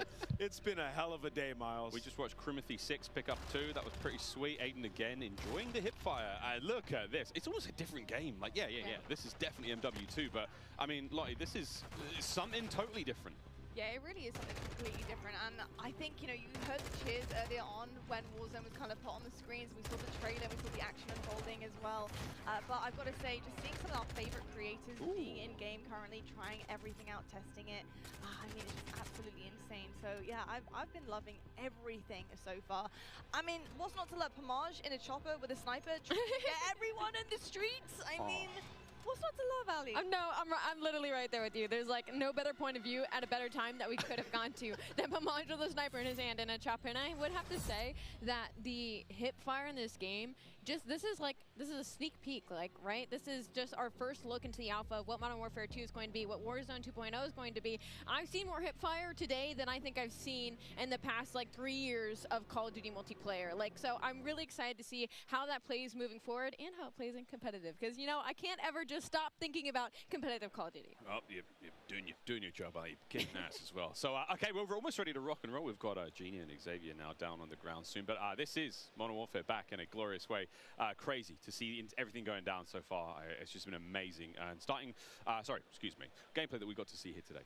Starting tomorrow, over the next week, you're telling me that we're able to play all of this in the beta as well. So that's 2 weeks of gameplay. We're all going to be able to get our hands on across all the various platforms. Cannot wait to see how that goes. We're going to take a quick break in between the gameplay now, take a little bit of a pause. We're going to be setting up for, drum roll please, Warzone 2.0. That's right, the debut of Warzone 2.0. Gameplay is right around the corner. Stay tuned. But for now, we're going to toss it over to Gina and Xavier down on the floor. Ladies and gentlemen, Austin Creed, Gina Darling here. Now, we got streamers who've been playing Call of Duty all morning. We got computers running. We got production people running around like crazy. It's time for lunch, and it's coming in. This is so good. You gotta get a slice of this, man. You're gonna eat during the... Yeah, why not? It's here. Like, I got all these for myself. Did you get any? Half of this is mine. No, it's not. No. Wait, listen. We got some pizza. We got some Mountain Dew. Shout out and thank you to... I love pepperoni. Okay. Shout out to Mountain Dew and Little Caesars. We love you. Now, we're going to take all this pizza, eat it ourselves, Mountain Dew, drink it ourselves. You guys listen to some words from our friends at Call of Duty Endowment. Okay. Bye. Well, I'm going to take this. It's all ours in here. I'm going to grab this one. You don't need to carry more. I need more. Xavier. Come on. Xavier.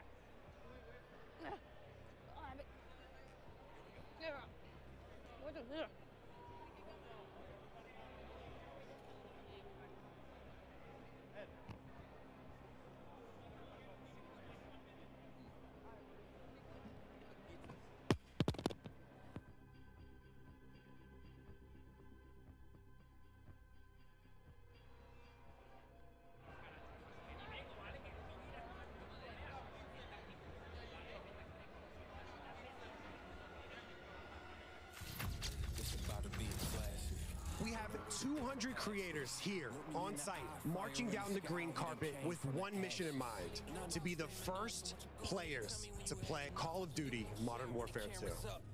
This one you gonna have to do. And there is so much in this game. There is almost too much. This is like one of those days where I enter and my hopes are so high. And what are you looking forward to most when it comes to Warzone 2? Prisoner rescue. I'm looking forward to using that inflatable soldier decoy to mess a lot of players. Kill streaks, I think. I'm honestly here just to learn as much as I can to prep for Old Men of Optic, because those guys are very old now. So maybe some OG maps coming back. A map that everyone can play. Honestly, give me a broken shotgun. What's your favorite game mode and Mountain Dew flavor combo? Search and destroy Code Red. Capture the flag, Code Red. If I'm going hard with the boys on a long night at S&D and I'm trying to get some nasty in-game comms, I'm drinking Baja Blast all night. Terminal or high rise? Easy terminal. Ooh, terminal. Most people have terminal nostalgia. Terminal. Terminal, 100%. I just replayed that recently and I realized that spawn trapping is horrendous. Easy. Strike. High rise. High rise. Terminal. What's your favorite flavor of Mountain Dew? I've grown up on Code Red, so it's still Code Red for me. Honestly, I like the basic one, just Mountain Dew itself. Dang, I was gonna pick Code Red too. Can I get a second one? All right. Baja Blast. Starting October 17th, unlock dual double XP, COD points, and also an exclusive Mountain Dew skin in Call of Duty Modern Warfare 2 when you buy specifically marked Mountain Dew. You thinking you getting me? Is you kidding me? Ripping everything and nothing in another show you.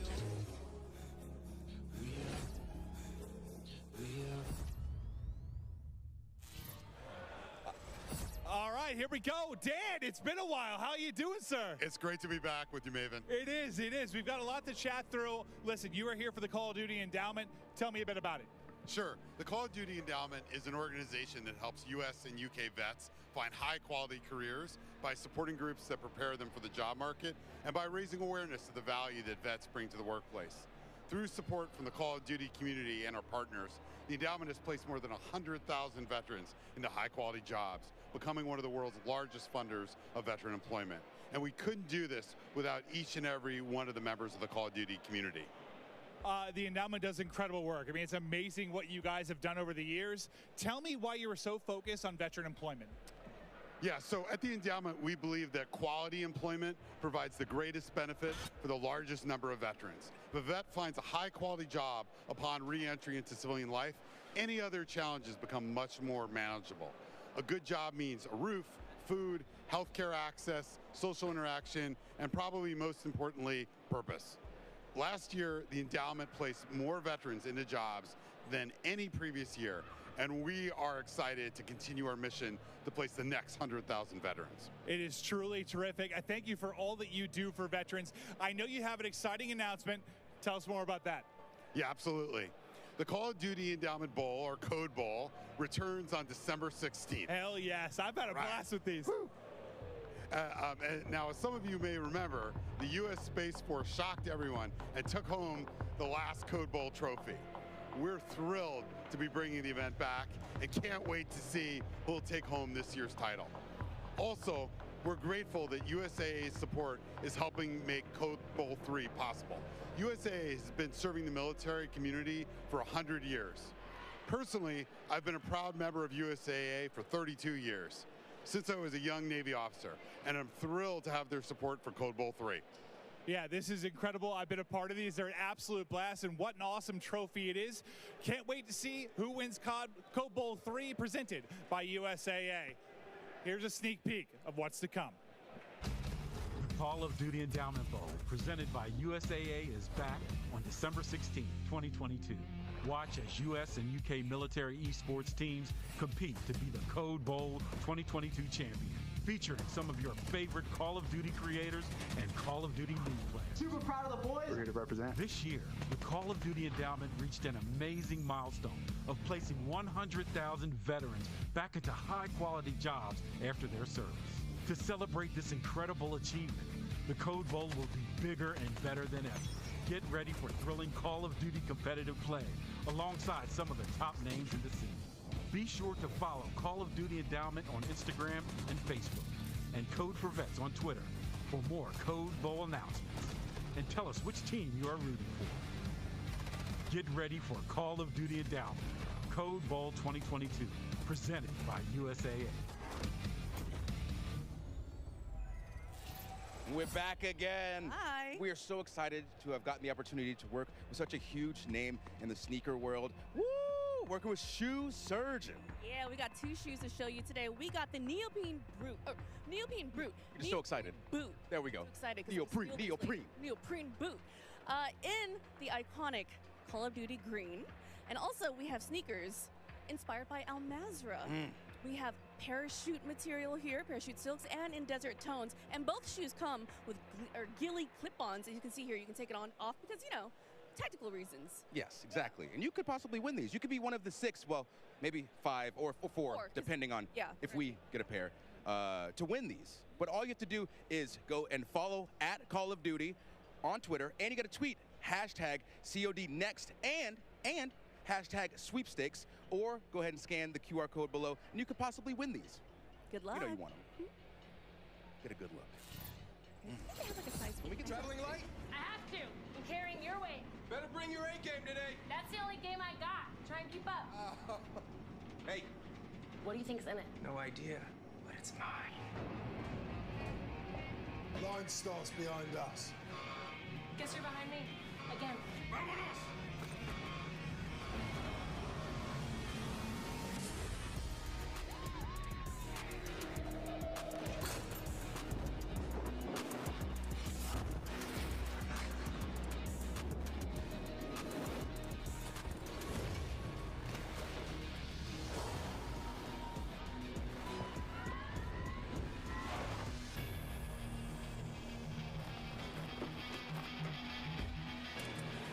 Adios, amigos.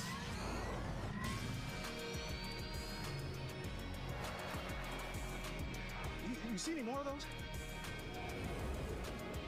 GMC Hummer EV, reporting for Call of Duty.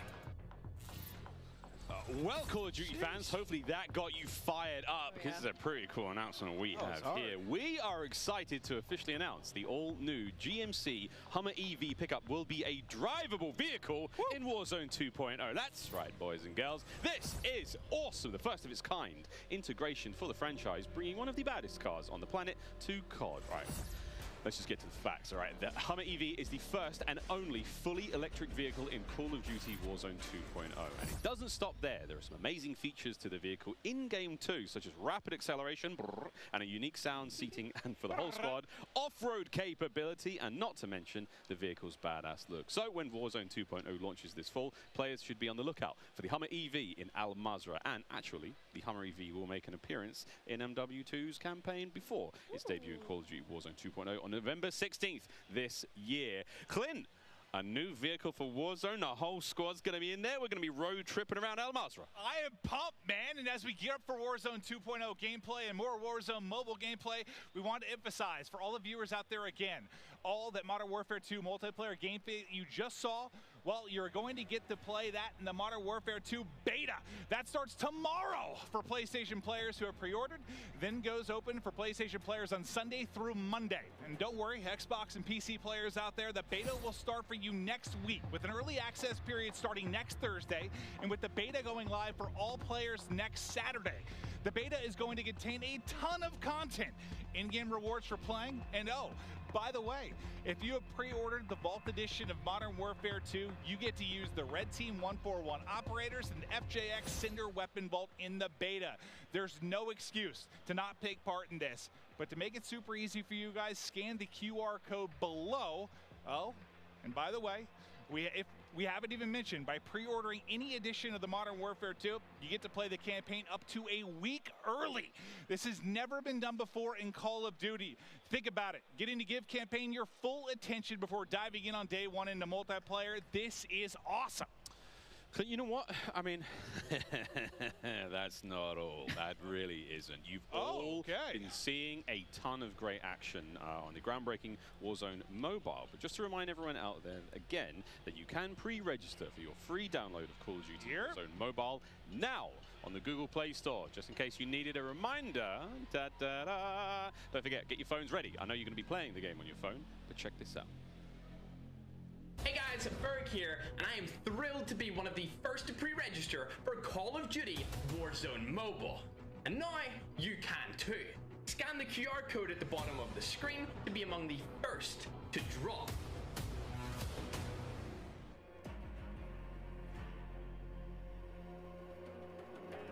Okay, so we've seen...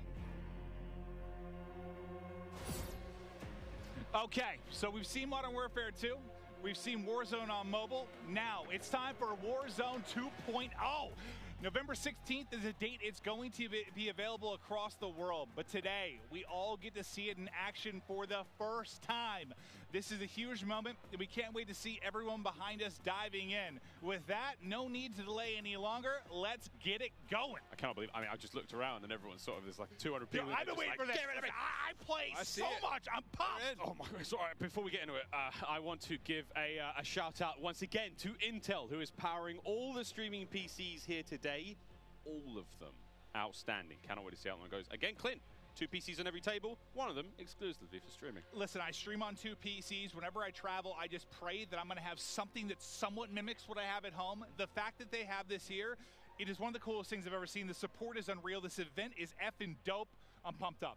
Effing dope, namely? Listen, this is incredible. Like what Clint said, like having a PC specifically for gaming, because you don't want to take anything away from Modern Warfare 2, and to have one to stream as well. You can see it here. Like, this is a gamer's paradise. Like, coming out to play the game early and also being able to create content and not have anything taken away from your graphics is absolutely phenomenal. Shout out to Intel and shout out to everybody that put this together, because I've never been a part of anything this special like this. Yeah, and as we do the flyover, you see the size of that thing? It's on the top right of our streamers' desks. Like, it's not taking up a lot of space either. So the fact that it has that much power to be able to run a stream as well, run this many streams, it's incredible. I need to get something like that for my giant PC, honestly.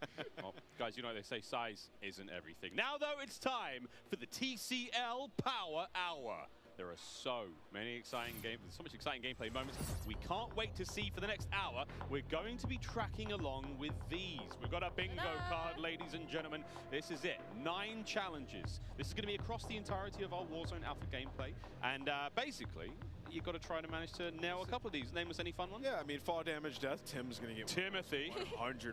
He has to, right? Ledge hang elimination. Like, I'm looking at some of the CDO guys, like looking at Zuma trying to get one of those Crim. It'll be interesting to see this bingo card. Who can complete it? Alec, vehicle elimination. We've got so many vehicles now to play with. I'm so excited. Like, one of my first introductions into Warzone was with, you know, the Berthas, was with all the vehicle kills. So now with also that Hummer being in, how dope some of that action's going to be. So tell us what you at home are most excited to see. Tweet at TCL_USA and let us know what you think. Don't forget to include hashtag CODNext and hashtag TCLXCOD sweepstakes during the next hour, and you'll be entered for a chance to win a TCL TV. I actually think we almost all have one of those, and they're amazing. I got one of those. I got one too. A couple years ago, I've been using it ever since. That thing's elite, so make sure you enter. Oh, make sure you do enter indeed. Well, Glenn, this is it. We've waited. The world has waited. Warzone 2.0.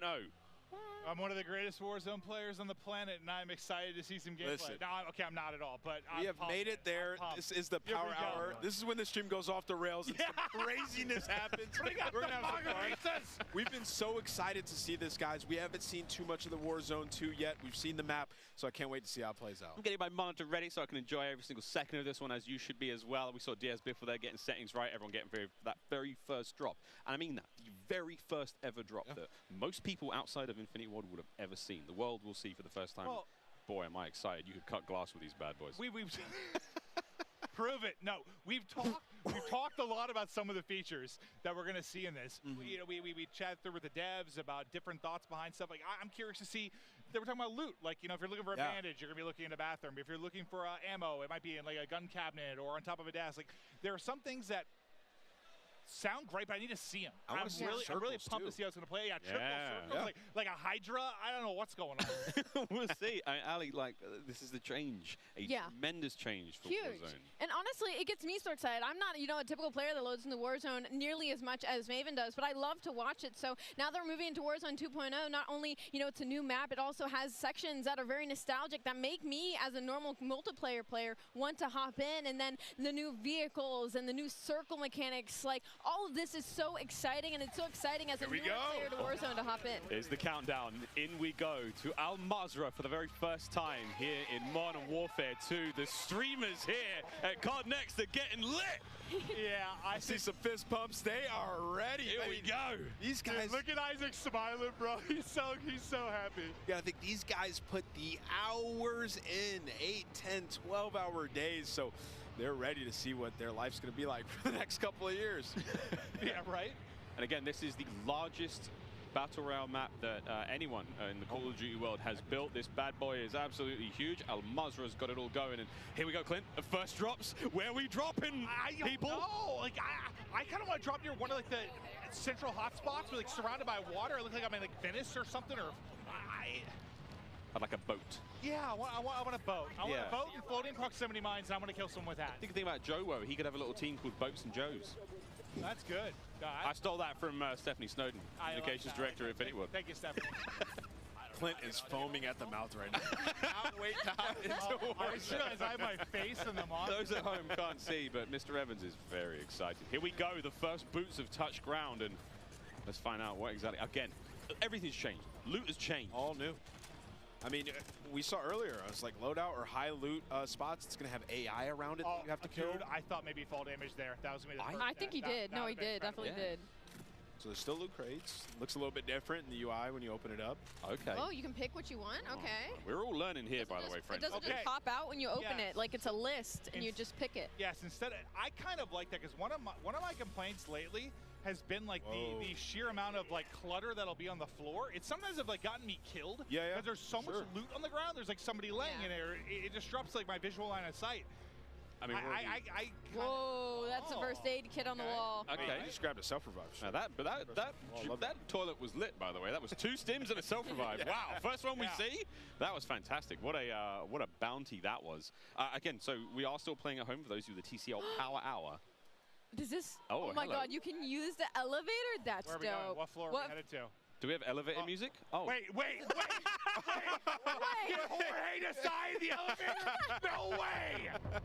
Please keep your arms, legs, and heads inside the elevator at all times. Oh, sorry, George. That is how TST first gets into the new map. Hitch killed Jorge with an elevator. Oh, it's going to be a good few years. I didn't even see what happened. Like, did his leg just get chopped off? Was he a little too close to the door? I just seen him dead and then Yeah, I it just saw him creased, dead. like he just started dying laughing. That was great. Oh, man. First looks again of Al Mazrah here in the Warzone world. Warzone 2.0 already. Content. Nothing but content, Ali. I'm not over it. I'm still not over it. So guns are still on, like, just on the floor. Okay. It seems like it's not as much, like, all over the ground, though, which I actually dig.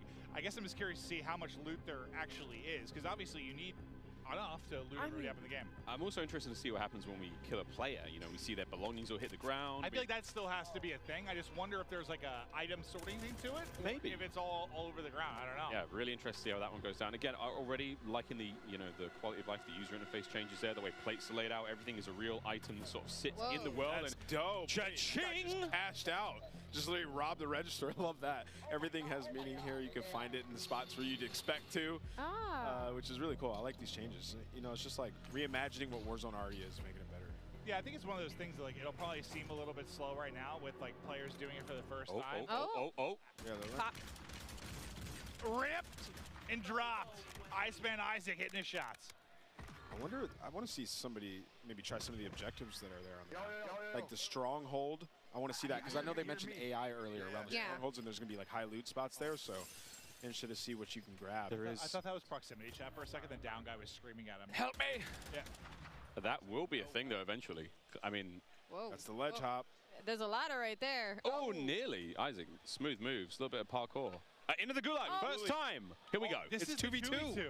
Wait, and it's now they have to pick up? with a random person. Wait, so Mingod has apathy. There's weapons on the floor. Loot up, get into the fight. Here we go. How big is this map? Oh, No, so there's also AIs in here too. Oh my distraction God. AI. What? That's not a real person. That's a distraction. Whoa. It doesn't make him any less dangerous. Apathy. Help him. Help your teammate, who's not really a teammate. So not only do you have a teammate now, there's distraction AI bots, and you have to pick up loot off the ground.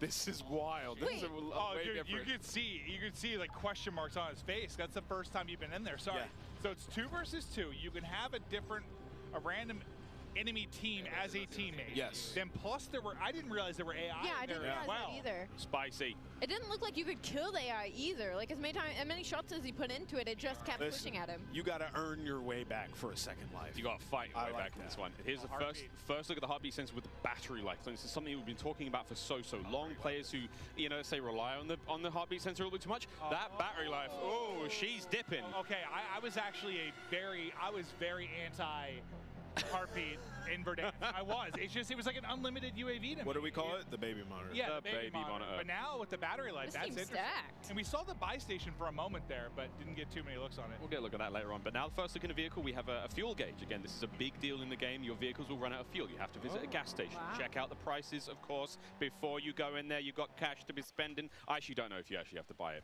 And also, if you're running that GMC Hummer EV, I mean, it's a recharge station, surely. Gas prices like mimic real world prices. There's a surge this summer, unfortunately. Just can't fuel up. Oh, yeah, the vehicle meta kind of dies for a week or two. Everyone's on foot. It's just so expensive right now. That would surely be something. But yeah, I mean, I feel like that's kind of the big takeaway so far. I don't even want to say, yeah, I guess you could say a realism thing to a degree, but just more logical, I guess, is almost the thing I would say. Like, it's more logical loot. There's money in a register. Yeah, exactly. Exactly. I mean, if I open the register and there's like a a shotgun in there, I'd be surprised. surprised. Oh, howdy. Adios. And this looks like it could be a stronghold. So was that an AI? That was an AI Yes, combatant. it looked like it might be, but I don't see it on the map. Which is okay. Okay. Yeah, yes, we do. We see it on the right side. Buy station over there being marked as well. Also to note, the backpack down on the D-pad there on Pamage's screen. See what that looks like if he presses it. Pamage, let's go, bro. We've got a lot of people to infotain right now. Yeah, it's true. We haven't really seen what that looks like. Here's Tim. Maybe he might have already fallen to his death once or twice. Not entirely sure, but Tim and Ninja. Look at this dynamic duo. Wow, what a duo. What is this? Tim's just excited, happy to be here. It's like a looting system, bro. You gotta pick stuff up. I love how he's explaining it. That's a good assessment. You got to pick stuff up. Tim's like, okay, you can't just put the food in your mouth, you have to chew it. Yeah, You have to chew it before you swallow it. Like, yeah, man, you got to pick it up, brother. He cannot get through this window. Ooh. Is that a bot? He shredded that guy. That was the AK-74U. First time I've really seen that played with today. Tommy Kluxy and Swag. What a fun team that is. They have activated something on the top side of the screen. I've got no idea what this is. Jack, Jeff, Joe, if you're here, we need you. We are excited, but we are ignorant. Yeah, this is one of the new objectives.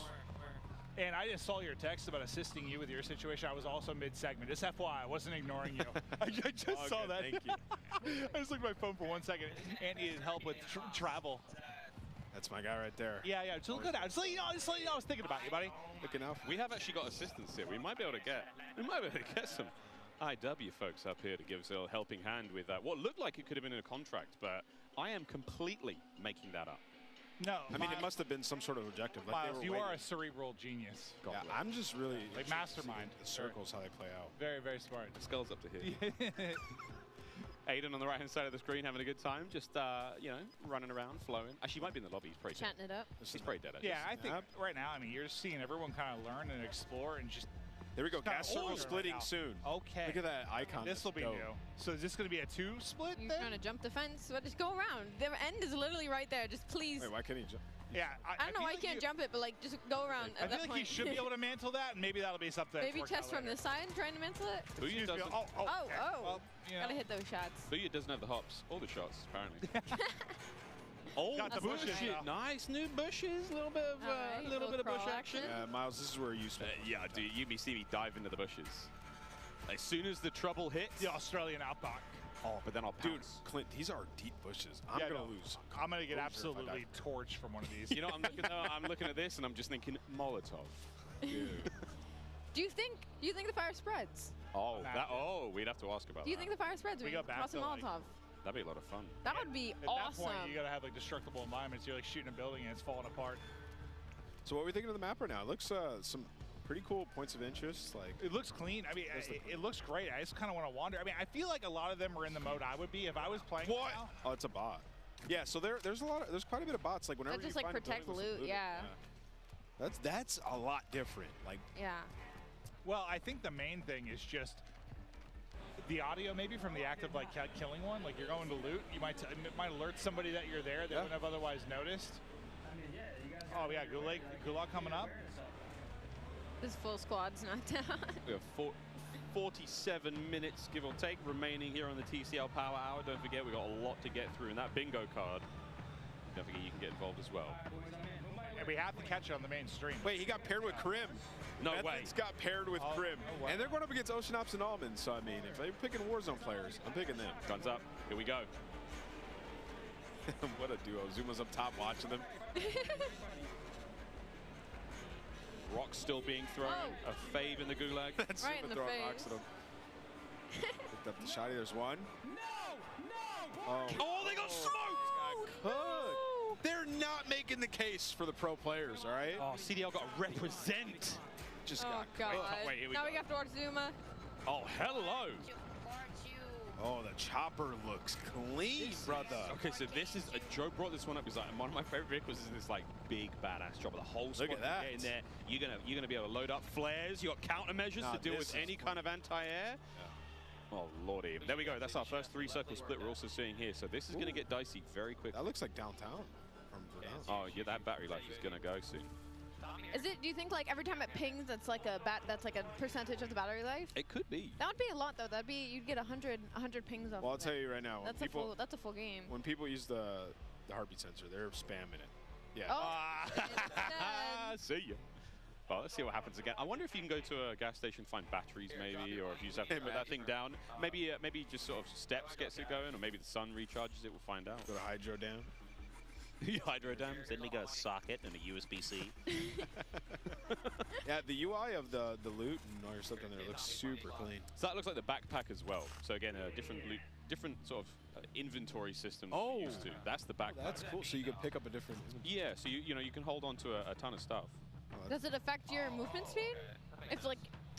Ali, I don't know, mate. You're learning as much as I am. Yeah, that's fair. That's fair. Where's Joe?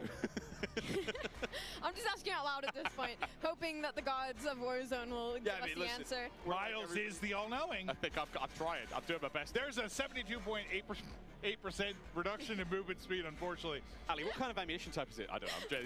I'm joking. I've got no idea. I've got no Incendiary idea. bullets, .722s. What's the average weight? I don't know. I think us included, everybody here, everybody in game. Oh! This is first looks. We're just trying to see what the hell is going to play out. Oh, this here. is a team wipe. Yeah, they're getting cooked right here. Was that Zuma? That was a sniper. It is Zuma. Don't worry about it. It's a flick. Oh, Nicholas Merckx. He's in a battle right now. They're in a tough spot. Let's mix these down. Oh, Wait, there's so down. Pride. If you look at the top right, he has 2 different indicators of how many people are in the lobby. Is that how many? It's circles, I imagine. Oh. My guess is like one circle, your one's the other. Yeah. Maybe the one that you're closest to? I was actually wondering that because if you were an aggressive player and you had a circle of less people, would you have an idea of if the other one was more popping and you could make a play to maybe get to that? Like, let's say you could or some kind of play. I was kind of wondering that. I'm assuming that's what it is. I could be wrong, but that's what makes sense, right? Yeah, that makes sense. It must be. Also, he has an extra plate, so it's like, and it's purple. It looks dope. The other circle is getting fried, so that just dropped so quick. Like I feel like half the players just got decimated. Yeah, they're getting destroyed. I wonder if that was the chopper we saw previously, the one that was up in the air there. Yeah. A bit of backpack management here. I suppose the backpack is just your ammo count. Other tools, little toys you have, and again, so many new. I mean, between field upgrades, between lethal equipment, tactical equipment, there's so much going on here in MW2. See, look at that jump! Look at that! I was talking about that rooftop jump earlier multiplayer. It is actually insane how far you can jump from rooftop to rooftop. Really? Like, when I look at the movement in this game, and like even when you're throwing nades and stuns and stuff, like the depth of it like isn't as far as you would think. Like usually when you throw a nade, I mean you can like chuck that thing, but like I expected the jumps to be the same way, but like they're actually, you can go really far. I just realized, I mean, a box doesn't... Oh, no, there's 3 circles, so I'm completely wrong. I'm not sure. Yeah, so that might be bots then. Yeah, I'm not sure. Oh, maybe that's an indicator of the stronghold. But, okay, first with the parachute from... One important question. And do we Sploosh. ask, have we seen a loadout? We haven't. I haven't. We may never. Well, I don't know. I This was is so curious. pretty. I wasn't sure if that was a thing. I There's haven't got to be seen one loadouts in purchased. there. This looks like a loadout weapon right here. More on that later. Yeah, we don't know. Live react. But the circles. We're doing it live. I want to see how the circles merge together at the end of the game. All right, let's go, Blake. He spotted at least one. A lot of vehicles around. I didn't even realize that was Blake at first. Howdy. Mustache. He's got the mullet. Get the angle, hit it. Ooh. A little crack. Isn't it nice that it's kind of similar? Familiar. Yeah, it's like familiar enough, different. but seems fresh, right? Like Yeah, you don't want to mess with it too much. Like people love it, right? So it's just making it. Well, you like, could just strip it down and change it entirely. Yeah, there'd be chaos. Yeah, be chaos what it is. Yeah. So it's like they changed a lot though, man. Like it looks a lot different. Oh, ledging. And like the movement's different too. Makes me You work can't just slide cancel around the entire map now. I'm trying to fill out my bingo card. I'm getting like teased with like a ledge hang and a little bit of swimming, but we don't have the elimination just yet. Run, Blake. Oh. Uh-oh. Here they come. This is a 1v. Oh, yeah, no, it's done. I was going to say, this could have been a 1v3 survival. This team's there, though. Oh, wait, it's still on. And they're frying. All right, listen. Wait a minute. The Warzone squad's going to take it out. That's oh, never wait, mind. it's Biffle. Never mind. No, it's Biffle. Biffle's back. Here he goes. He self-res and just popped up. Yep. Oh, he's smiling. I wondered what happened there. The self gets off. He makes the play. He's got a streak. Okay. Look how much cash he has. Okay, so it is still on the ground. This reminds me a little bit more. It looks like stuff's divvied up. This is a little bit more like a combination of Warzone and Blackout in the sense of like Warzone, you know, it had all the loot in the ground. Blackout, you'd have like a backpack and you'd open that and steal the stuff. This is like it has it on the ground, but it segments it off into various things. Like you had your armor, right? You had your mask, you had your backpack. So it's kind of like a hybrid between Warzone and Blackout with looting, I think. You remember the times? Like round lose. Yeah, remember the times that you're trying to like, I just want to pick up that gas mask, and there's 100 things on the ground. Yeah. And you can't find that one thing on the ground. You know, it's like trying to lift Thor's hammer. Yeah, that was like a nice. I want this thing. I'm gonna grab that. I'm gonna look at this item on the ground, pick it up, done. I could tell you how many times I just run over loot. I grab everything. I'm like, oh no, I left my sub. Let me go back. And grab it again. So it's like it's clean. You just like can't make any mistakes there. 3 circles almost coming to a close here. This is a spicy one. He's got paper, 15 grand in his pocket. He's in a buy station, see what he can get. Yeah, can we hit a buy? I mean, firstly, you have to buy a teammate back. I think everybody here wants to get that first win so bad. We are 40 minutes into the TCL Power Hour. We're 40 minutes in, or we have 40 minutes left? 40 minutes left. Okay, let's say. Don't trust me. Oh, no. You said that? I was like, dude, time is flying. I was really into this because we have teleported in time. Like I'm Doctor Who. Hey, why did you go? I don't know. Yeah, this has been my favorite area of the map so far. That building was dope. Like a prison almost. Can you go on that mountain over there? I'm more interested in the giant mountain. You have to be able to. It looks like it. Looks like it's part of the map. I love high ground. It's my favorite. That bed's very dirty. Oh, hello! Oh, God! Is that a zombie? Hey, I've always thought about it, man. Imagine like a real horde of zombies on a Warzone map. Kind of did it in Blackout. I'm talking full-blown, you know, World War Z. Yeah. You had like a little bit in Fortune's Keep, a little bit in Blackout at times, but not like a Daisy. All right, so go. So you saw the buy station there was a section that said buy weapons, so you can buy a specific weapon in the buy station. That was interesting. Oh, here comes the circle move. Well, that makes me think loadout might not be as much of a thing. Yeah, because it said buy armor, buy weapons, and then I think it was buy ammo or something. Uh-oh. Come on, Cloaksy. Hit it. Don't get run over. No, he's getting ripped. Oh, his teammate just dropped and eaten like an enchilada. I might be hungry because I... Oh, precision airstrike. You just want a slice of Little I'd want. Pizza. I need more Little Caesars though. I need like 2 whole pepperoni pizzas within my mouth. This is the best LAN party I've ever been to. There is pizza everywhere. Oh, it was Isaac and Krill. Yeah, I mean, we told chat like this is off the rails now. Oh wow, he got hyper beamed with the vinegar range there. Listen, guys, my AR is fucking trash, but my. Whoa, Nick. Nicholas, is it the aim or the AR? No, I'm kidding, Nick. It's definitely the AR. You're the best. Don't hurt me. Hurt him. Dude, this is Cloaksy and Swag versus Biffle and Champion. This is actually a lit racked. Wow, these are. Wait for it. Key? Jail key drop. Wait. Recover the key and escape. Get the key. Get the kill. Here. Oh. Oh, he sent it, and Swag just shot him in the forehead. Now down to a 1 versus 1. Is the key? Wait, 25 seconds. So I guess that's kind of like how in the normal goal, like you'd get to that flag or whatever when you went to like OT. Maybe the key's kind of like there it is. Freedom. Oh, did he his dip? He dipped. Curious. There was a door at the back. He cracked the key. Just walked out. He dipped. Awesome. I'm not sure. That was great. He picked up a key and just ran for it. I'm out of here. Okay, so that's actually pretty cool. I would lose full though. Nah, yeah. If somebody did that to me, I'd be so mad. Can you imagine that? Like you just it's lose. 2v1. You're like, where is he? He's got the key. It's another cool little area of the map. Again, it's a big old map. Yeah, it is. Al Mazrah. Bring comfortable shoes. Word to the shoe set. Well, there's a lot of vehicles on the map. I've been seeing them on the mini-map. I just haven't seen many people hop in them. Oh, we saw SEAL Team Crim6. Yeah, we saw that. Pull up and absolutely destroy. But I want to see the Big Bertha, see what it looks like. Well, there's different kinds of vehicles. So there's like little sedans, family wagons, whatnot. You know, they're all going to have different properties, which is really fun to think of. If you have like a military class vehicle, get in the hatchback, Jack. I feel like there's somebody close. You can see like buy weapons, and you can upgrade your weapons. So I'm really the clutch up against Boppo, his teammates back. Yeah, I'm intrigued to see how that works though. It's like, what do you like buy a weapon with some of your attachments, then upgrade it to the attachments that you have, or is it attachments that the game sets for you? So we'll see. Oh, so many questions. Yeah, I have so many. I'm seeing a lot of highways as well. This is a lot of fun. We're going to see, I think there's a little bit more of a lean towards vehicular combat, which I'm very, very excited about, given the fact that like there's 19 ways to battle each other in cars now. Well, the one thing I'm kind of digging, like, yeah, there's going to be some new versions of combat, but like at least what we're seeing so far, it doesn't look like you have, and that might be the loadout change too, but I think it's with 5 attachments, like you can't beam someone with an AR 400 meters. Like it's going to force closer range combat. You're not going to be terrified to cross any open gap, which I think ARs have been too easy to shoot. Like this, I mean, that is more recoil than I've seen in 3 years. Yep, that was that M16 was kicking. Krim was like, I'm gonna rethink this fight. To get my mind. But I think in general, like it's better if it's a little bit more difficult to shoot at long ranges. It just needs to be, in my opinion. This is what I wanted to see. How powerful is it?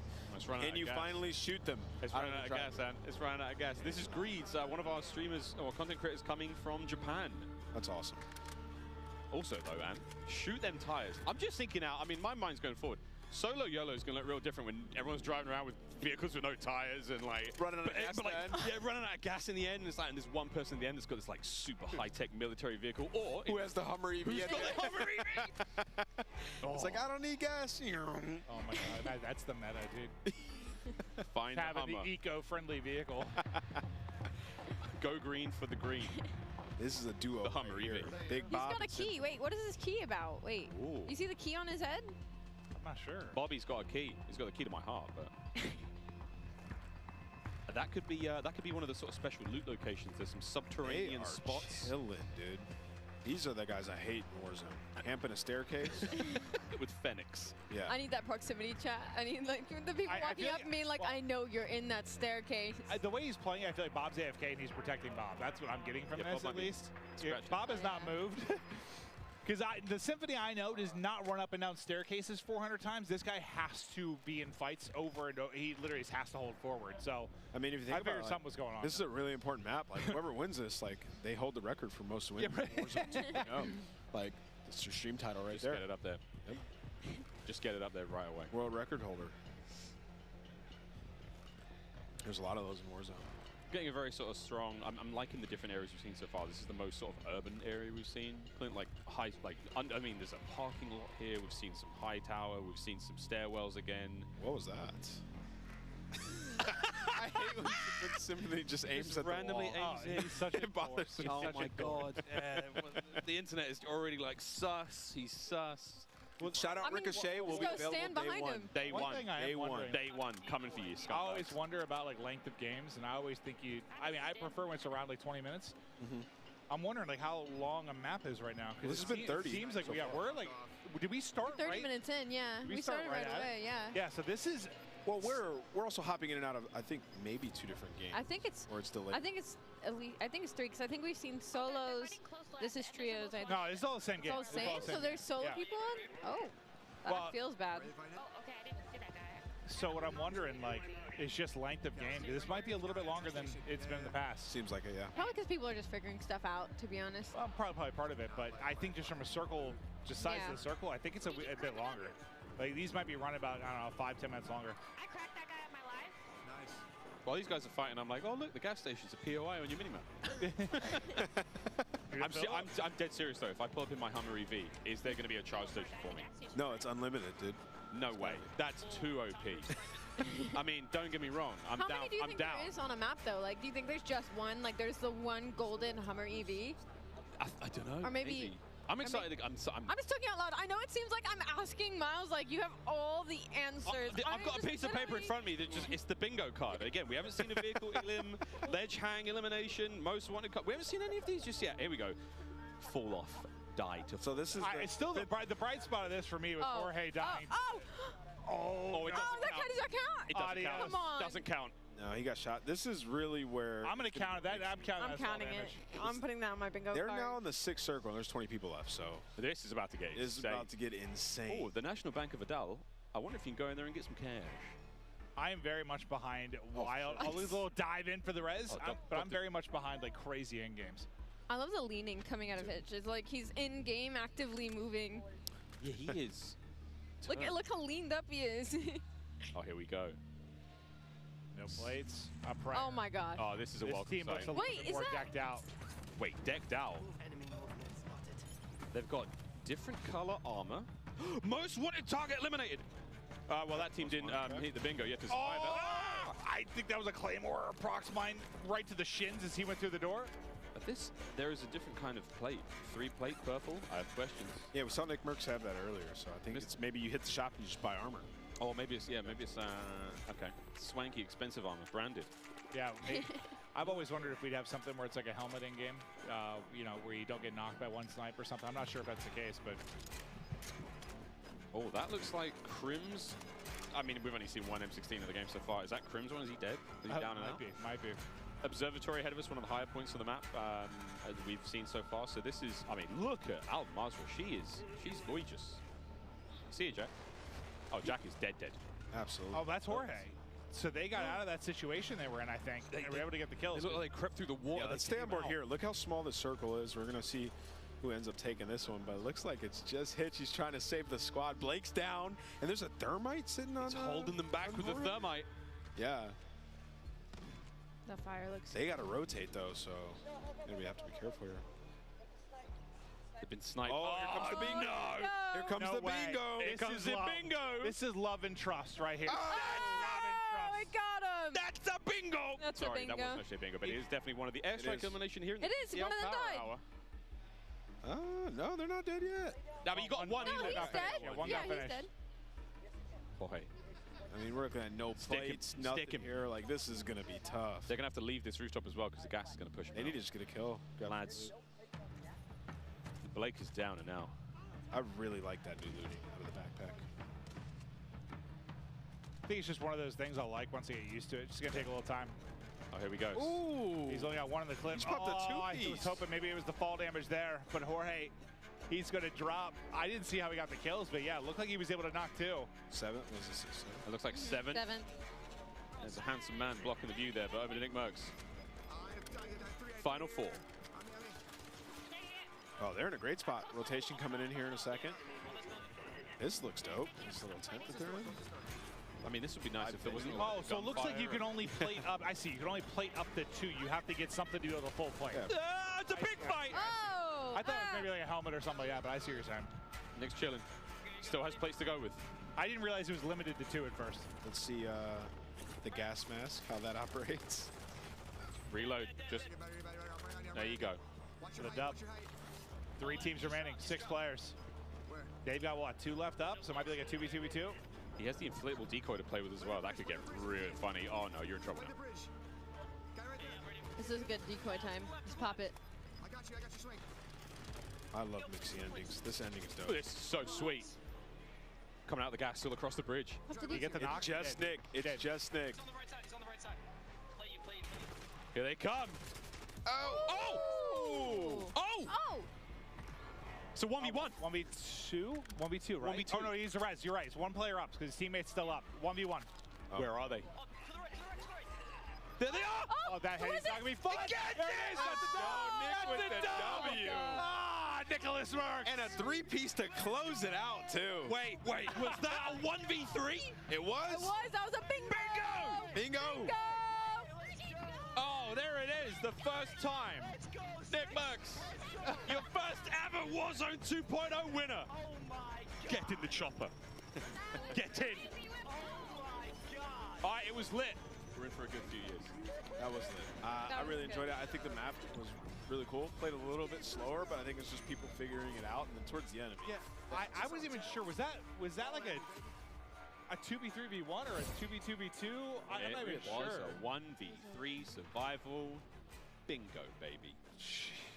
So who was the solo on that? I was trying to like figure out the situation at the end. Like Nick was just popping off. He's just frying. Yeah, I was 100%. A little too tense to see what was going on there, but I mean, hey, that was fun. Well, here we go.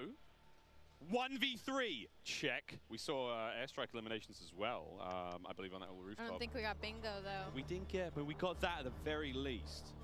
Ooh, no one got multiple grenade kills. Okay, 2 down. Unless we missed it. Please tell me someone fell to the death. I gotta see a decoy elimination. That would just be so funny to me. If somebody gets smoked by a decoy, I'm gonna be in tears. Tears. True tears. GG's once again. Congrats, Nick Merckx, the first ever Warzone 2.0 winner. World record holder. World record holder. Yeah, no, unbelievable. Of course it's Nick now. Dude, when we were watching him earlier, like in the 3P game mode, he was looking disgusting. Like he looked like the best player we watched in the 3P. He has a lot of experience there. Now, just hop right into Warzone, making plays. Guys. I'd love to see it. Guys, Nick's a beast. We've seen Warzone 2.0. We Initial impressions? I mean, again, like there's no one here from IW. We're just fans. Yeah, no, I'm having a blast. It's just, to me, it seems right now like a bit slower pace, but I can't tell if that's a circle thing or people learning and kind of exploring the map. I imagine it's a little bit both. Like it's new. Yeah. It's gonna play a little bit slower at first, but it's neat. Yeah, I think my favorite thing about it right now is like the way the looting is, where the loot is at. Like it's on tables, it's in cabinets, the backpack down. Like there's less stuff obscuring your view. Like you pick up your loot, you keep it going, you're looking for the enemies, right? It feels nice, it feels smooth. The AI part of it, I don't know that I would get yet. In the sense of like you like go into like loot a place, there'd be like one AI, and I don't know. It's like do you get extra points from that? Do you get extra money from that? They drop stuff. I can think about like it's people are gonna hear that. Obviously, it's not as quiet as looting, but that was the one thing I want to understand more of what's going on there. Yeah. A taste of things to come. Ali, any sort of takeaways from you? First game of Warzone 2.0. I'm excited to load in. Like I said, I don't really play Warzone that often, but this new 2.0 Warzone, I'm very, very excited to load in when it drops. Well, now we get a quick look at that first win. We're going to see the POV of Nick Merckx once again as he goes up in that 1v3 situation. Thanks to the guys at Elgato. Here we go. Where's the W button on that big bad boy? Bang! And this was the final play on that bridge, Clinton. So he killed 2 people. Yeah. So it was 1v3. Good teammate call.